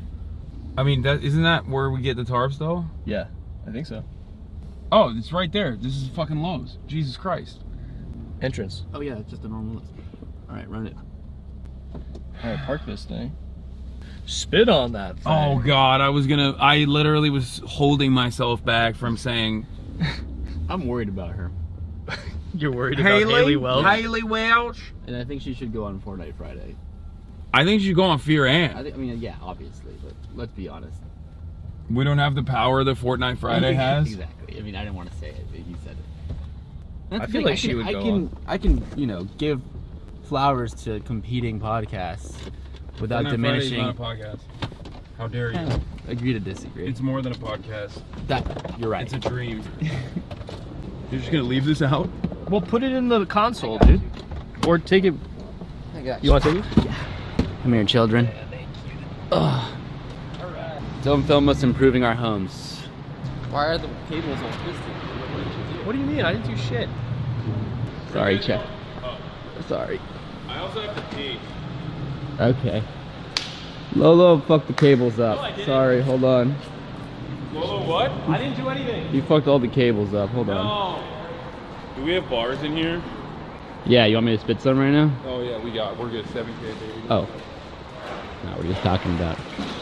They're not laughing, but I know the chat is KWing right now. That's all I fucking care. That's the exit. Oh, you can't get in through the exit? It serves the same purpose as a door. Yeah, what's up? Where are you? What? Shabby. Oh my God. Oh my God. It's a tuppy. My impact. All right, you want to do a little intro? All right, so we're here at a undisclosed location. Okay. Ready to purchase a bunch of things that we need to purchase to take over to Skid Row. It seems that tarps is one of the most commonly requested items, and we'll see if there's anything else on top of tarps that we can get as well. Maybe if they have hand warmers, I've heard that that's like important sanitation wipes. No? Great. Why are you going? Yeah, but we're waiting for Sade from WATERDROP LA first, so that we don't get lost in there, and then they have a hard time finding us. I also have to pee, so I might just run inside to pee while you wait. What do you think about that? While Lolo mans the stream? That's fucking crazy. Don't make me do that. Oh, wow. He's doing it. Off he goes. Wow. That was the last time we ever saw Hasan. Yeah, he has to pee, guys, so now I guess it's all on me, so... You got this. The views are gonna plummet precipitously. Oh, it's a little out of focus, sorry. Good, no, Off to yeah, a great take start it, here. take it out. Oh, there's the WATERDROP people. Oh, sure. Should I not point a camera at them? Let's wait till they get here and we'll talk to them about it if they want to do it. Look at us. Your favorite duo is back. Hi. You didn't respond to my DM when you were in New York. I'll double check on that. Really? That doesn't sound like no, me. you did. It doesn't sound like me. You did. I think I was only there for like 24 hours. Probably They're being so good with fuck. Oh wait, I do have a mask. Let's go. Got oh, a mask shame. wow. Fuck me. Yeah. Should I have a mask? Hey. Hello. Hi. Hi, what's up? Nice to meet you. Hi. These are my friends Rebecca and Oscar. Hi. Hey, nice to meet you. Hi. Very nice to meet you. Oscar. March. Nice to meet you. Hasan just went to. He's gonna be back in like 2 seconds. Yeah, he's just peeing inside. So. Also, do you guys mind being on camera or? Yeah, we're chill with it. We'll definitely talk more about like Okay, stuff in yeah, general totally. before we head down. Yeah, for sure. Okay, cool. But we're chill with it though. I mean, I don't know. Yeah, if you guys don't want to be. Speak for yourselves. Yeah. Okay. Well, I don't want to point a camera in your face unless you're okay with it. So. Okay, we're good. Thank you, I appreciate that. Yeah, yeah. All right. So we're streaming right now, and he'll be here in like 2 seconds. But if you guys want to introduce yourself, there are people watching right now. Okay. Sure. So yeah. Yeah. Cool. I'm Sade. What's up? I'm an organizer with WATERDROP LA. We bring like more than 2,000 gallons of water into Skid Row each week. So every Sunday we buy a bunch of water and distribute it street by street. So we'll be going downtown to kind of chat with a couple of our friends and hand out tarps because it's getting colder and people are outside still. Hey, what's up? My name's Rebecca. I'm also an organizer with WATERDROP LA. Yep. And Oscar, also organizing with WATERDROP LA. But Oscar's like a fan of the stream. Let me out that like right now. Oh, God. He's like a stream fan. Hey, how's it going? What's going on? Oscar, nice to meet you. Hasan. Hey. Hi, Hasan. What's up, I'm Sade? Nice to meet you. Me too. The bathroom was closed for cleaning, so I couldn't pee. But Wow. all right, let's do it. Let's go inside. Let's get some stuff, right? Let's do it. Cool. All right. So, what are the things that we're supposed to be picking up here? We got tarps, right? What else? That's it. Are you on it? So you were returning, not buying. Right. Okay. Try not to point a camera in any employees' faces. Yeah. I'm gonna go ask someone where they might have tarps. I'm gonna ask this thing. Okay. This Whatever. gives me so much anxiety. Dude, how do you think I feel? You're a freak, so Yeah. I feel like you probably. No, for like sure. it. Yeah. What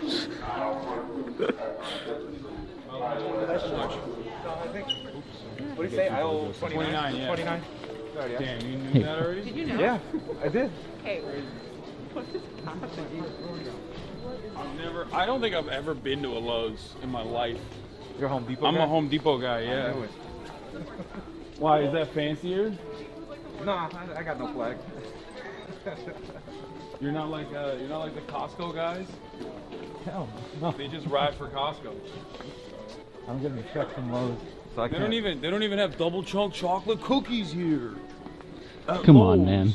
Double chunk chocolate. What are some other like requested items that we could get while we're here? I'm sure they have everything. What? Zip ties usually come in handy. Oh, yeah. Okay. The hell is zip ties? All right, 29. So we want tarps, we want zip ties. What else? They have sanitation wipes. That'd be great too. Yeah. Sanitation wipes to like wipe for like personal sanitation, right? Not like surface. All right, these are the tarps, the reversible tarps. So what size are we looking for? We can get the ratchet pack too, or no? I guess that's not. What about a tarp zipper? Sorry. Tarp clips, tarp zippers? Okay, we tend to do like. So these are light duty. Okay, so like we tend to do 8x10s, and then up a little bit. So like they just get expensive really fast. It's fine, and that's not a problem. Well, How many do we get? however many you want to distribute, they will go really fast. Like one thing I find is that like anything you want to give will go. You guys have one car? We have one car. Okay, cool. Our car is like slammed with clothes, by the way. I know you said that we No, can't we'll give do them clothes. today. We can give people clothes. You'll see. It'll be fun for you. You'll get like the real hands-on experience of a car distro. Sorry, we also can help you. We don't actually. We can just watch who load these. I mean, you can help if you want. I don't care. Okay. So 8x10 and what else? We'll do any of these sizes. Like any of these will go. People will take anything. People will take as big as you want to go, but it's just harder. Toss them in. Bigger ones, toss them in. It's been my experience that folks usually, what matters more isn't necessarily the size, but like the density of the material, because these, like with wear and tear, eventually things start tearing. Heavy duty, no? Yeah. Yeah, it's, Like these are heavy duty enough? No, this is a reversible tarp. people but it's will not. use it for anything. Like Yeah. people sleep on tarps. They put them over themselves. They use them as blankets. It's like a full. Is there like a heavier duty 8x10? I feel like this is like a little. This is 6x8.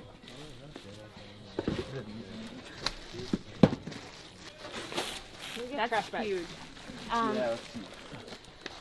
sorry. What is this one? This is 15. This is 10. Sorry, chat. Lolo tangled the mic. I'm gonna give you guys a 360 right now to untangle.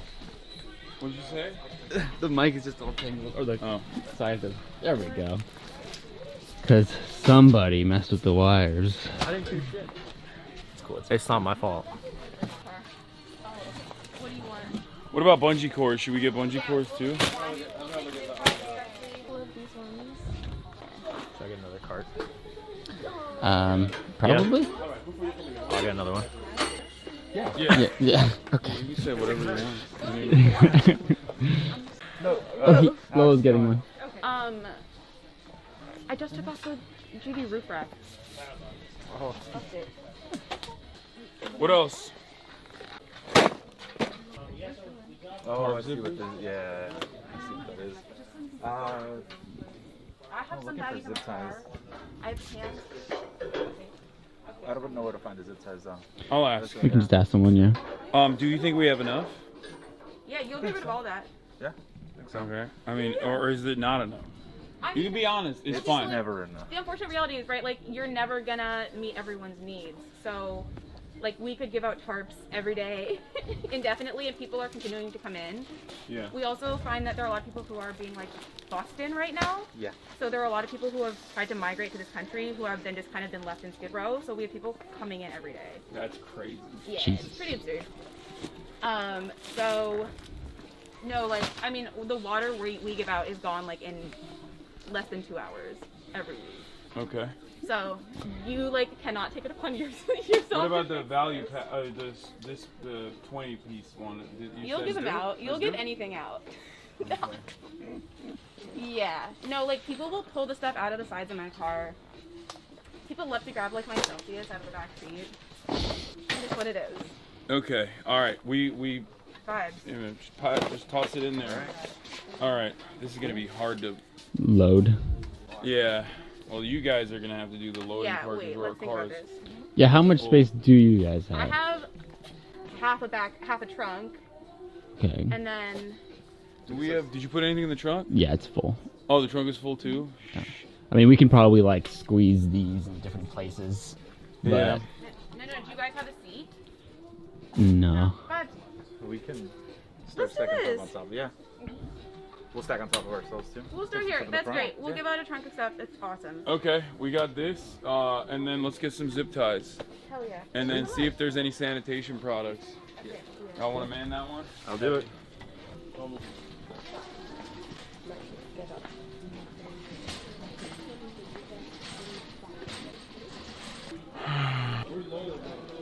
I don't know actually. He's fucking beached out. He just He gets nervous on stream. yeah. I don't think we're gonna be able to find it ourselves, but I know, but he's working with someone. I didn't want to disrupt him. This baby right here. Oh, there's a dude right there. Whoa, Oh, well, I guess I don't need to. And then we Okay. I don't know where to go, chat. Lolo left me. Hassan's talking to an employee. It's just me. Hope everybody had a good Christmas. Love you guys. Sorry, you're coming through.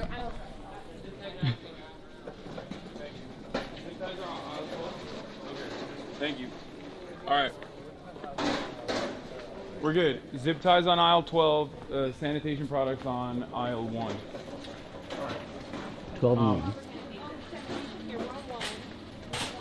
Zip ties and sanitation projects. What application do you want? So yeah, in terms of sanitation products, like I was asking, is it like self-cleaning wipes, or are we talking like to wipe stuff off, like surfaces? Yeah, because the problem is people want like bath wipes, and they don't tend to have that here. Okay. They tend to have like surface cleaning, which we don't like to promote for self-care. What you got there? Okay. Is that to mass shame me? Yeah, I'm mass shaming you. Well, I mean, we had to buy it first. I have extra, actually, and I have colored fun ones in the car. Oh, she's got fun ones. Yeah, I want a fun one. Okay, well, these aren't fun, guys. Yeah. Fuck I'm you. putting this back. Yeah, get out of here. All right, sorry. That's crazy. Go ahead. After No, you go. Oh, okay. Why are you so scared to be on stream, bro? That's where you ran off to. No, we're chilling on. Antibacterial hand wipes. Sure. Oh yeah. Love it. Wait, what are you getting now? Antibacterial hand wipes. Oh, perfect. What about toilet paper stuff? No. We'll take toilet paper, actually. Yeah. Yeah. Actually, it just takes so much space. Okay, never mind. Makes it. But in general, yes. In general, chat, yes, for toilet paper, but right now we have a limited amount of space, so we're not going to do it. And then let's go to aisle 15, or 12, aisle 12, yeah. The balancing act of not pointing a camera at strangers while still trying to make chat not You're doing throw a up. great job, Marge. Thank you. That's why I do it. Excuse me. What about batteries? People don't have to. No? I mean, sporadic battery requests. I thought he was going for the dog again. I was like, bro can't help himself. Dude, he's drinking a fucking Mountain Dew. Yeah. Yeah. Yeah, dog treats. Oh, dog treats? Yeah. Oh, for sure. Yeah. Need my Mountain Dew, baby. Hassan handing out Mountain. Alright, let's do this. Oh, dog Apparently, toys. people have pets, so we're getting some dog toys and dog treats. Is that good? Yeah. We're getting to aisle 12. We're getting zip ties.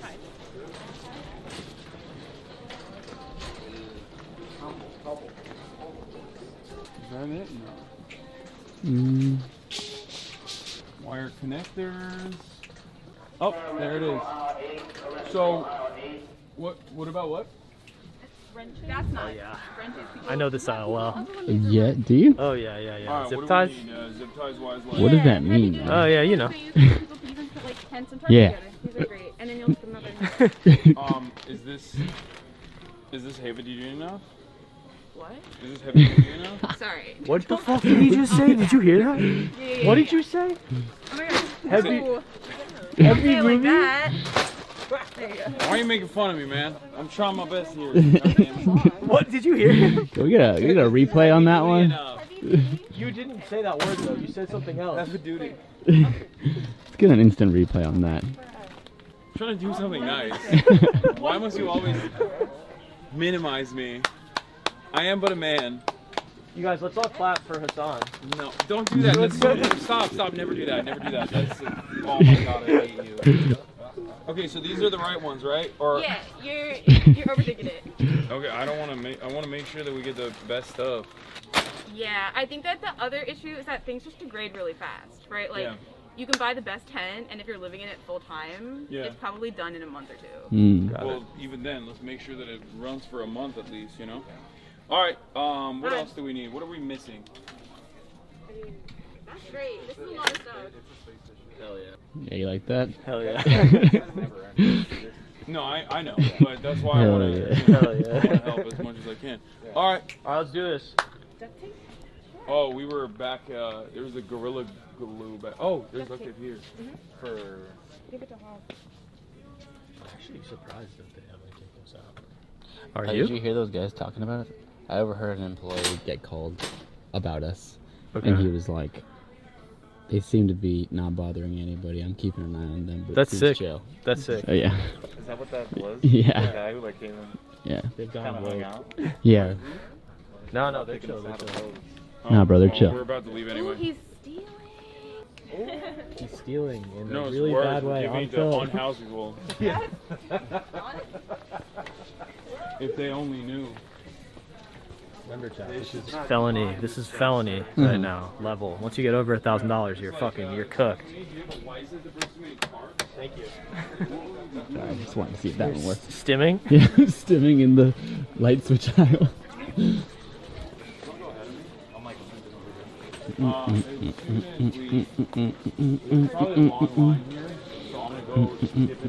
need any key copies made? Yeah, for Hassan. Yeah, that's what I'm saying. So I can get and in for there his whenever. Camry. Hell yeah. Joyriding that thing. Here. I gotta go pee. Wait, hold on. Here. Show everybody. I mean, I'll be before you plug the code in, but show your behind. I got it. Let's fucking the go. Let's LOLO get out of here. Show it. Huh? He thought I was gonna show his credit card on stream. One time, Constant paranoia. I was hanging out with Eddie Burback, and he told me that him and Hassan like went on the same flight back to LA. Go ahead. And Hassan was like flying first class, I guess. Obviously. And Can't he believe he stopped would do that. before he boarded the plane, and Eddie was like flying coach, and he turned around and he was Man of like, the people. he yelled at Eddie in front of the entire airport. He was like, "Yo, don't tell anybody about this." True story. Yeah, that's real. That happened, chat. He'll deny it, but it's true. It's 100% true. All right, chat. If you're good, I'll get you a $50 Roblox gift card. What do you think? You like that, chat? Just fucking deadbeat stepdad vibes. What do you want? $50 Roblox. All right. They're paying, which means it's the Marchie show. So, Q&A session, chat. I'm looking at you. That's right, I'm looking at you. $19 Fortnite card, who wants it? L naked face. What does that mean? Because I'm clean shit. What does that mean? Why do I read that? Fuck you. Stare. How much stuff do you own? Best Mexican food made by non-Mexicans. I don't know, man. Are you from Colorado? No, I'm from LA. No, Tex-Mex L. SoCal Mexican food W. Tex-Mex ain't real Mexican food. Tex-Mex is not authentico, bro. They're checking out right now, which is why I'm just hogging the camera on me because I can't show credit cards. Yeah, for anybody just joining. W-Tick, I know. Just divided the entire chat. Fear End with Lolo will be happening right after this and will be releasing on Monday. Be sure to check that out. It'll be Fear End with Lolo and QT Cinderella. Unfortunately, Austin's show has fallen ill this week, so he's taking his well-earned paid time off, which then resets in the new year. It might. I don't know if he's actually sick. It might actually be a strategic PTO because he knows it's about to reset in the new year. But hey, don't hate the player, hate the game. Classic. And then Will's at home with family, so Will died of self-suck, my bad. Unfortunately, during the holidays. March Cam on a Fear and when? And he knows what happened. I feed Press Escape viewers too much. Yo, baby got his bottle. He's drinking from his Mountain Dew, while everybody else does all the hard work, heavy lifting. I'm not gonna pan over. That's just candy. He's just standing around. He's got his hands in his pockets, Sipping from his sipping, sippy cup. sipping from his little nibby. Mountain Dew sippy cup. Yeah, it's honestly, it's disgusting. Disgusting. Monkey W. Hell yeah. You know what Monkey W is? No, what's that? Oh, don't look at that. One job. One, don't put the credit card on screen. Oh, but it wants to be on screen so bad. All right, hold on. Okay. Alex. He doesn't know what Monkey W is. You guys gotta educate him, chat. I can't be dropping Monkey W's with normies and then have them being like, what is this guy saying? This guy doesn't know how to speak English. We've lost our way. We used to say Twitch emotes in real life. I used to sit around family dinner at Thanksgiving and be like, Monka ass grandma. Oh, okay. Okay. I'm being reprimanded. No, we did the big ones already. We did No, those are 10 by 8 by 10. These are Oh, 2 8x10s, 12 but heavy duty. 2 8x10s heavy duty. And then we did the 12 8x10s We did these regular. ones. We did these ones? You did that one, yeah. Okay. Yeah. That's it. So that's everything? Yeah. You scanned all of this already? Yeah, we scanned all of that. Yeah. Go ahead. Alright, you don't now don't show this part. Yeah, lower it is. Oh, brother. What were we talking about? Show it, show it. Why did he call you for that? I don't know. It's like he doesn't trust me. It's like he doesn't think I know what I'm doing. We were having a great conversation. Fear and repress escape, both. They're both my children. I love them both equally. Lolo signaling me to go. Let's go, let's go. This dog's been following us the entire Lowe's run. Look at him. He's perfect. I want a dog so bad, man. All right, how do you feel like that went? I mean, it's pretty good. The people at Lowe's were very nice. Very helpful. Thank you, Lowe's. Shout out Lowe's. Right. Do I look good? No, I probably don't, right?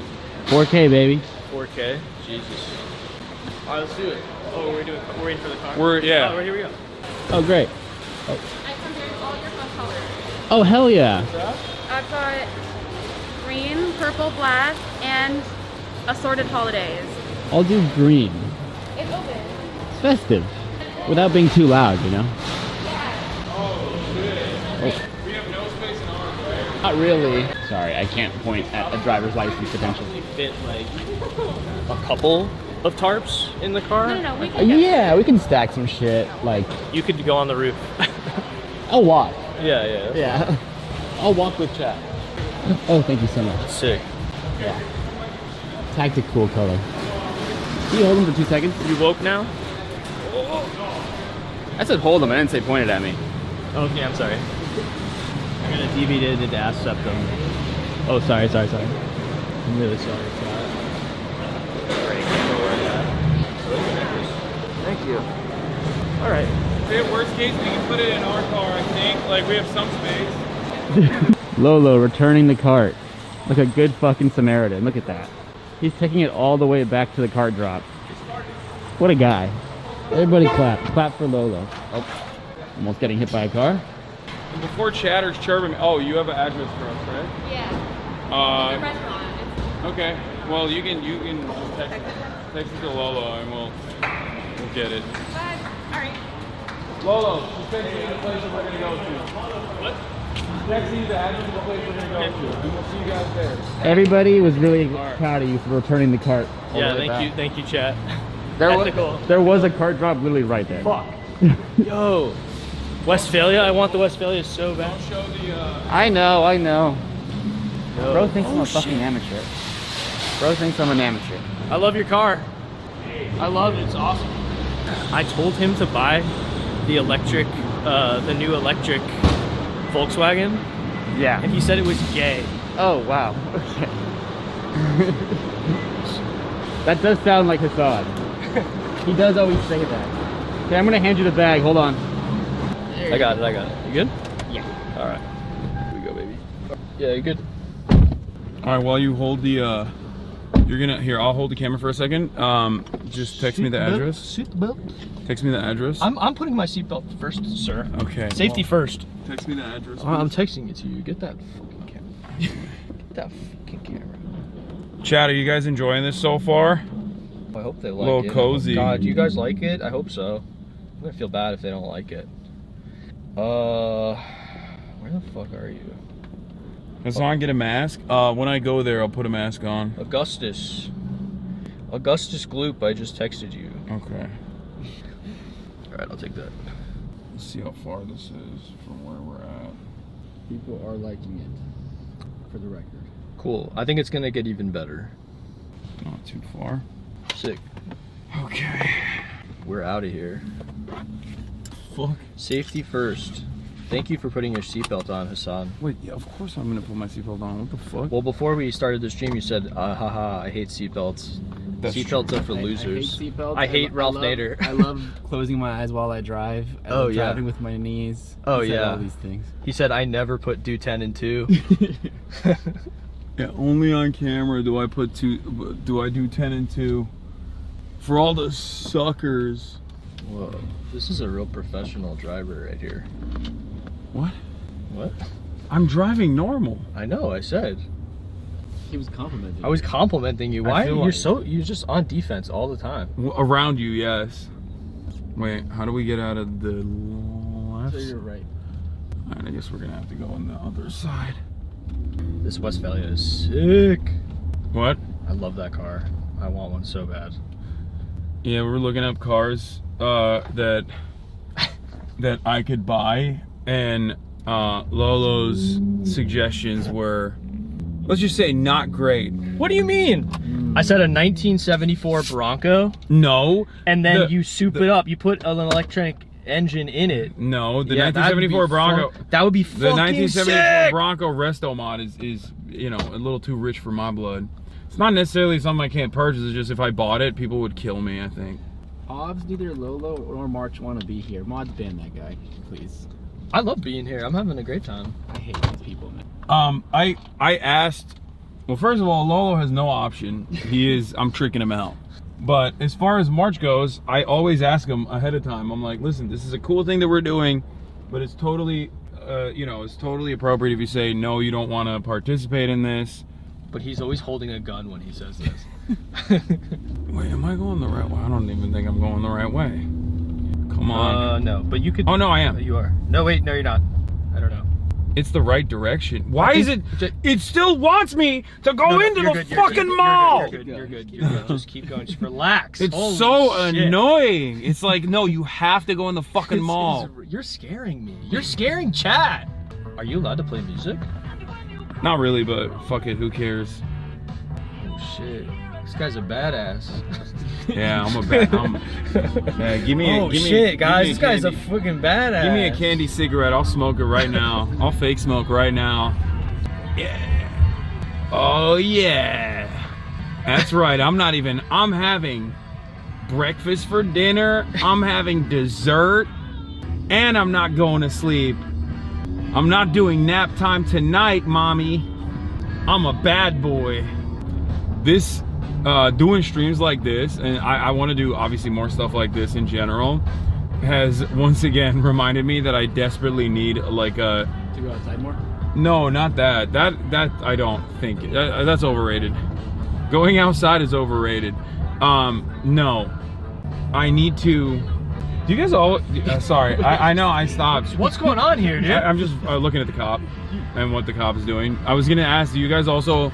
instinctively when you see a cop get uneasy and start checking what he's up to in the rear view mirror, because you never know if he busts a fucking Yui? That's a sick car. Look at the car. Look at the car. Oh yeah, let me see. Show that. Finish with that. Going outside or something. Can you see that, Chad? No. Going. I can't tell. Doing streams like this made me once again realize I need to have a normal car, like a normal fucking. You're welcome, Chad. We got that. Yeah, a RAV4 or not a RAV4, a fucking. Ooh, that's a sick car too. A Toyota 4Runner. A Toyota 4Runner. Why are you guys laughing at me? I feel like... Oh, sick car. Oh, I'm sorry. Are you doing autism voice now? No. That's insane. What do you mean? You're so able. What do you mean autism voice? You're so able. You're like, oh, that's insane. Waymo! The future of public transit. Fucking dystopian future. Everybody We've gone in a complete circle, and now everybody gets their own Waymo, and that's the public transit. That's beautiful. Normal cars are outlawed. You can only get in Waymos. The streets are for Waymos only. That's the world I dream of. But yeah, do you guys do the cop thing as well, where you instinctively immediately look in your rearview mirror to check what the fuck they're doing? Or is that a me thing? I think everybody does that. I don't know, dude, not white people. Which I am white, but this is like a thing that I've noticed that like white people don't do that apparently. They don't feel a sense of great unease around cops, which I think is very strange. You're just a different kind of white boy, Hasan. No, I'm a white boy with swag. No, it's just that like I don't know. I like the very fact that there is a dude that is in a car with an arsenal that can just like stop you, detain you, arrest you, take away your freedoms. Like I am always instinctively like a feeling of not safe is immediately in my mind.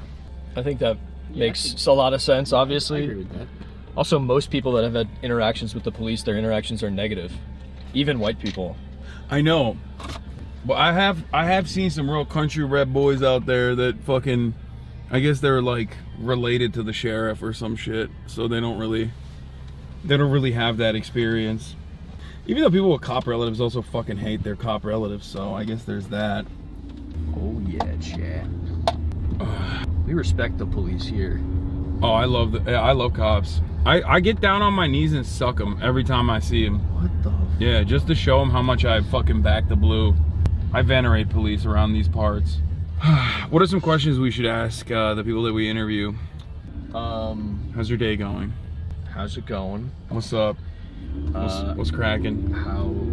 I don't know. What do you want to talk? I mean, like, it's kind of up to them to lead the conversation, you know? How long have you been here? How long have you been living here? What brought, like, how'd you get here? If they want to talk about it. I'm sorry, I burped.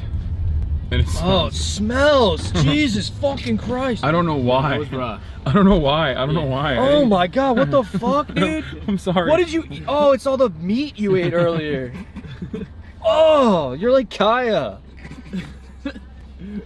That's like in my mouth. Stop! It's embarrassing. You guys, it's not that bad. It is disgusting. I can still smell it, man. Just listen to the music. Just focus on that. Dull your senses. Dull your senses. Oh my god. Oh, I fucking love this song. Sings a song and I can sing it. Ooh, ooh, ooh. Sings a song and I can sing it. Here's 101. Did you see somebody won that Mega Millions? 1.2. Oh no! His name is Alexander LOLO overruled. That would be fucking sick. I'd be like, first order of business, knock down Hasan Piker's house.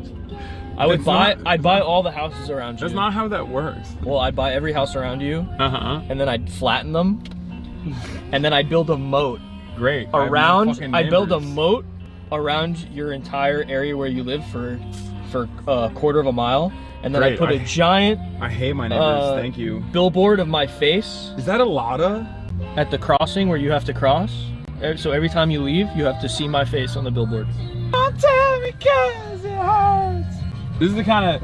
It's not that I don't listen to music. It's that they don't make music like they used to. Oh, yeah. That's what it is. Oh, that's all true. These teenagers listening to transgender hyperpop. I don't understand it. It sounds like the Nintendo 64 console stream sound. They're listening to their hyperpops, transing the youth. They're listening to Playboy Cardi talking about vamp life. That's you. You're vamp life. Who, me? Yeah, Nosferatu. Nosferatu. Marsh, you seen Nosferatu yet? No. Are you gonna see it? What movie were you at, Marsh, last night? Oh, I was actually at Wicked the Musical. Oh shit! That is my good. Yeah. I mean, it was actually way better than I thought it would be. Did you think I was gonna laugh? Do you think I was gonna laugh? You looking over here? What? Huh? Oh, when I said He's good. on my side. No, no one's on your side. No, community's laughing. I went. The whole squad laughing Because the chat. I was bought a ticket to go, and I ended up enjoying it. Am I a theater kid now? Yes, you've always been a theater kid. Your fits alone is theater kid. Oh shit. If you're seen at any point in your life, or emo at any point in your life, you got that theater kid dog in you. I guess it would be a cat instead of a dog, though. Why don't you focus on the road, man? I am focusing on focus the road. on driving, Hassan. I'm driving 10s and 2s, baby. I'm driving so perfectly. We're in old Bertha. She keeps us safe. Just what you see. Don't make me put this into sport mode, okay? What does sport mode do? It's just, you can put it, you can just shift the gears yourself. That sexy ass grip. I don't know why, instinctively, I feel the need, even though it's automatic, I feel the need to put my hand on the shifter, even though there's no... That's a Turkish... No, it's because of the Toyota. That's what it is. Turkish guy in a Toyota, automatically I feel like I'm Unk. I'm Turkish Unk. He's going the speed limit. Yeah. He's really driving safely. It's crazy. Yeah, of course. I've never seen this before in my life. We got important cargo. We got March in the back. Oh wow. Yeah. Oh man, thanks, bro. Hey, you're all right, man. He would never say that about me. Hey, you're all right. I would not. He would never say that about me. I know. I always defend you, man. That's not true. You know that shit everybody says about you? That's not true. Okay, cutie Cinderella. You know who was supposed to come with us today, which I thought was shocking? Pokimane. She said she was down. Like she was originally supposed to be on the pod, and I was like, oh, we're going to Skid Row beforehand, and she's like, oh, I'm down. I was like, what? You sure? She's like, yeah, I'd love to do that, but unfortunately, she couldn't make it to either pod. She heard that I was coming, and she's like, yeah, she was like, ugh, fuck that guy. I fucking hate that dude. Ugh. The one who's trying to hook up with Mia Khalifa. I knew you were gonna say it. So desperate. I knew you were gonna say it. Dude, too. the tail has made it to the land. Everybody knows about this now. What do you mean? You just know. They just know your ways. What do you mean my ways? Yeah. Look how sick that car is. Yeah. Catch up. I want to see that shit. Whoa. Show it. Show chat. Whoa!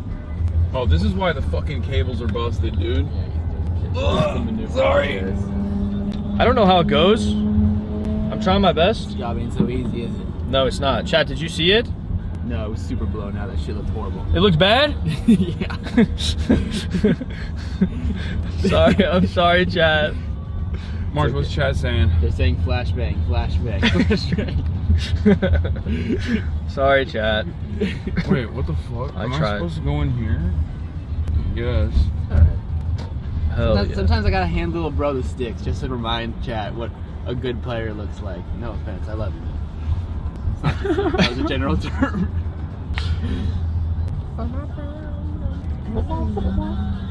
Let's see what else we got. Oh yeah. Dude, there's a banger after banger on the radio today. Also, you need the camera for a sec? Or just give it over here? Sorry. There you go. Sorry, we got a focus. Oh, I burped again. Oh no! Oh my God, Hasan! Jesus fuck, dude. Do you smell it? Yeah. It's not great. It's not funny. Fucking stink.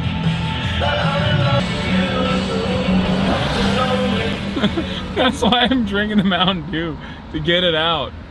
Oh, fly out, little fly. You fly around these parts now. Oh my God. Wait, did I take the wrong thing? Tenny. What's so confusing about these highways? Dude, I fucking, oh my God. 16 lanes. Oh my It's so God. confusing. Don't even get me started on how much I fucking hate this exact area. Chatters who live in Los Angeles know this. This is the highway of hell, okay? There are a million roundabouts here, or whatever the fuck they're called, a million exits. Almost all of them lead to the same direction too. But it's like it's the entry point from, I guess, what are we on? The 10? It's by the Staples Center. It's the entry point near the Staples Center into downtown Los Angeles that also connects to like 101 and all these other fucking highways. It's one of the most, wait, what's going on? Nothing. It's one of the most annoying areas to navigate. Even if you have fucking Google, even if you have Google Maps like I do, you almost always miss your fucking exit. Bump this shit, please. This is White Boy Central right now. Yeah! I'm daging, baby, day drinking. Woo! We're gonna be forever young, baby, hell yeah! I wish I had a white monster. This is like a... This is white monster music. Yeah, this is... Remind me of childhood memories of every day. Friends as a bright blue sky. March, you don't know about this music. I literally do. You don't know about this music, bro. My dad raised me on classic rock. Yeah, you don't know about this music, little bro. All you listen to is Porter Robinson. You're right, I don't know what it is. Never mind. Oh, sweet child of mine. Okay. Oh, watch the camera real quick. Oh, fuck. Was that one? I don't know. No, it's this one. No, I did the You're right, you're right. It's so fucking annoying. These roads, man, these roads, they're hard to navigate. You're good. People are saying, yeah, Mark's too young to really know. Yeah, Hasan was alive and well during this era. He was like 20, early 20s. Rode in the shit drop. 25, I think. Yeah, I'm like 58 years old. Yo, it smells You like... see that? It smells like my burp still. I know. I was about to say, you see that fucking, what is it? $3 billion a year in action right there. Ghetto bird up top. The fuck are they doing? They just have to fly it. They're like, if you don't use it, you lose it. Extra eggs.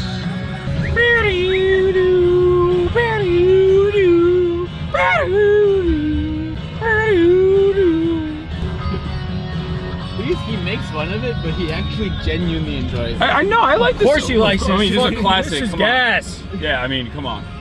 It is also a relic of a time when I did used to listen to music. Like, I mean, I did listen to classic rock when I was growing up.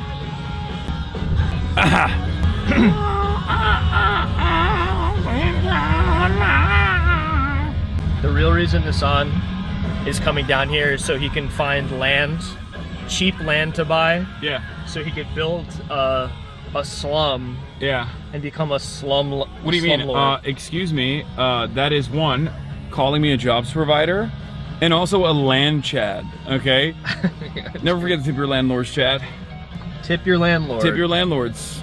They provide a very valuable service. I always tip when I pay rent. Yeah. What do you recommend on tip? 10%? No, that's so low. Like 15, 20. Yeah. You got to. Why else do they ask you to make sure that you have at least like 3 times the rent as your monthly salary? It's because you need to give at least like the second third to the landlord as a tip. Facts. That's what I do. Plus a Christmas bonus. Yeah, for all the hard work you put in this year, nobody could have painted over that cockroach like you, sir. Nobody could have avoided my calls when I asked you the microwave is broken. when I asked for you to replace the microwave in the rental unit. All right, baby. All right, we're getting into it. We're down here, folks. March, can you make sure that Cutie is ready to go at the appropriate time that we're going to be doing the podcast? Sure. Wow. I have that power. I mean, it's just like a reminder because I can't text her because I'm driving because I'm responsible and I would never text and drive. Where do we go now? Sade had masks, right? Yeah. Extra ones? Okay. Yes, sir. Everyone in the chat was yelling at me at Lowe's for not wearing a mask. Good job, chat. Don't encourage them. Yell at them. Don't yell at fucking them. encourage them, dude. 866-931 chat.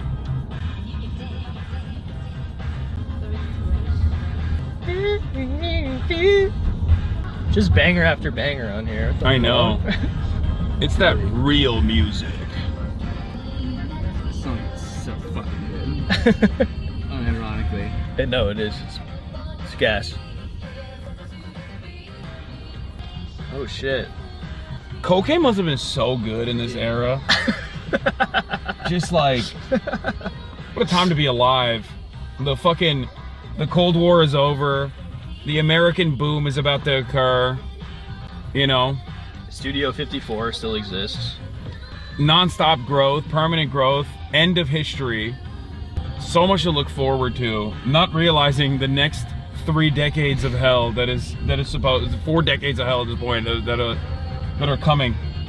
That will absolutely gut. Absolutely gut the upcoming generations, future prospects. You're fucking lead poisoned, so you're probably hits real good when you're lead poisoned. You know what I mean? Hell yeah. Cocaine and lead poisoning, that's it, right? I assume? Yeah. Yeah, going to this parking lot. I think, right? I suspect. Well, we're about to find out, baby. Hey, hold on, let me text her. She's like, just kidding. We just sent you to a random restaurant for no reason. We're in. I think this is it, right? We can get out. Yeah, just hold on. Sorry. But they're not here, and they're not here. Hold on. I'm calling her right now. My palms are sweaty. Yeah. What the? Oh, they're fuck? right there. Sick. Oh yeah, this is the right place. Never mind. I burped again. Oh my god. There you go. There you go. Sorry, Chet. Shaky camera for 2 seconds. I'm giving it over to the professional. Also, there's probably going to be a lot of floor cam while we figure out the best filming situation here, chat. So bear with me. Trying to be respectful of putting cameras in people's faces. Are you trying to reverse out? Okay, wait, I'm going to offer you. Yes. I've got purple and green. Take the green one. That's my outfit. Alright, so we're going to sit down, we're going to chat for a second, if that's okay? Yeah. Yep. Cool, this is Catch 21. Thank you. Vibes. Okay, wait, I'm going to my car. So... Okay. You have to fucking entertain the stream, bro. I have to set the scene? Just set the scene. He's gonna set this, he's the scene like we setter, not did me. that, but yeah. Here we are, we're in Malibu. We're about to go to the Ritz-Carlton. That's good, that's good. Beauty content, doing some influencer beauty content. Alright, let's do it. Alright, cool. So this is Catch 21. When we do water drop, we pull up right here and distribute a bunch of water. We also have cars drive the streets. Before we bring people out, we usually do like a little brief. So we'll sit down and chat about that. Do you want anything to drink? They have Thai tea. That's all that I get here. They have lemonade. I'm good. Okay, We're okay. vibes. Will? I got my diet too. Oh yeah, we can do that. You drink here. On me. Here. What's up, Leah? Alright. Alright, cool. You can sit. It's over here. Okay. Do you want to sit? Yeah, give me 2 seconds. I think it's better if I hold it here. If that's okay. You want to sit? This feels very formal. Okay. Sit here, sit here. Okay. Cool, cool, cool. Sit over here. Oh yeah, for sure. Alright, so... I don't want to be behind you. Alright, so I got a bunch of Feastables, and I'm gonna shove it in people's faces. Yeah, that's right. And I'm gonna say, do you like this? Say you like this. That's what people like, and then right? like you like pose with the person after and give a thumbs up. That's what they like. And then I also have, I have stacks of cash in our bra with me. I'm gonna throw it in the air and try to get people to run after it. Okay, well, I know you like say this. I know you say this as a joke. We have had people like literally do that shit. Yes, we should. We've done. People have done that right here. We're, I forgot that I'm on camera. I was Yeah. about to say what I think we should do to people that do that, but that would be a violation of the terms of service. So I will not be saying it. But you can't stop me from thinking it. No, people do that. Like we've had the people came like dumped 10 grand of cash Jesus in here Christ. once, and then they like picked it back up. Oh, they picked it back up. Yeah, they picked it back up. So we like do tend to find that like distros are pretty tough. There obviously are a lot of people who make content down here. We definitely struggle with what that should look like. I'm sure people do in general, of like wanting to be able to platform what's going on and have people tell their experience. Sorry. No, they can hear you. You're good. Vibes. I was just checking. Like wanting to be able to platform people, but also wanting to be aware of like, autonomy and respect. And so I guess for Water Drop, we usually do a whole brief of like, we ask people not to photograph people's homes or themselves without consent. Sorry. No, this is distracting as hell. You want ice cream? Yeah. No. I'm good. This place is pretty good. We eat here a lot. I also have a tab here that people get food I don't off. eat seafood. They But it's okay. I'm not hungry. Route 211 raspberries. We tend to ask people like not to photograph. What we will do when we go out is like we'll distribute out of one side of the car so people can just grab stuff. We'll let them know we're filming, and if they don't want to be on camera, to just grab stuff and go. Yeah. And then we have a couple people who would like to talk about their experience and what they've been through. Great. One, I'll let them talk more, but one is recently housed. He just came inside with a program. He actually came through a different program earlier this year and had to go back out. And then we have another who has been on the streets consistently since I've been out here. I think he's been out for like 8 years, something like that. Okay. Yeah. What are our other usual masking? Oh, we ask you to mask and like people to mask in Skid Row in general. It's a vulnerable population, and I think most of us include in our own values that we mask, and so we really want to make sure we're doing that down here. Of course. Thank you. And then the other one is just like we're in public right of way, so obviously people don't have walls. I like to be like, hey, knock knock, stuff like that, like all the basics. As we go in, to just be as respectful as possible. Yeah. I think that's about it. Cool. All right. And one more plug for WaterDrop LA. There's a link that people can donate to that's been going on the entire day. Yeah, it's in the chat. The mods have posted the link. It's Great. Oh, sweet. Thank you so much. We Yeah, appreciate thank it. you. Yeah, Appreciate it. Should we talk about the cost of a drop? No. Do you want to? Yeah. Do you want to hear about it? What? How much we spend? Sure. Okay, so a regular drop costs us about $5,000, and that's mostly going to water. We also have partnership distributions that we do, which is why this fundraising is really important, because this is really expensive, honestly. So we appreciate, even, I don't know, it's like 22,000 people watching. Even if you guys just donate $2, we would really appreciate that. Thank you so much. Yeah. Yeah. Well, things like we started in 2020 when people cared about BLM, it felt. And so they accidentally raised like a ton of money on Venmo. Accidentally? Yeah, basically, like they were like, we're gonna do water once because there's no water downtown, and then raised like hundreds of thousands of dollars. And then since then, we've been like scrambling. Like most public work, it's just like there's no funding for it since it's not changing what's happening. And so our goal is, I know, like systemic change. Like this is a band-aid solution. Yeah. Ideally, we would not want to exist, because like the permanent solution is permanent housing and clean drinking water. Like this is not a permanent solution by any means. So we would like to render ourselves obsolete, but because that solution does not exist, we're out here doing this. Yeah. Vibes. Okay. Let's do it. All right, let's do it. We're gonna start with our buddy George. George? Okay. Hawk. Hawk? Okay. Let's do it. Okay. Let's do it. You can follow us. We'll drive down to your right, Hawk. What are you doing? Lola. Steal it. No, just take it. What are you doing, man? I just saw a bike. I mean, it's street rules out here, man. Also, people just tend to cross the street here, so I mean, yeah, just like be careful. I will be cognizant of the human beings crossing the street. Okay. Don't worry. Appreciate it. Yeah, your faces. Yeah, you're like, hey, don't kill people that are just walking. We fall. Seems like it. Which means you're on backpack duty again. Oh, fuck. Sorry, Lolo. Go ahead. Oh, you want me to get in? Okay. There you go. Okay. I got it. It's fine. It's fine. It's fine. Breaking everything. I'm not breaking it. It looks great. Everybody in chat saying, what good camera work. That's not. Oh, this guy's so good. This guy's so good. They're saying the opposite. Chat's like, yo, this is so fucking good. I love this camera work. Get this face diaper off me. God damn it. We're in the car. It's fine. Yeah, right? I just think that, what did you say before we went on stream? You're like, I hate disabled people. Yeah. No, I'm up. I was like, I love doing eugenicist stuff. The Hasan, the eugenicist piker. Yeah, that's what they call me in these streets. They know me here. All right. All right, let's get into it. Let's get into it, folks. Here we are. Are you not gonna seatbelt? Dude, we're here. It's gonna take 2 seconds. It's fucking awkward. Well, we're not gonna. It's gonna be annoying every time. Oh my god. Well, Marsh put this right in my lap. Yeah, keep it safe. I gotta wrap the. All right, chat. You're just gonna have to deal with the noise for a second. Are they upset? They're definitely not fine. They're doing ding, ding, ding, ding, ding. This is the most autistic community of all time. Ding, ding, ding, ding, ding. Where we park? Should we get out? Let's wait for Should we get out? Okay, we're getting out. Okay, here you go, baby. Right on my jump. How you doing? How you doing? How you Hi. doing? How Do you mind if I film, or? How you doing? Oh no, you don't got to Wait, do no film film. down. Still Yeah. film down. Yeah. Wait, but you're doing stuff on the street. I want you to talk about what you're doing.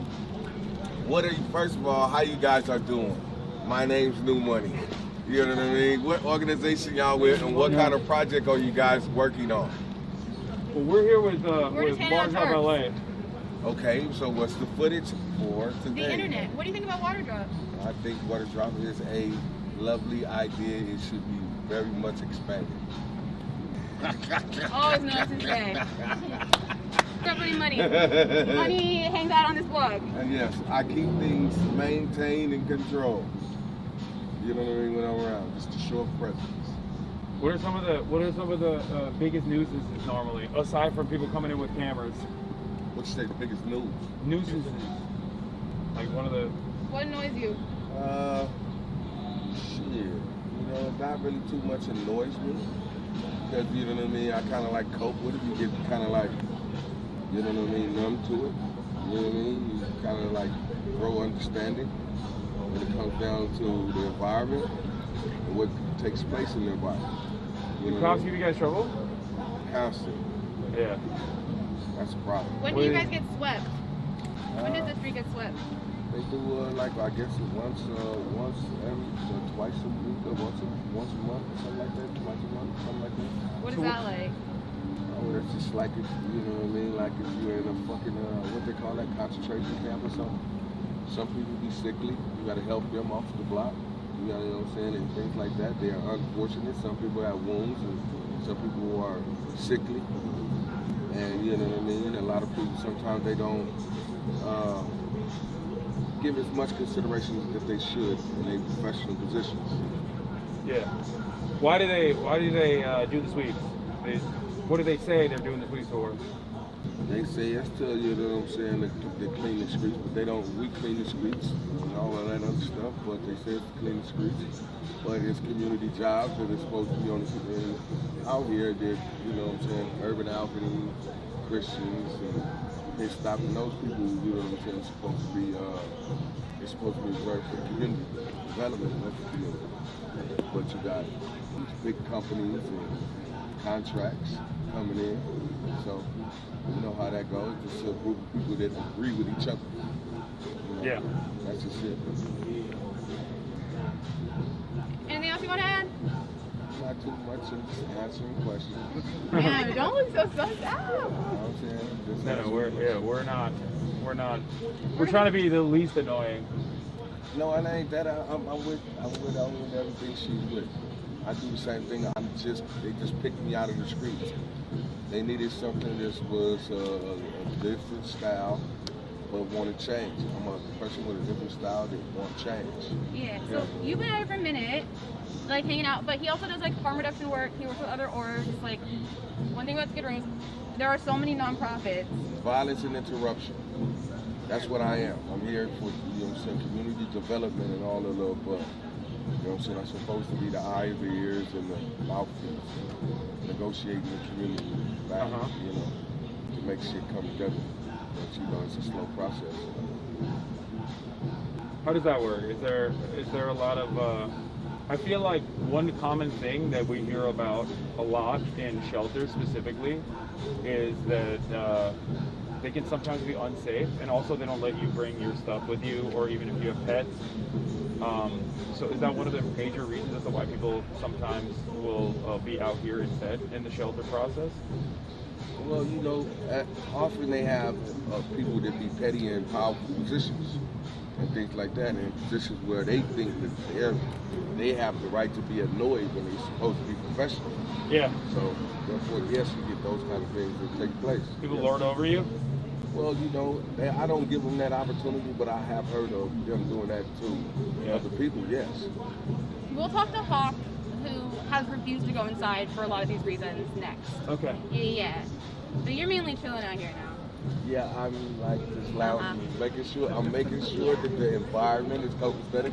As you can see, it's looking so nice. My wall is gonna be ready by the next year. I'm gonna go ahead and I'm gonna get a community to graffiti this wall up, bring the culture out. You can't say that's not legal. Well, no, yes it is the way I'm gonna do it.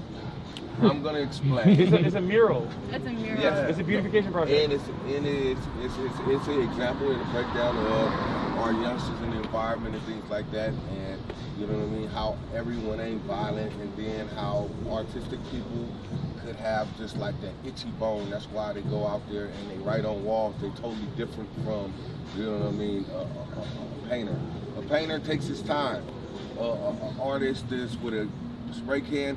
He goes off the thrill. You know what I mean? I do. And You know, he goes like quick. the one house that they had up there, the skyrise that they Yeah. had, they painted the shit out of that. Yeah. It was Yeah. dope. Yeah, What do you think about stuff like that when you see all these empty sky rises, building projects that are left unfinished, and the city would rather, instead of doing eminent domain, taking it over, using it for permanent housing, not even shelters, but the permanent housing, they just break it down or keep it like that until it's in a condition where they have to just like destroy it. Well, I think it's only appropriate for it to be evaluated what could be placed in a position, because a lot of people don't belong in other positions.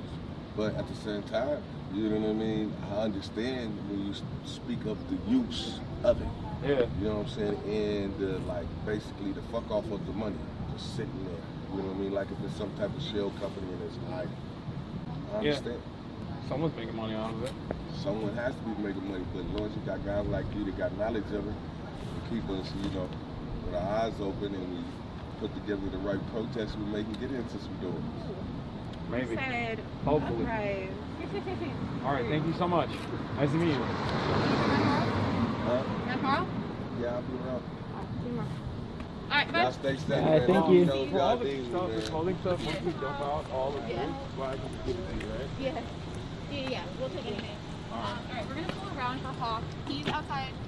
That's not normal. All right, back to the car we go, chat. Oh, thank you so much. You can put that on the ground if you want to buckle up. Not Yeah, please buckle up. I'm buckling. I'm buckling. What's Chad saying? Oh, I'm not looking at them right now. I was looking at them during that just to make sure they could hear and stuff, and they're all good. Alright, just throwing hot cells up. It is pretty crazy that this is like the patchwork solution on top of a patchwork solution for people that need the most help. It's pretty fucked up.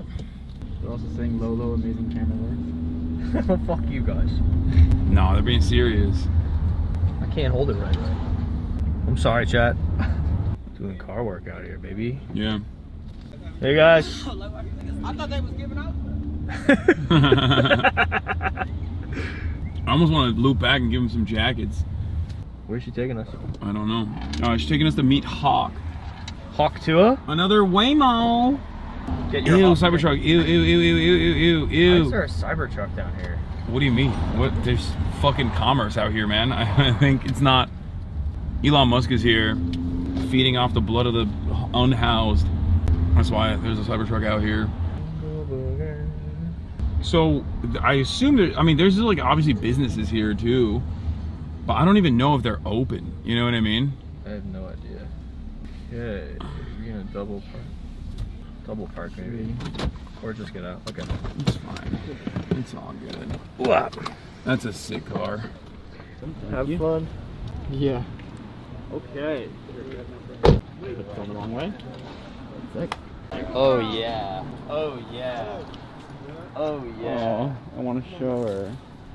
Come on, baby. Alright, this is my Hawk. Oh my god. She didn't do anything, leave her alone. What? She didn't do anything. Hi, Mama. Hey, Hawk. Okay. Oh my god. Hello. This used to be the meanest dog of all time. Wait, really?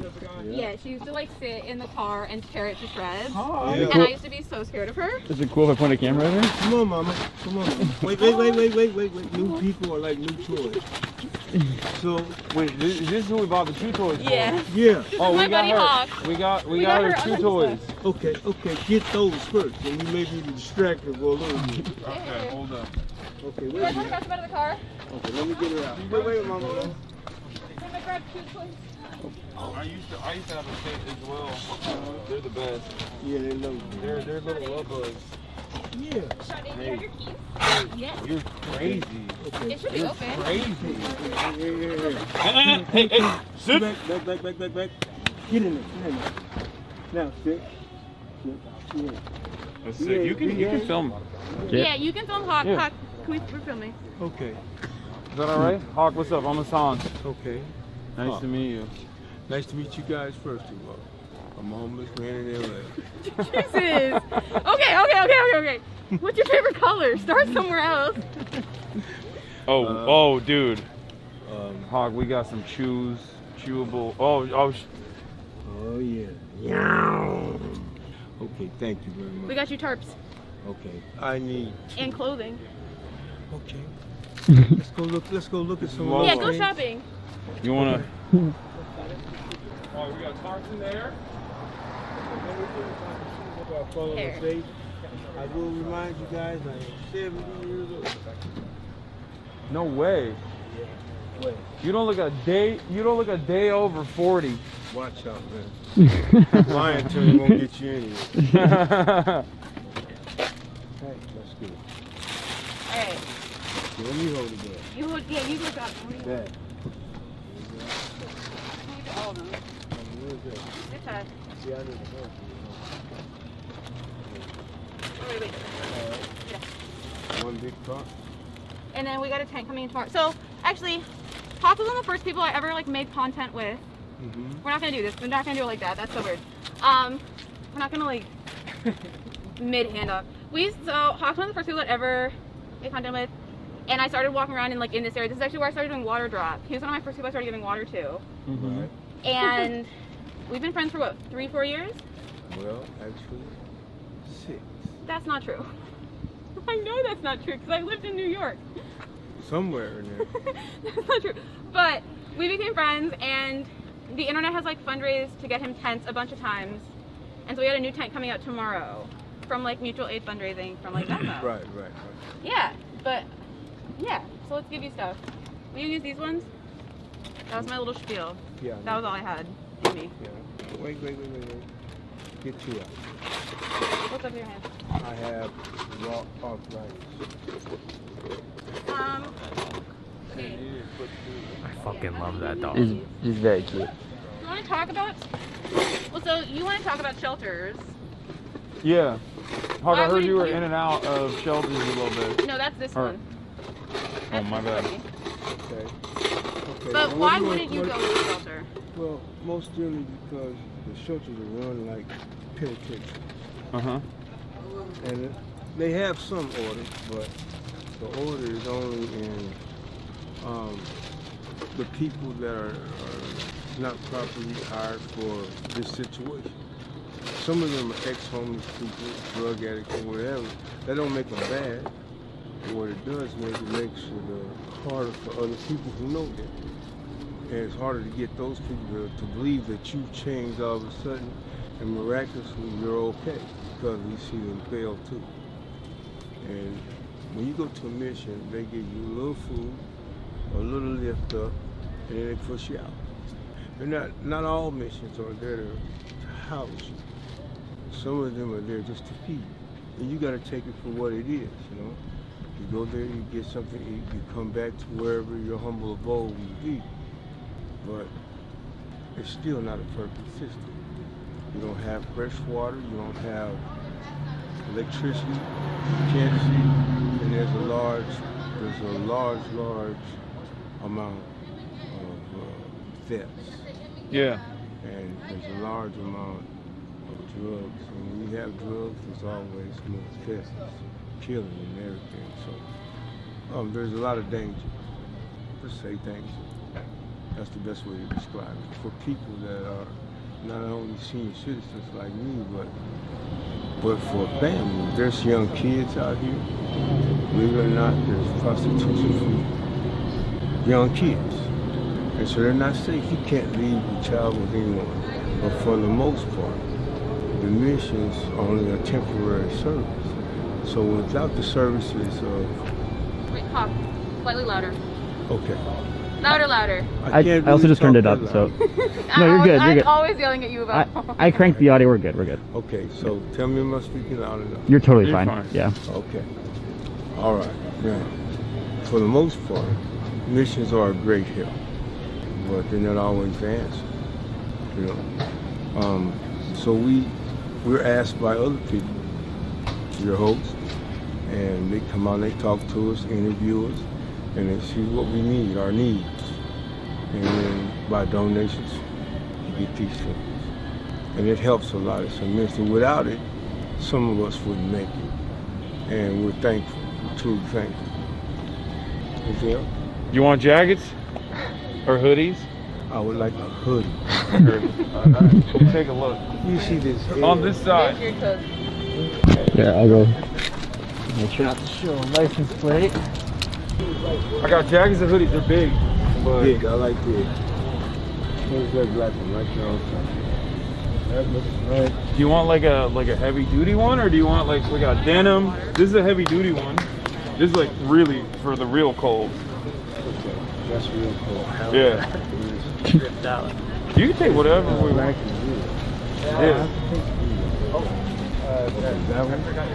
March. Oh, March.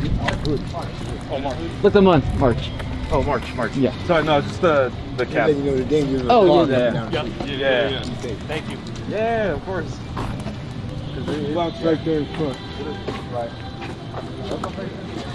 Sorry for pointing this well. I'm just not trying to capture license plates, chat. There we go. You need a cap? Shoot, I don't have any caps, but I do have hella hoodies. Okay. Whatever you want. What color do you want? I don't know if there's any boxes with addresses back there, so I'm gonna little cam for a sec.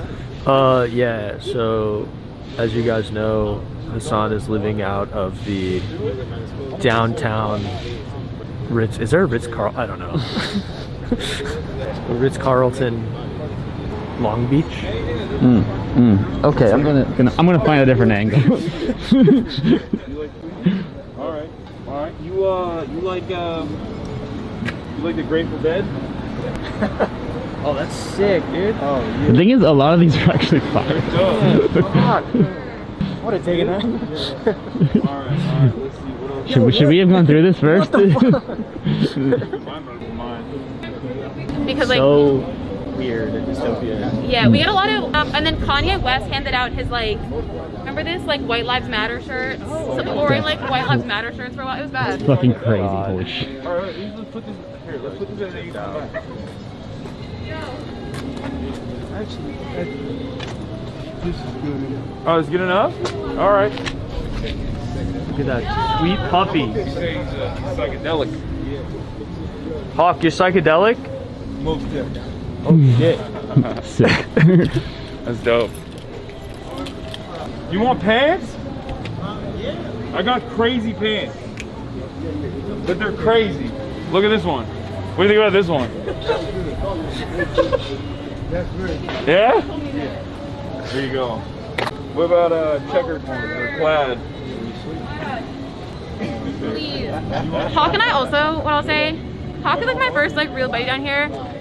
I had tickets for Universal Horror Nights like 2 years ago with a date that canceled and ended up taking Hawk. So now we're ready and we've been to the theater. Sick. Ready to go.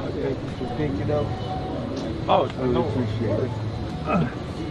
Let me see. Maybe I have a Scully in here somewhere. I don't know. Yeah. Well, I got a couple. It's okay. No need. Say something to someone else. Is that your street name? I just found it. It's sunscreen. That was Mitchell. So you were saying? Nah, it's crazy, man. Yeah.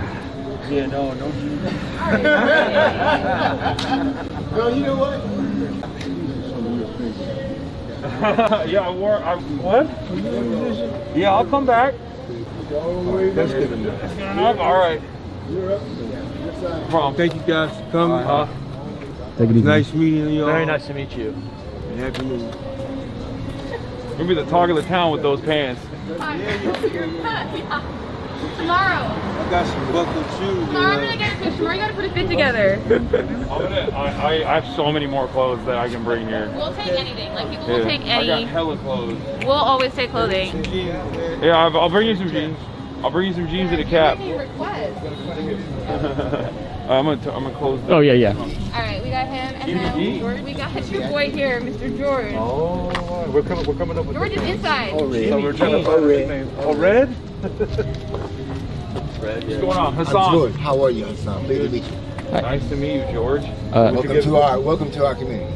Yeah, this is wonderful. I mean, really. He says it's wonderful. Ooh. Yeah, it's nice when we get to take your shoes off and walk around. See how it feels. Listen. Metaphorically. All right, back to the subject at hand. How are you? I'm good. So we wanted to ask you about. Are you gonna be on camera? Oh yeah, do you want to be on camera? Cool if not. I have no problem. Oh, okay, perfect. Sure. Whatever. You want to step closer then? Yeah, we'll step closer. Well, first of all, if you want, we have a bunch of clothes and we have a bunch of tarps and stuff here as well. But we wanted to ask you about your experiences being in and out of the shelter structure,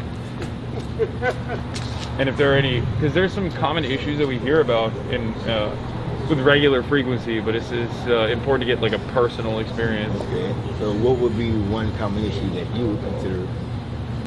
I think, well, some of the most common are obviously violence, theft, mismanagement in general. And then I think like the fact that you can't bring your stuff with you in certain shelters and, you know, your pets. I feel like that's what I hear the most. But there is one that you haven't said, which there could be many more. Drugs. Oh, that too, yeah. Mental health. Yeah. Those are two. That's so the real issues that make it so complicated. Yeah. Because you have a whole street of people living on a street on any common block. They all get water, electricity, not a problem. But down here, something's different. And it's like people self-medicating. It feels like after being out for a very long time. And I only mention that, Hassan, so that we don't skirt the common issue that's really the prevailing with the other ones can be dealt with. Whereas drugs, that's a different problem. Mental health, that's a different kind of issue. Do they have rehabilitation programs at all? Yes, they do. That's what I work for. They have wine guard. Oh. They have Union Rescue Mission. They have Midnight Mission. They have people concerned. All these persons are working to try to help the issue that's.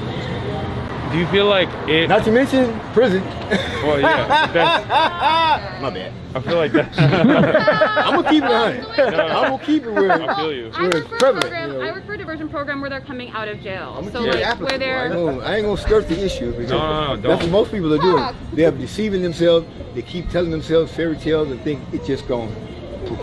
Yeah. Take a pill or smoke a joint or hit a pack and it just gonna magically work out. They sold us that as kids in cartoons. That's not true. Yeah. Popeye was a drug addict. He had to take some stuff. Oh, my bad. So.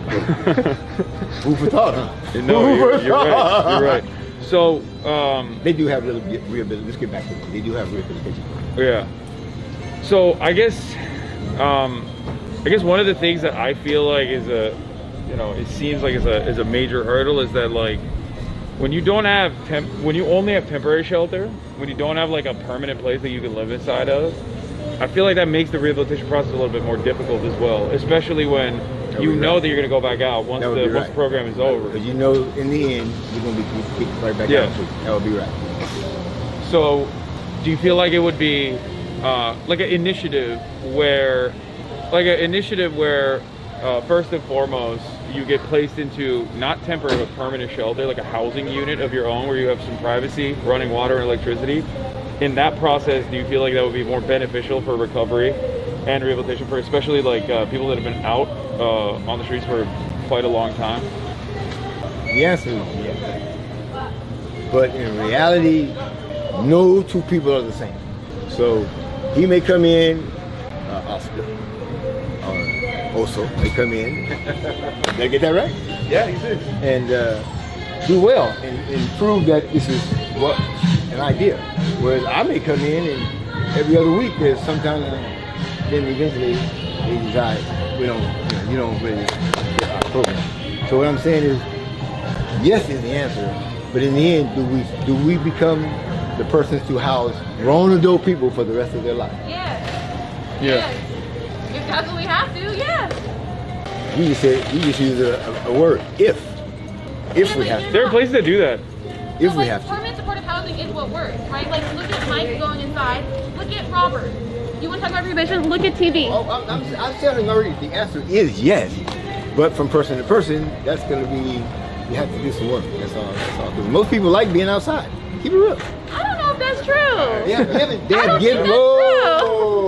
They have given several of the people now that I see, they got them in a place.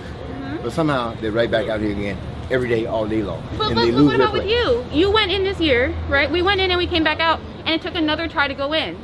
Because sometimes it takes more than one try. Sometimes the situation isn't good, right? Absolutely. Like, or we talk here where like Hawk has a dog and he's established, and it would be really hard to go inside and lose that dog. That's the primary source of comfort. Or you're gonna come in and have poor mental health services, poor addiction services, and then be right back out on the street. Okay, so here's the thing though. Troublemaker. So she's talking about, when she says going back inside, you're talking about temporary shelter, right? You're not talking about a permanent private place that you can live in. Right, yeah. That's what I'm saying. It has a time frame, yes. Yeah. Right. Like Mike in his permanent place, right? So they just put up permanent supportive housing, that one right there. So they don't kick them out. And everyone I know in there has like reduced substances, has been able to maintain because they are promised the safety for long term. And it's a very different situation than when you're going in and potentially just gonna be kicked right back out, or you're subject to all of their rules. Well, I answer this question, yes is right. But from person to person, it becomes how you handle the situation with people. Most of them, eventually, you can't, if you're a duck is a duck is a duck is a duck is a duck. They're going to go back to the true person they are, regardless of where they are. And eventually, that's not the case. Still is.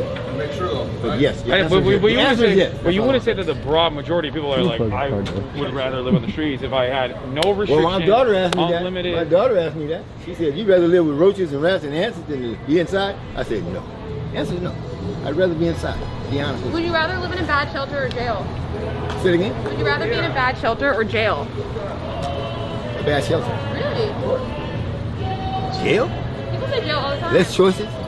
You have to be regimented with everything they say, and if you don't, what happens? They sit you in more lockup, more lockup, more lockup, more lockup, you know, restraints and all. Come on. I'd rather be in a bad shelter. I feel that. You know, that's to be honest on that one. But yeah, but Hasan, back to it. Yes is the answer, and yes, if necessary, we house people based on circumstances and situations. You know, you can just group everybody in because there's people that can work. There are people that are capable of able-bodied, like myself. I'm living in Mayfair only, because it was obviously my turn, but I'm going back to work. Now I have a place where I can secure my things, rather than out on the street. Somebody, I go get this, get that, and now somebody my tent is nothing but polyester and rayon. Yeah. My stuff's gone on the street just like that. I've already had that happen several times. So I'm tired of that. So I just decided to wait until I get a secure place. Now I can go back to work and buy the finer things. $100 That's right. You know, Jeffrey Green shirts and all that kind of stuff. I like those kind of things. I'm pleasing and taking care of myself. My forte is counseling. I listen. So what's your story, if you don't mind me asking? Abuse as a kid, raising Compton, Watts, Long Beach. Single parent, my mother, 4 brothers living in the house. Lost to jail until I turned 30. Around about 30, I don't know what happened. I went to jail, and I met a person called G.O.D. and my life began to change. And I studied that, and somehow the guy used to be stealing, robbing, cheating, beating, and all that changed. Even internally, something began to happen. I began to seek it, and I became an elder, pastor of church, all that kind of. Don't say why me should be. This is an opportunity now when tragedy occurs. If you are learned and really took these things as lessons, now you can apply so that you can handle it rather than cower down and become poor me people. That's what most people do. They want to blame it on somebody. I couldn't. I took a good look at myself. People that I've talked to in the past that have experienced stints of not having a home, but said that homelessness is like a constant weight, where it's just like constantly weighing to make things more difficult. It's heavy. You feel like that's a good analogy? Well, I mean, for me, no, because I knew I was able. I was just wondering when will it come to a halt. You know, when God would put me where eventually whatever I'm struggling with no longer has me feeling like I'm moving backward, but I can actually get up and walk. Yeah. So I would say, for some, maybe, because I just felt God had me in this wilderness for a whole different reason. Leading people, helping people, touching lives, but yet being without, just like them, so they couldn't say what. Oh, how you gonna talk to us? Or how you say you better than us? I'm not. I'm just like you, but I'm using what I have so that I make a difference rather than keep the community in chaos. Feel that. Thank you so much. Do you want some clothes? If you brought it, hell yeah. More than receive. Take a look. Also, Red. March. Oh my What's the guy's name on the guy who wrote most of Criminal Minds? What's his name? Dick Reed. Reed.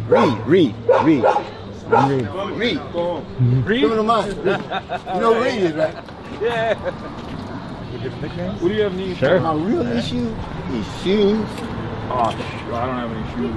But I have hoodies, jackets, rain jackets. Oh my God. He's got a blue. He's a red nose with a cream top. Oh. So cute. Look, don't they look alike? Okay, wait. If you see it, right? Yeah, sickening. Hey, babe. No, this is a XL, but it's like a smaller. Got jackets too. You know what? I'm rolling with this because I'm at the Mayfair, and this is a play on that with fit. Alright. It's small. This is like, this is drip. I'm gonna pass on the polyester.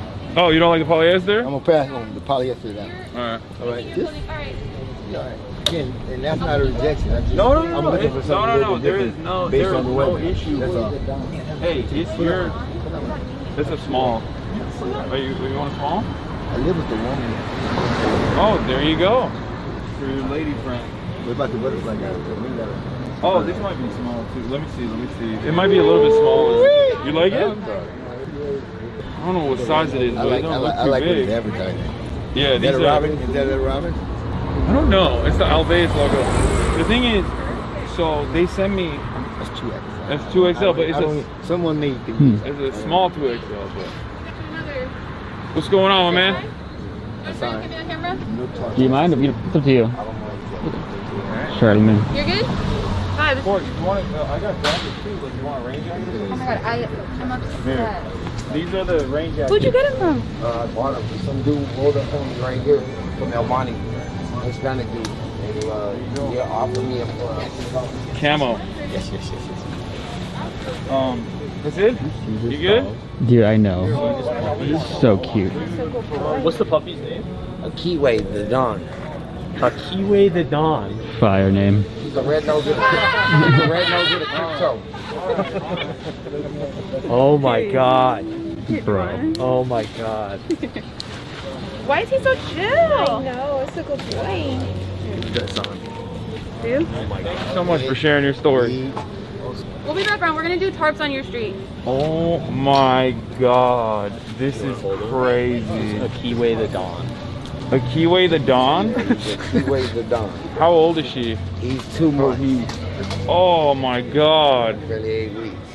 This is crazy. Somebody just rolled up and asked me if I wanted to buy him for $100. So Christmas Eve, I took him. You know, new year, new face, new dog, I guess. Beautiful. What? No? No, I still have my other dog, but it's just another dog, another part of the family. Beautiful. Don't stress me out. I don't know either. That's a good boy. This is crazy. Alright, so you want it back? Alright, I'll take it. Wait, do you want to talk about what you do? You stay out here, kinda. I've been out here for about 6 years. Off and on, I was out here in the streets at first, me and my baby mama, and winded up hustling, you know, doing the hustle life and eating. Winded up getting my place here, subleasing through somebody, you know, that's how it goes. Okay. It's like a never-ending cycle down here. It's the devil's playground. Really. It's like a lot of stuff goes down here.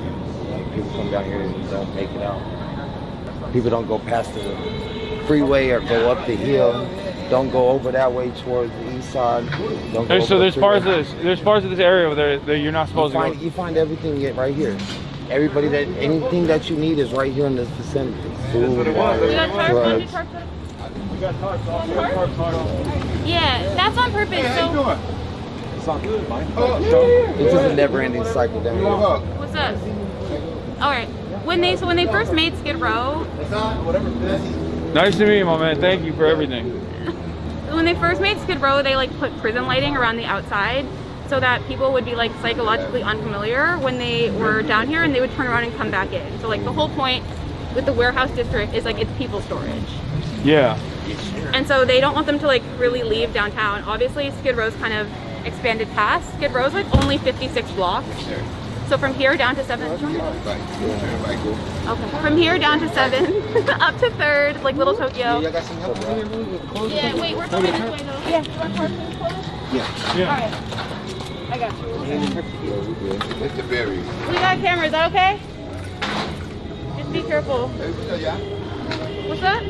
Hey, what are you saying? What's up to me? Hold on. Yeah, get in there. Thank you. No problem. I'm going to need some for this. You want a card? What? Y'all want, what do you have need for? Like jackets? What about the shoes? You got shoes? I'm a big fella, so. I really like those. How's it going? How you doing? Need pants? Might be a little big. They're mine. I'm a little big. But you're big. You're good. I'm just a little bit too big. They be like high waters on me. I'm almost a kid. Zoe. Remember Zoe? My bad. That's the Squid Games. That's the Netflix show Squid Games. Yeah, I know. I see it. Yeah. Wait, you gotta wear the whole tracksuit. Yeah. Ooh, my cousin. The NFT monkey. We have a lot of My cousin Ralph. we have a lot of like untested merch. I'm obsessed I know with him. I need everything. We got some toys, and I'll bring some. He's chewing on all my Yeah, I can toys. tell. He's chewing everything. Yeah, he's chewing everything. We got some dog stuff. I got raincoats and stuff here. He's amazing, though, too. It's a dog sit. We have big. You want green? Money green. Oh, you want this one? This is a Ferrari jacket. No, but he's like. You want this one? Yes, Lamborghini. Ferrari. Oh. And that, look. Stop. God damn. This is the time. You have to enjoy it before it's gone. Oh, I know. Them teeth are sharp, though. They are sharp. Yo, camera.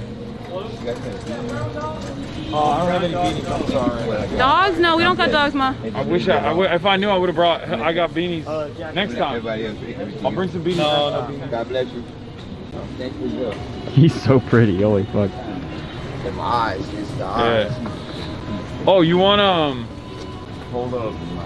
Let me see. Oh, you want a raincoat? Anything's a blessing, man. What do you think about this? This is an old streetwear brand called HSWLD. It's a skate brand. Hey. But they do like cool raincoats like this. You like it? Yeah, I fuck with it. Here you go. You know, if you raining down here. You can put it over whatever you're wearing too. It's big. Thank you. I'll get you a bag. We trying to flip, dude. I'm too old to be flipping. I know, man. How's your day going? Right now it's going well. It's going at Instead of your 10 couch. Okay. by my little integrity. Where's the baby Oh, going? all I got is little ones. Thank you. All right. And there's stuff back here. What's that? Nothing. I'm messing with my own. Oh, I'm just like holding his puppy. I got you. She's getting worried. I got it. Yeah, no, he's nervous. Oh! All right. Yeah. It's okay, baby. Don't worry. That's Don't a cute worry. one, though. It's okay, baby. Don't worry. I think they're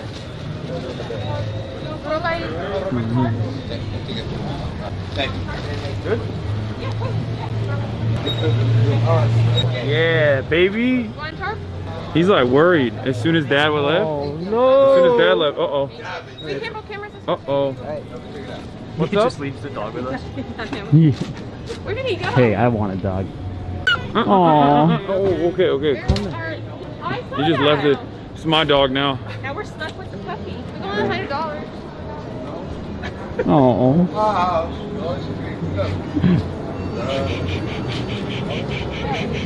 He went inside to put his stuff down. Okay. How are you feeling? I'm feeling great. This is great. I'm a little worried about the dog situation. She's a little uncomfortable. Oh, we got more dogs. For what? Why? There's more dogs. Bro just came back with 2 extra dogs. Come here. For what? Oh, they're so cute though. You want the puppy? Say hi. Say hi. Say hi. Say hi. Be nice. Be nice. She's scared. All right. We're yeah, we gotta go. You're locked in. Yeah, he loves the puppy. He's in love with the puppy. That's good. All right, we gotta go. We're going on. Bye, puppies. Come on. Be nice. Oh my God.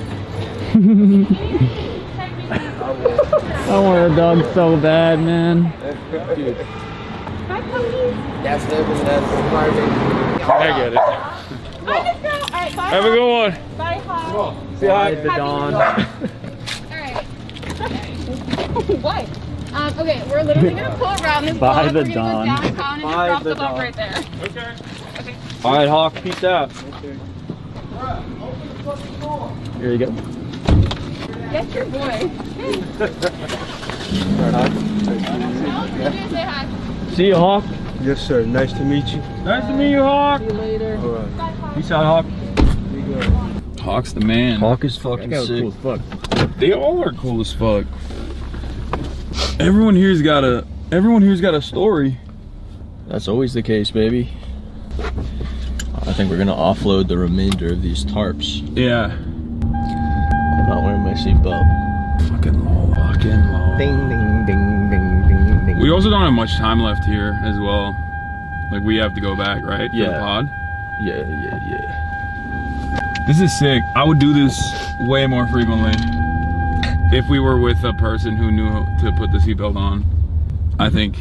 It's fine. It's off now, so it's fine. Nobody can even know. Only problem I have is wearing these goddamn face diapers. Ugh. Eyes on the road, buddy. I'm 10s and 2s, baby. All day, every day. All day, every day. Are you doing that or is that your phone? Me. Autism. Oh, it's a party over here. Oh yeah. Hell yeah. That's sick. Hell yeah. This one's for Jared. I think there's something to be said about the human capacity for resilience and adaptation. Yeah, finish that Mountain Dew. I'm just saying, like, there's people watching right now that feel as though their lives are ruined when their chicken nugget tendies get fucked up.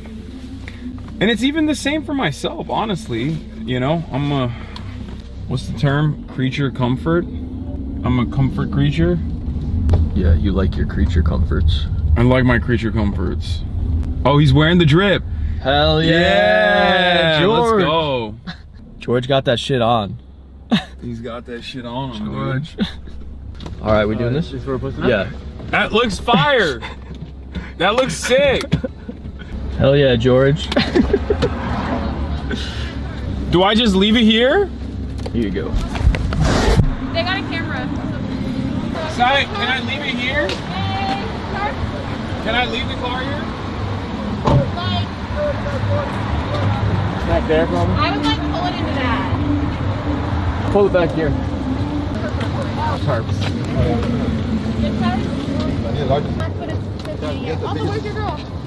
Wow. He's parallel parking like a pro. I would show, but I don't want to show the license plate. Incredible.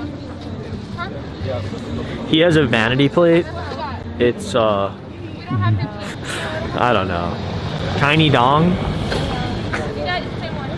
We got a lot of people coming up for tarps right now. We don't want to film them. Yes. Because we don't have their consent to be filmed. Exactly. But there are a lot of people, they're clearing it out right now. It's good. Yeah.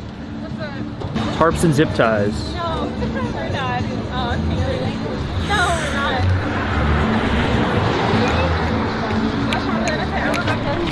Alright, we got a tarp for you. And You guys want hoodies and jackets? Oh, yeah. You want hoodies and jackets? They have some. Hey, what's up, man?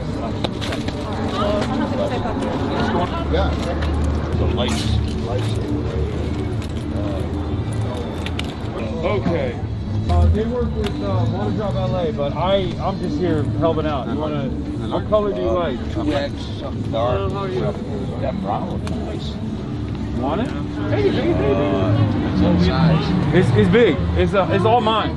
So it's an XL or a double XL. She wants her jacket. Oh, you want the jacket? Okay, she asked for it.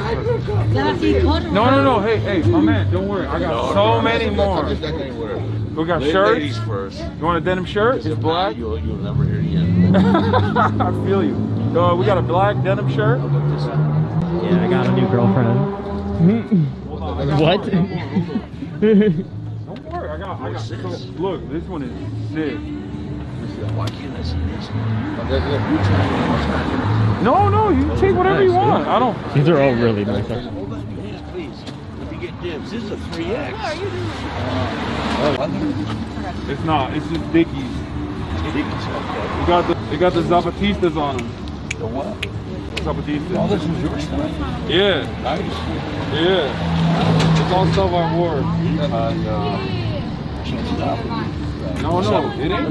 What's up? Good profession. Union carpenter all my life. You've been a union carpenter your whole life? Yeah, east, northeast. Okay. Until I blew my back out. Yeah? In Miami. Must have been all the heat. Oh, sorry. Watch out. They're trying to get in here, I think. What do you want? Okay, where's the other jacket? They're all in here. You got it on. You want denim? Oh, he snagged it. It's all mine. I'll take this. You want that? King James. What's up? King James. Not King James. My friend Carl Jacobs. He's a YouTube. You know Mr. Beast? You ever hear of him? He's one of his guys. Mr. B? Mr. B. Yeah, I helped develop him. Yeah. Alright, sir. What's up? Watch out, oh shit, it's the pigs right there. Fuck, dude. Denim shirt? Sir, that's a dapper hat. You got great style. Good one for you. Yeah, let's go. Okay. I'll give you. Respectfully, Come on, dude, come on, man. I got another one. It's all good, there's plenty. I got another one. Do you like? He'll jump and take that too. You want this? This is a nice jacket. I take this, but it's too tight. I can't zip it. All right. You want this? Yeah, we got jackets, sweater. We got jackets, pants. Yeah, for sure. Just wait for No, I cameras and everything. What's up? But they're not filming you if you We're not filming unless you want to be filmed. Of course. Respectfully, I wrote You good? Do you like that? Wait, I got more. You're fine. Oh, I see. What's up? I was saying that I don't want to be filmed this Custom. because I wanted my defense like you get me on film. Yeah. All this. No, I'm gonna do it. You want to narrate the situation? Sure. I take a step back. Okay. You can cast, play-by-play cast what's happening. Oh, come over here. So I can take my mask off for a second. Because I fucking hate wearing my mask. So we're here on Skid Row. Word has gotten around, so now there's a group of about 12 people standing around Hasan who are waiting to get jackets. We have a lot of clothes, so we're going to give them pants and clothes and everything like that. And I think what chat will have noticed at this point is in this place where people are street living, hard living, that even though there are obviously problems here, people wake up every day and they're on the street, and some of them deal with addiction and, you know, other problems. The reality is that this isn't a horror show. You know what I mean? These people are living their lives. They're doing the best they can in a bad situation. This is just the three of us here. You know what I mean? Like, don't believe everything you see in the news and on TV. You know, these are people, these are human beings, and the truth is, you're closer to this situation. You're closer to being in this situation than you're ever closer to being, you know, Elon Musk or even a multi-millionaire or whatever. These are regular ass people who hit hard times in one way or another. I don't know what that other guy's story who we were just talking to, he said he didn't want to be on camera, but I overheard he said to Hasan that he was a former union guy. He's street living, he's here. We don't know what his situation is, but that's every single story. And the people that I work with now in the Bronx and the people that I've worked with in the past in the Bronx, same thing. You don't know what tomorrow is going to bring. Most Americans are living paycheck to paycheck. This is why you need stable housing. This is why you need access to those kind of things. So there you go, that's it. But it's cool, man, it's good. This is good stuff. I'm glad that we're doing this. All right, I'm gonna walk back over with you sorry. and point at the ground. No, that was great. I just can't point the camera up over here really. I got So. I have so much. You can take whatever you want. You want those? I don't have more of those, but I have other jackets. They're very cool, I promise you. I have rain jackets, I have hoodies, I have like regular jackets. Is there anything you need, like pants? Yeah. What do you need? You need pants? I do. Okay, pants are a little freaky though. They're my pants, I'm sorry. So I got these. You like them? Hey, take them. I got these. What do you think about these? You like it? There you go. Oh, you want something smaller? Nah, it's all my shit. So it's pretty big. I'm sorry. Oversized is the meta though. That's like hoodie. Yeah, he just said that. He did just say that. What about these pants? These are crazy. Holy shit, those are sick. You gonna keep going? I'm gonna keep going. Those are sick, bro. What do you guys want? I got hoodies, I got jackets, I got pants. You want a hoodie? You got a hoodie? Get it busted here. Okay, sick. It's big though. It's okay? T-shirts and pants. I have t-shirts. There is It's on spice and everybody's dripped out now, dude. Oh, this is small. Does anyone want a smaller hoodie? You want that one? Skull and Bones. There you go. It's a good color for you. There's some pants right here. More Carl Jacobs merch. No? Oh yeah. Oh, you said you want a shirt, right?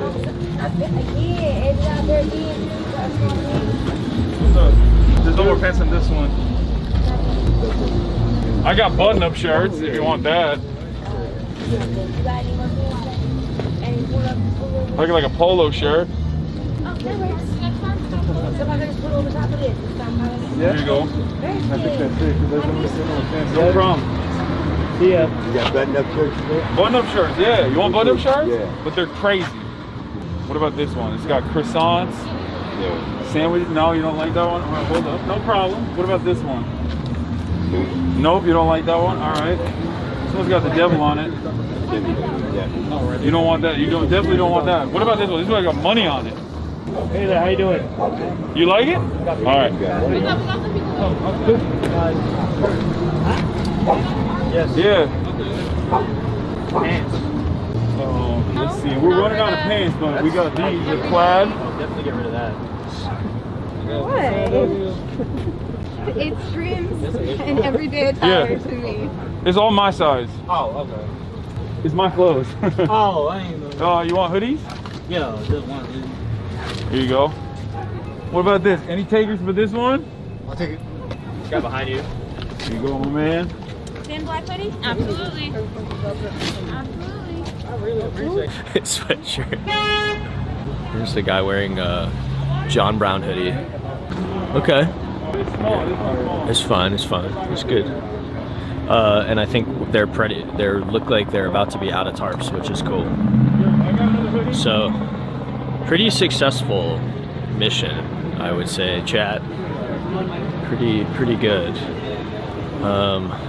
Yeah. Also, it is cold. It's chilly. It's fucking chilly. Well, for you, you're like Jack Skellington. It's like 5:30 p.m. I'm wearing a hoodie and I'm fucking chilly. Like, it's only gonna get cold as fuck. So these people true. need Yeah. hella clothes. They need tarps. They need shelter. It's like it's fucking December, dude. Yeah. It's chilly for. Grab a couple things and then And it is just chilly. It would be very cold to sleep out here, especially you're just in a tent. Maybe you have a tarp. All right, do the shirt. All right, give it in. All right, we got kimonos. Who wants a kimono? Did you hear that? Thank you. Giving out the kimono. Shirt. Button up shirt. Jay, what's up? This one? All right, here. We got a yellow button up shirt. You want to come around to this side over here? All right, you want it? Here, hold on. This is too big. It's going to be too small for you. I got you. Hey, there you go. Who likes? Does anyone like anime? Cowboy Bebop? Not mine, no. There you go. You got a polo tee? That's big. You're a big boy. You want it? No, he big boy. He needs it. This is a sleeveless shirt, purple. Nobody wants. You give that. I mean, I was gonna bring it back with more clothes. That's why I need it. It's a long button up. More clothes. Long shirt. Where is Chad? Button up shirt. Button up. Black button up. More button up shirt. It's kind of small. We can do. You want this one? Yeah. Okay, there you go. You want it? These are big as hell. You want this? My favorite is when people come up and he's like, "Oh, you want this?" And they're like, "No, I don't want that shit. That's ass, dude. That's ass." This shit is too crazy. It's so funny. More button up shirts. No, it's just like there was one guy who came over and he pulled out all these like the Guy Fieri button downs, and the guy's like, no. He's like pulling all of them out. He's like, no, I don't want that. It says Send Help on it. All right, somebody finally took that one. Holy shit, it's got demons on it. What's good, chat? Chat's being normal. Are they? What are they saying? Just chilling. I'll tell chat the gift that I got Hasan that I forgot that I left back in my house, and I'm actually like really upset because it's good. So I found this printing from the Socialist Party of Chicago, back from like I think it's like the 1920s, and it's a copy from the Socialist Party of Chicago of the speech. They made a copy of the speech that Eugene Debs gave at his trial, like the famous speech of like, while a soul is in prison, like I am not free. Like if there's a lower class, I'm of it. Blah blah blah. And yeah, I left it in my apartment. Does he know? No. Okay. Don't tell him, Chad. Don't tell him. No. Chad, don't tell him, Chad. Yeah, that's brave of you to tell Chad. Chad, don't tell him. He's gonna know. Chad, don't tell him. I'm not gonna film that. Okay. Okay, good. We're all out, I think. All out or damn near it. Oh, wow. do we clear the inside? Yeah. Baby. Where'd they go? Where'd the bags go? I don't know. I guess they're gone. Yeah, gone. Yeah. This is definitely not mine. I'm gonna leave this here.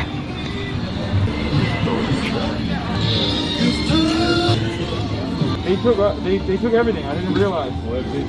Yeah. The pants we might be out of pants, but I might be back. Don't worry. I got all these shirts though. Button up shirts. Don Dylan. You want shirts? Button up shirts? You call us? I told you they don't like that shit.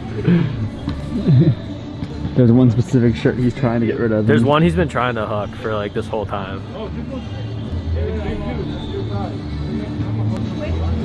Unfortunately, we have run out of basically everything. The last things we have remaining are... Give me that Guy Fieri shirt. I want that one. I'm taking that.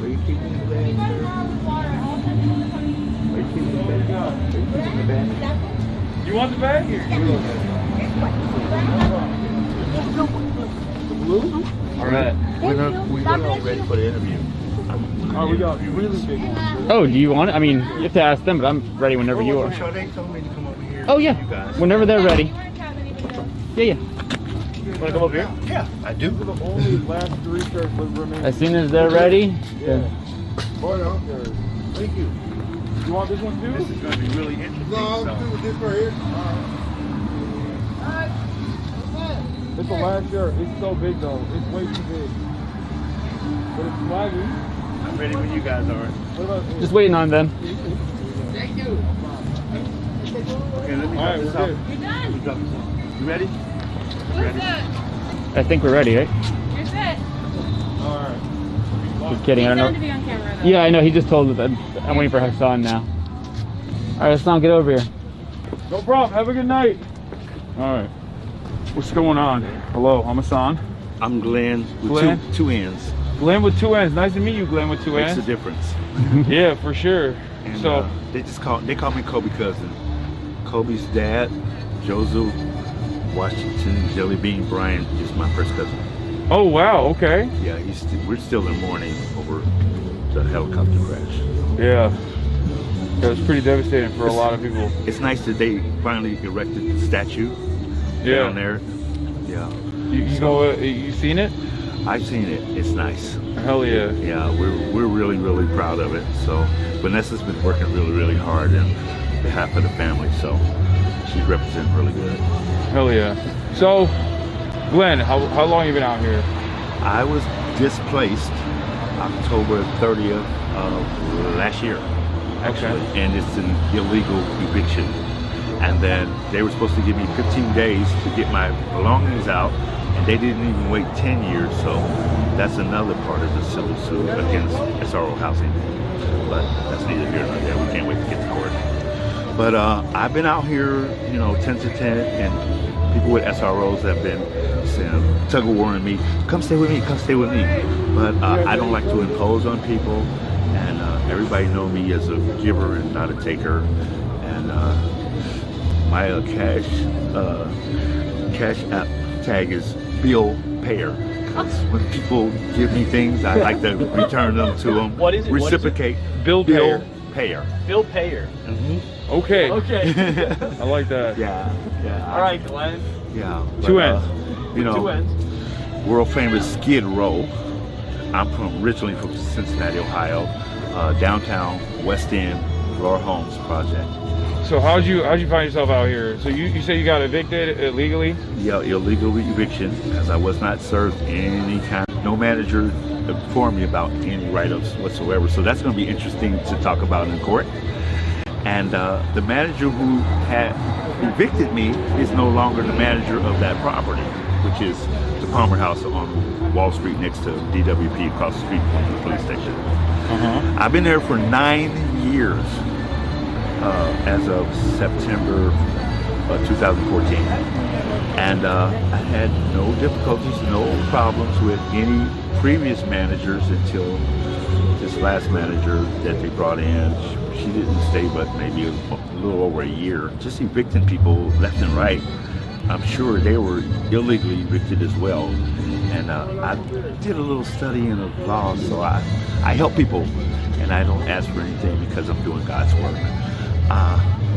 Living on the streets of Skid Row is not only interesting, it's challenging because you get all types of individuals out here. Yeah.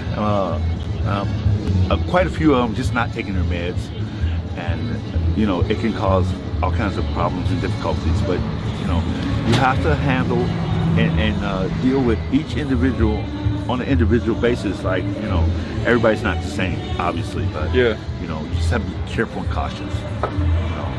And it's just one of those situations that basically people experience all over the country, not just here in Los Angeles. So, and then there's a real, as we all know, real serious fentanyl situation down here where people are dying like at an enormous rate of,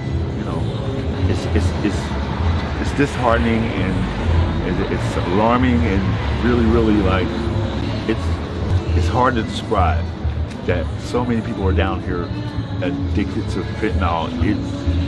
Its popularity has grown quicker than any other drug in Skid Row history, and that's not a good thing. So I've been fentanyl poisoned 4 times and brought back Narcan? to life. Some instances with Narcan. The last one in the hospital, I woke up in the hospital bed with a Narcan drip, which I never even thought or knew existed. And I spent 3 nights in the hospital. That was my worst episode of being poisoned because I was gone. And our Lord and Savior brought me back. Or there's a purpose behind that. So you can beat that landlord in court.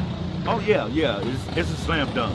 I informed her. So you got legal counsel. Oh yes. So you have who works with you in that front? Like do you have is it like a public? How does that work, Lolo? No, it's a private attorney, and I just called the law.com, something like that, and they put me with the appropriate civil law attorney that was able to gather my information and double check and triple check everything and tell me that he can help me. So we're confident that things are going to go the way we expect them to. I talked to him about filing for $1.5 million, and he suggested why not go for $2.5 million. And I was like, you're an attorney, okay. I'm not going to argue with him because he's representing me, and I hope that he really has my best interest at heart. That's what attorneys are supposed to do when they're representing. We'll see, Glenn. Yeah. So yeah, we'll see. All right, so Glenn, what are some pudding? What are some things that people might not know about the daily difficulties? Because like everybody knows. I mean, you talked about the fentanyl stuff. Okay. You talked about the disorder. Sometimes there's people that are not taking their meds. Let's go back to the fentanyl thing. Okay, let's start. Let's get back. So many people down here that are dependent on fentanyl. They physically get sick if they don't have it. Mm-hmm.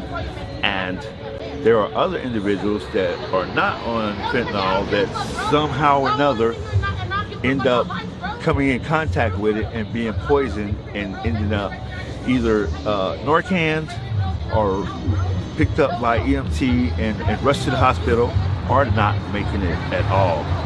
Mostly not making it at all because somebody in my house that thought that they were smoking crack ended up taking a big hit of fentanyl and died on my bed sitting next to me.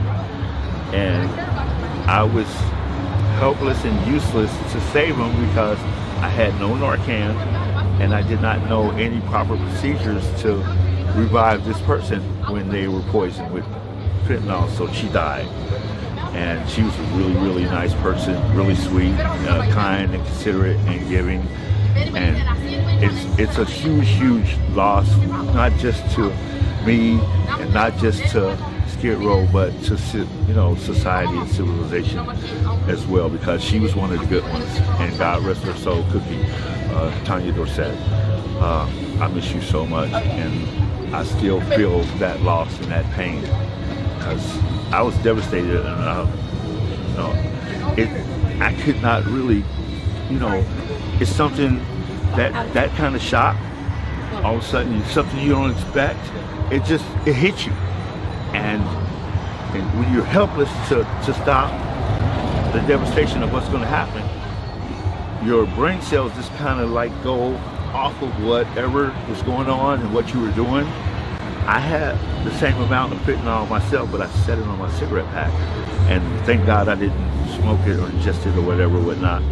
And it's just one tragic, situation, circumstance that I wish I had never, ever experienced or witnessed. Yeah. And, so many of those situations are occurring even this minute that people are being poisoned with fentanyl.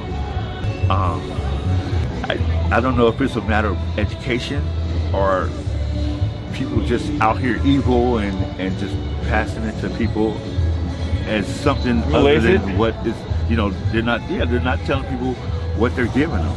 And fentanyl has been incorporated in so many different drugs. I watched Netflix and it told me that fentanyl has been mixed in with heroin for years. Oh yeah. Oh my God. To make it more addictive. Maybe we got to get test kits out here. There are plenty of test kits. They give them out freely and do often. Do people not test them? I guess they're not using them or using them improperly. whatever the case is, there's just too much use of it. It's too abundant to get a hold to. It's inexpensive and it's dangerous and deadly. Yeah. I want to say that, and I wish that we didn't have this epidemic of fentanyl poisoning and deaths anywhere, let alone down here where there's so many individuals with less or fewer. They're the underprivileged, or their income is so low till they have to panhandle or recycle or something just to feed themselves. Yeah. You know? And there's also a mission down the street, right? Like there's places where you can go get food. there are multiple places to eat. There's Fred Jordan, Town and 5th. There's LA Mission, 6th and Wall, or 6th, between San Julian and Wall on 6th. There's the Midnight Mission, right up the street on 6th and San Pedro, between San Pedro and San Julian. And other spots, and other people come down and they pass out food and drink, and those are the blessings that they have it in their minds and their hearts to come down here and help the underprivileged and the homeless. Yeah. Which is too many of them. Can I ask you a question? So Sure. what's your day like? Like what do you do to pass time on your regular day? You say you watch Netflix? Well, I did before I was displaced. But the main thing down here is hustling. If you're running errands for somebody, or you're taking care of some task or whatever that somebody can pay you for, that's what I indulge in. Drug sales and all that other stuff, I discourage and don't approve of, because it's only hurting the community. It's not productive. It's not positive or constructive. It's bringing everybody down and the community down, and the value of this area, this world famous Skid Row. It is world famous. World famous. And they tell me that it used to be worse. I've been here 12 and a half years now. And some friends of mine from Cincinnati, which is where I'm from, encouraged me to come here. And I flew out here with one-way ticket on Southwest and came to stay with them, and then stay here, stay there, you know, because sometimes people don't tell their landlords what the situation is, and then the neighbors and all that other stuff. Yeah. There's too much hate and not enough love down here. What do you used to do in Ohio back in the day? Mostly and mainly I worked for a temp service that my play sister, I don't have any birth sister, real sister. My play sister owned temporary services. She kept me working, and I would just, you know, bank and save as much as I can, and that's how I got to fly out here. And I'm retired. I'm 65 years old, you know, and looking for my, hopefully, you know, if God will bless me with my 66th birthday in June. And What day? I'm a first day cancer, on the 22nd. Okay. First day of cancer, second day of summer. Yeah, cancers are so completely different. We're so loving and caring and thoughtful and considerate.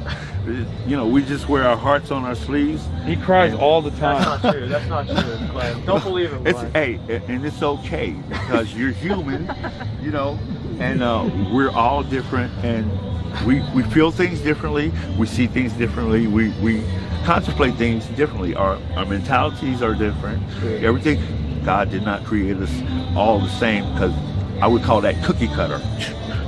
Boring. All the same. That would be ugly, actually, because I'll confuse you with you. I'll confuse you with, and you confuse me with. That does not work. You're right. So yeah, we're not gingerbread men. All right. Well, thank you so much, Glenn. Hey, it's my pleasure. You have a message you want to share? We need more love and togetherness and unity. That's huge. That would be huge if everybody can take their resources and put them together and do something positive and constructive, you know, and just care and love each other more, and hate and envy and you know, be jealous of less. Maybe to zero. That would help a lot. That would be really nice, but you know, we'll have to work on that. I feel bad I didn't get you pants. You want this jacket? You've given me enough already. No. Here you go. Oh, that is so generous. You're gonna make me cry. No. This is cancer. Cancer behavior. Cancers will do that. Well, the June cancers are different from the July cancers. That's right. But we won't get into that. Right. My brother's a July cancer. All right, Glenn. Thank you so much. It's for my spending pleasure. some time with us. And everybody just love each other and care about each other and give. Don't be a taker. Givers, takers. Be a giver. And you're right. Don't worry about getting anything back or anything. It comes back to you tenfold. Well, there you go. So says our Lord and Savior. Amen. Thank you for Thanks, your time. Glenn. Thank you. Thank my pleasure.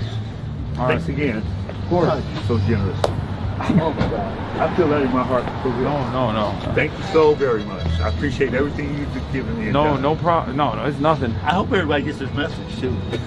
Yeah. I mean it from my heart, for real, seriously. I've always been a giver. It's in my family on my daddy's side, and it's in my blood. Right. So I don't know nothing else. I'm taking this class on how to say no. I have a C- average, but I'm gonna bring my grade up. All right. You know, understand that. Good to see you, Glenn. Thank you. You're so sweet. She's the best. Yeah. Spread the word. She is. I do. All right. So before we Thank you dip so out, very much. I wanted to thank you guys so much. Thank you for coming out. Yeah, thank you. For all that you do, and thank you for bringing us out here. I mean, this was WATERDROP fantastic. LA. Shout out WATERDROP LA. Yeah. WATERDROP LA. Hopefully you guys like raised a bunch of money from the chat. I haven't. I mean, you can tell Lolo what you guys raised afterwards. Yeah, tell me. Hopefully. I wanted to say that too. Like, I mean, it's greatly appreciated. Like, and the platforming of this and like getting the word out and everything. So I just wanted to like give a direct thank you, Lolo as well, for putting it together and everything. So yeah. And thanks to everybody who gave on chat. Appreciate it. Wait, we know from experience though, like he was saying, I'm just gonna air him out. He was saying that like, what fundraiser I've been did you subscribed since now. Yeah, but he presented a fundraiser, he's like, we did this. I'm like, that is really cool that you could have like a chat of people Yeah. who Like full disclosure, HasanAbi head. I could sense it. I can sense the stink off you. I'm just playing. So you want to take a photo, by the way? Let's all take a photo. Sure. Together. Yeah, of course. Yeah. Hi, Audi! Oh no. Audi, come here. Oh Keep us in the no. picture. That's crazy. This is Audi! That's And we got Maserati over there. Well, I'm gonna kneel because I want to be with the pups. No, Here, you want to get in there? I'll take it. Oh, where'd Maserati go? Alright. Got it. I'm got gonna you. stand up. All right, ready? I want to be the puppy. Yeah, come on, puppy. I'm gonna put a flash on because Alright, it's dark. He said no. You don't want to be in the photo. All right, ready? 3, 2, 1. One more. 3, 2, 1. WATERDROP. WATERDROP. Thank you. Thanks, y'all. Thank you for coming out. Yeah, we're out here every Thank you Sunday. guys do. Feel free to come We're out. All right. We're out of drop stuff right with now. us. Bye, y'all. Oh, just giving stuff out. Giving stuff out. Where's WATERDROP? We'll be back tomorrow with water. Yeah, I thought I saw you guys. Yeah, All right. snipes. Thank you so much. We'll Thanks, always y'all. Peace, guys. take anything you want to get. So nice We to really meet y'all. appreciate it. Bye. Thank you. We'll be back. Okay. Awesome. All right. Drops every Lolo Sunday. cam. Lolo cam, baby. See you guys. Have a good night. See ya. Thank you again. Have a blessed night. See you, Glenn. Wait, let me. Are you crying again? No. Stop crying. My mom normally has so many freaking like hand sanitizers and shit. I'm just shocked that this car only has lens wipes. I just feel like every time we live stream, I'm gonna cry. Yeah. Oh my god. How do we feel? Good? I mean, that was great. Did a little bit of good to offset all the fucking evil Yeah. that you've been That you doing do. all year. You do. Yeah, all the evils that I do by owning a house. You're and one of a the car. most evil guys that I know. I know. Yeah. I didn't cover the Blake Lively story with the With grace. with the tone that it deserved. That's even known. though I I agree with the points Piece that he of made, shit. I didn't like the tone he took. All right, well, Will be. what the fuck? Okay. Chat, evil Hasan arc. Oh no, this is how it is. Hasan still doesn't know he's about to have the Stunlock Nightmare of the Century tomorrow. Wait, what? Why? Because I made fun of Lolo crying. But also, HasanAbi heads are everywhere, dude. Especially when it comes to community organizing. And I'm proud of you guys. And Marsh, thank you so much for coming along with us. Lolo, as always, thank you for coming as well. And yeah, you need to hold more space for Lola crying. Oh yeah, I need to hold space for queer media. Lola's queer media. Yeah, it's just like my I'm gonna do this every time we stream. Yeah. Well, no, because somebody that I care about like died of a fentanyl overdose in 2021, and so like, you know, hearing him talk about that was, you know, emotional. I guess. No, it's understandable, man. Yeah, it's very sad. It's horrible. That's why they need, you know, wide availability of testing and all that shit. But as I was saying to Marsh before, when you were handing out all of your ridiculous clothing, you're wasting your ridiculous clothes on people. People liked it, and also well, what I said was I gave my merch, I gave Carl Jacobs merch, I gave Hundred Thieves merch. But what I was saying was like, everybody here is like, you know, it's not the fucking, it's not like Zombieland, like when you watch, you know, Fox News or something. Yeah. These are real people who are just here doing their best, trying, you know, surviving. That's what I wanted to, that's really what I wanted to showcase today for a lot of people, is that like, when you see someone from afar, and you're worried about like, you know, the way that they might be walking or the way that they're carrying themselves, and you've seen so many like ruthless, cruel depictions of unhoused people in media, all the way from the fucking Tyler Oliveras of the world, even the people who are like, even the people who are supposedly quote unquote doing nice things by like giving money, like people who very obviously are there to extract something out of that interaction. I think all of that plays a role in presenting homeless people not as like human beings, but of this like blob, this parasitic hive mind. And that was the reason why I really wanted to come here with, you know, people that work here, people that have relationships that they've developed with the people that live here, because these guys are just like, they're very close to people in this chat. Like, I don't think you understand. I don't think anybody understands that, like, there was a guy that we were talking to who was a fucking union carpenter, right? Yeah. Like, and I didn't ask him, but I suspect that part of the process, he said he injured himself. He injured his back in his job. And I'm sure that the recovery process of that probably played an active role in the many years that he spent trying to figure things out landed him here. And the reason why I mentioned that is because, like, these are real human beings. They have real human experiences. It's not just like some fucking content, you know what I mean? Yeah. And I wanted people to understand that, and I'm so glad that Sade helped us out with that on that front too, because like I think if we just came here on our own, it wouldn't, you know. Yeah, no, it's great. Remember, like when the first dude we talked to like was a little suspicious, like, because I think people understandably, like when you come in with a camera, I think that this is something that they've seen before many times over. They probably were like, oh, these fucking assholes are coming in to you know, throw money on the ground and watch me try to pick it up. But you know, these are real human beings, and you are very close to them in your class position. You know, one medical incident could put you in a similar situation here. That is precisely what has happened for many people that are here, that found themselves here. And I think you know what the obvious solutions are. I talk about them quite a bit. It's a housing first. It's not temporary but permanent shelter. Housing first anti-homelessness initiative. It's normalizing the housing market. It's important decommodifying the housing market. Yeah, it's important sometimes, I think, to go directly to where people are hurting, and develop a better understanding of, develop a better appreciation of how they live.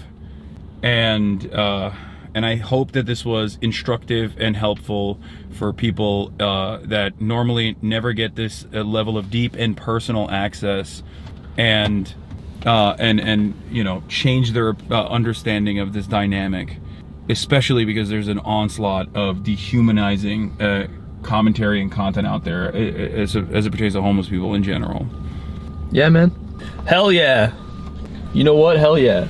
All right. Zero is dying. Okay. Okay, we gotta go. Yeah. All right. All right, peace, chat. everybody. I love you all. Bye, chat. And we'll see you tomorrow, okay?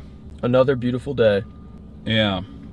Beautiful day, beautiful slate. Hold on, I'm trying to log into my account so I can end the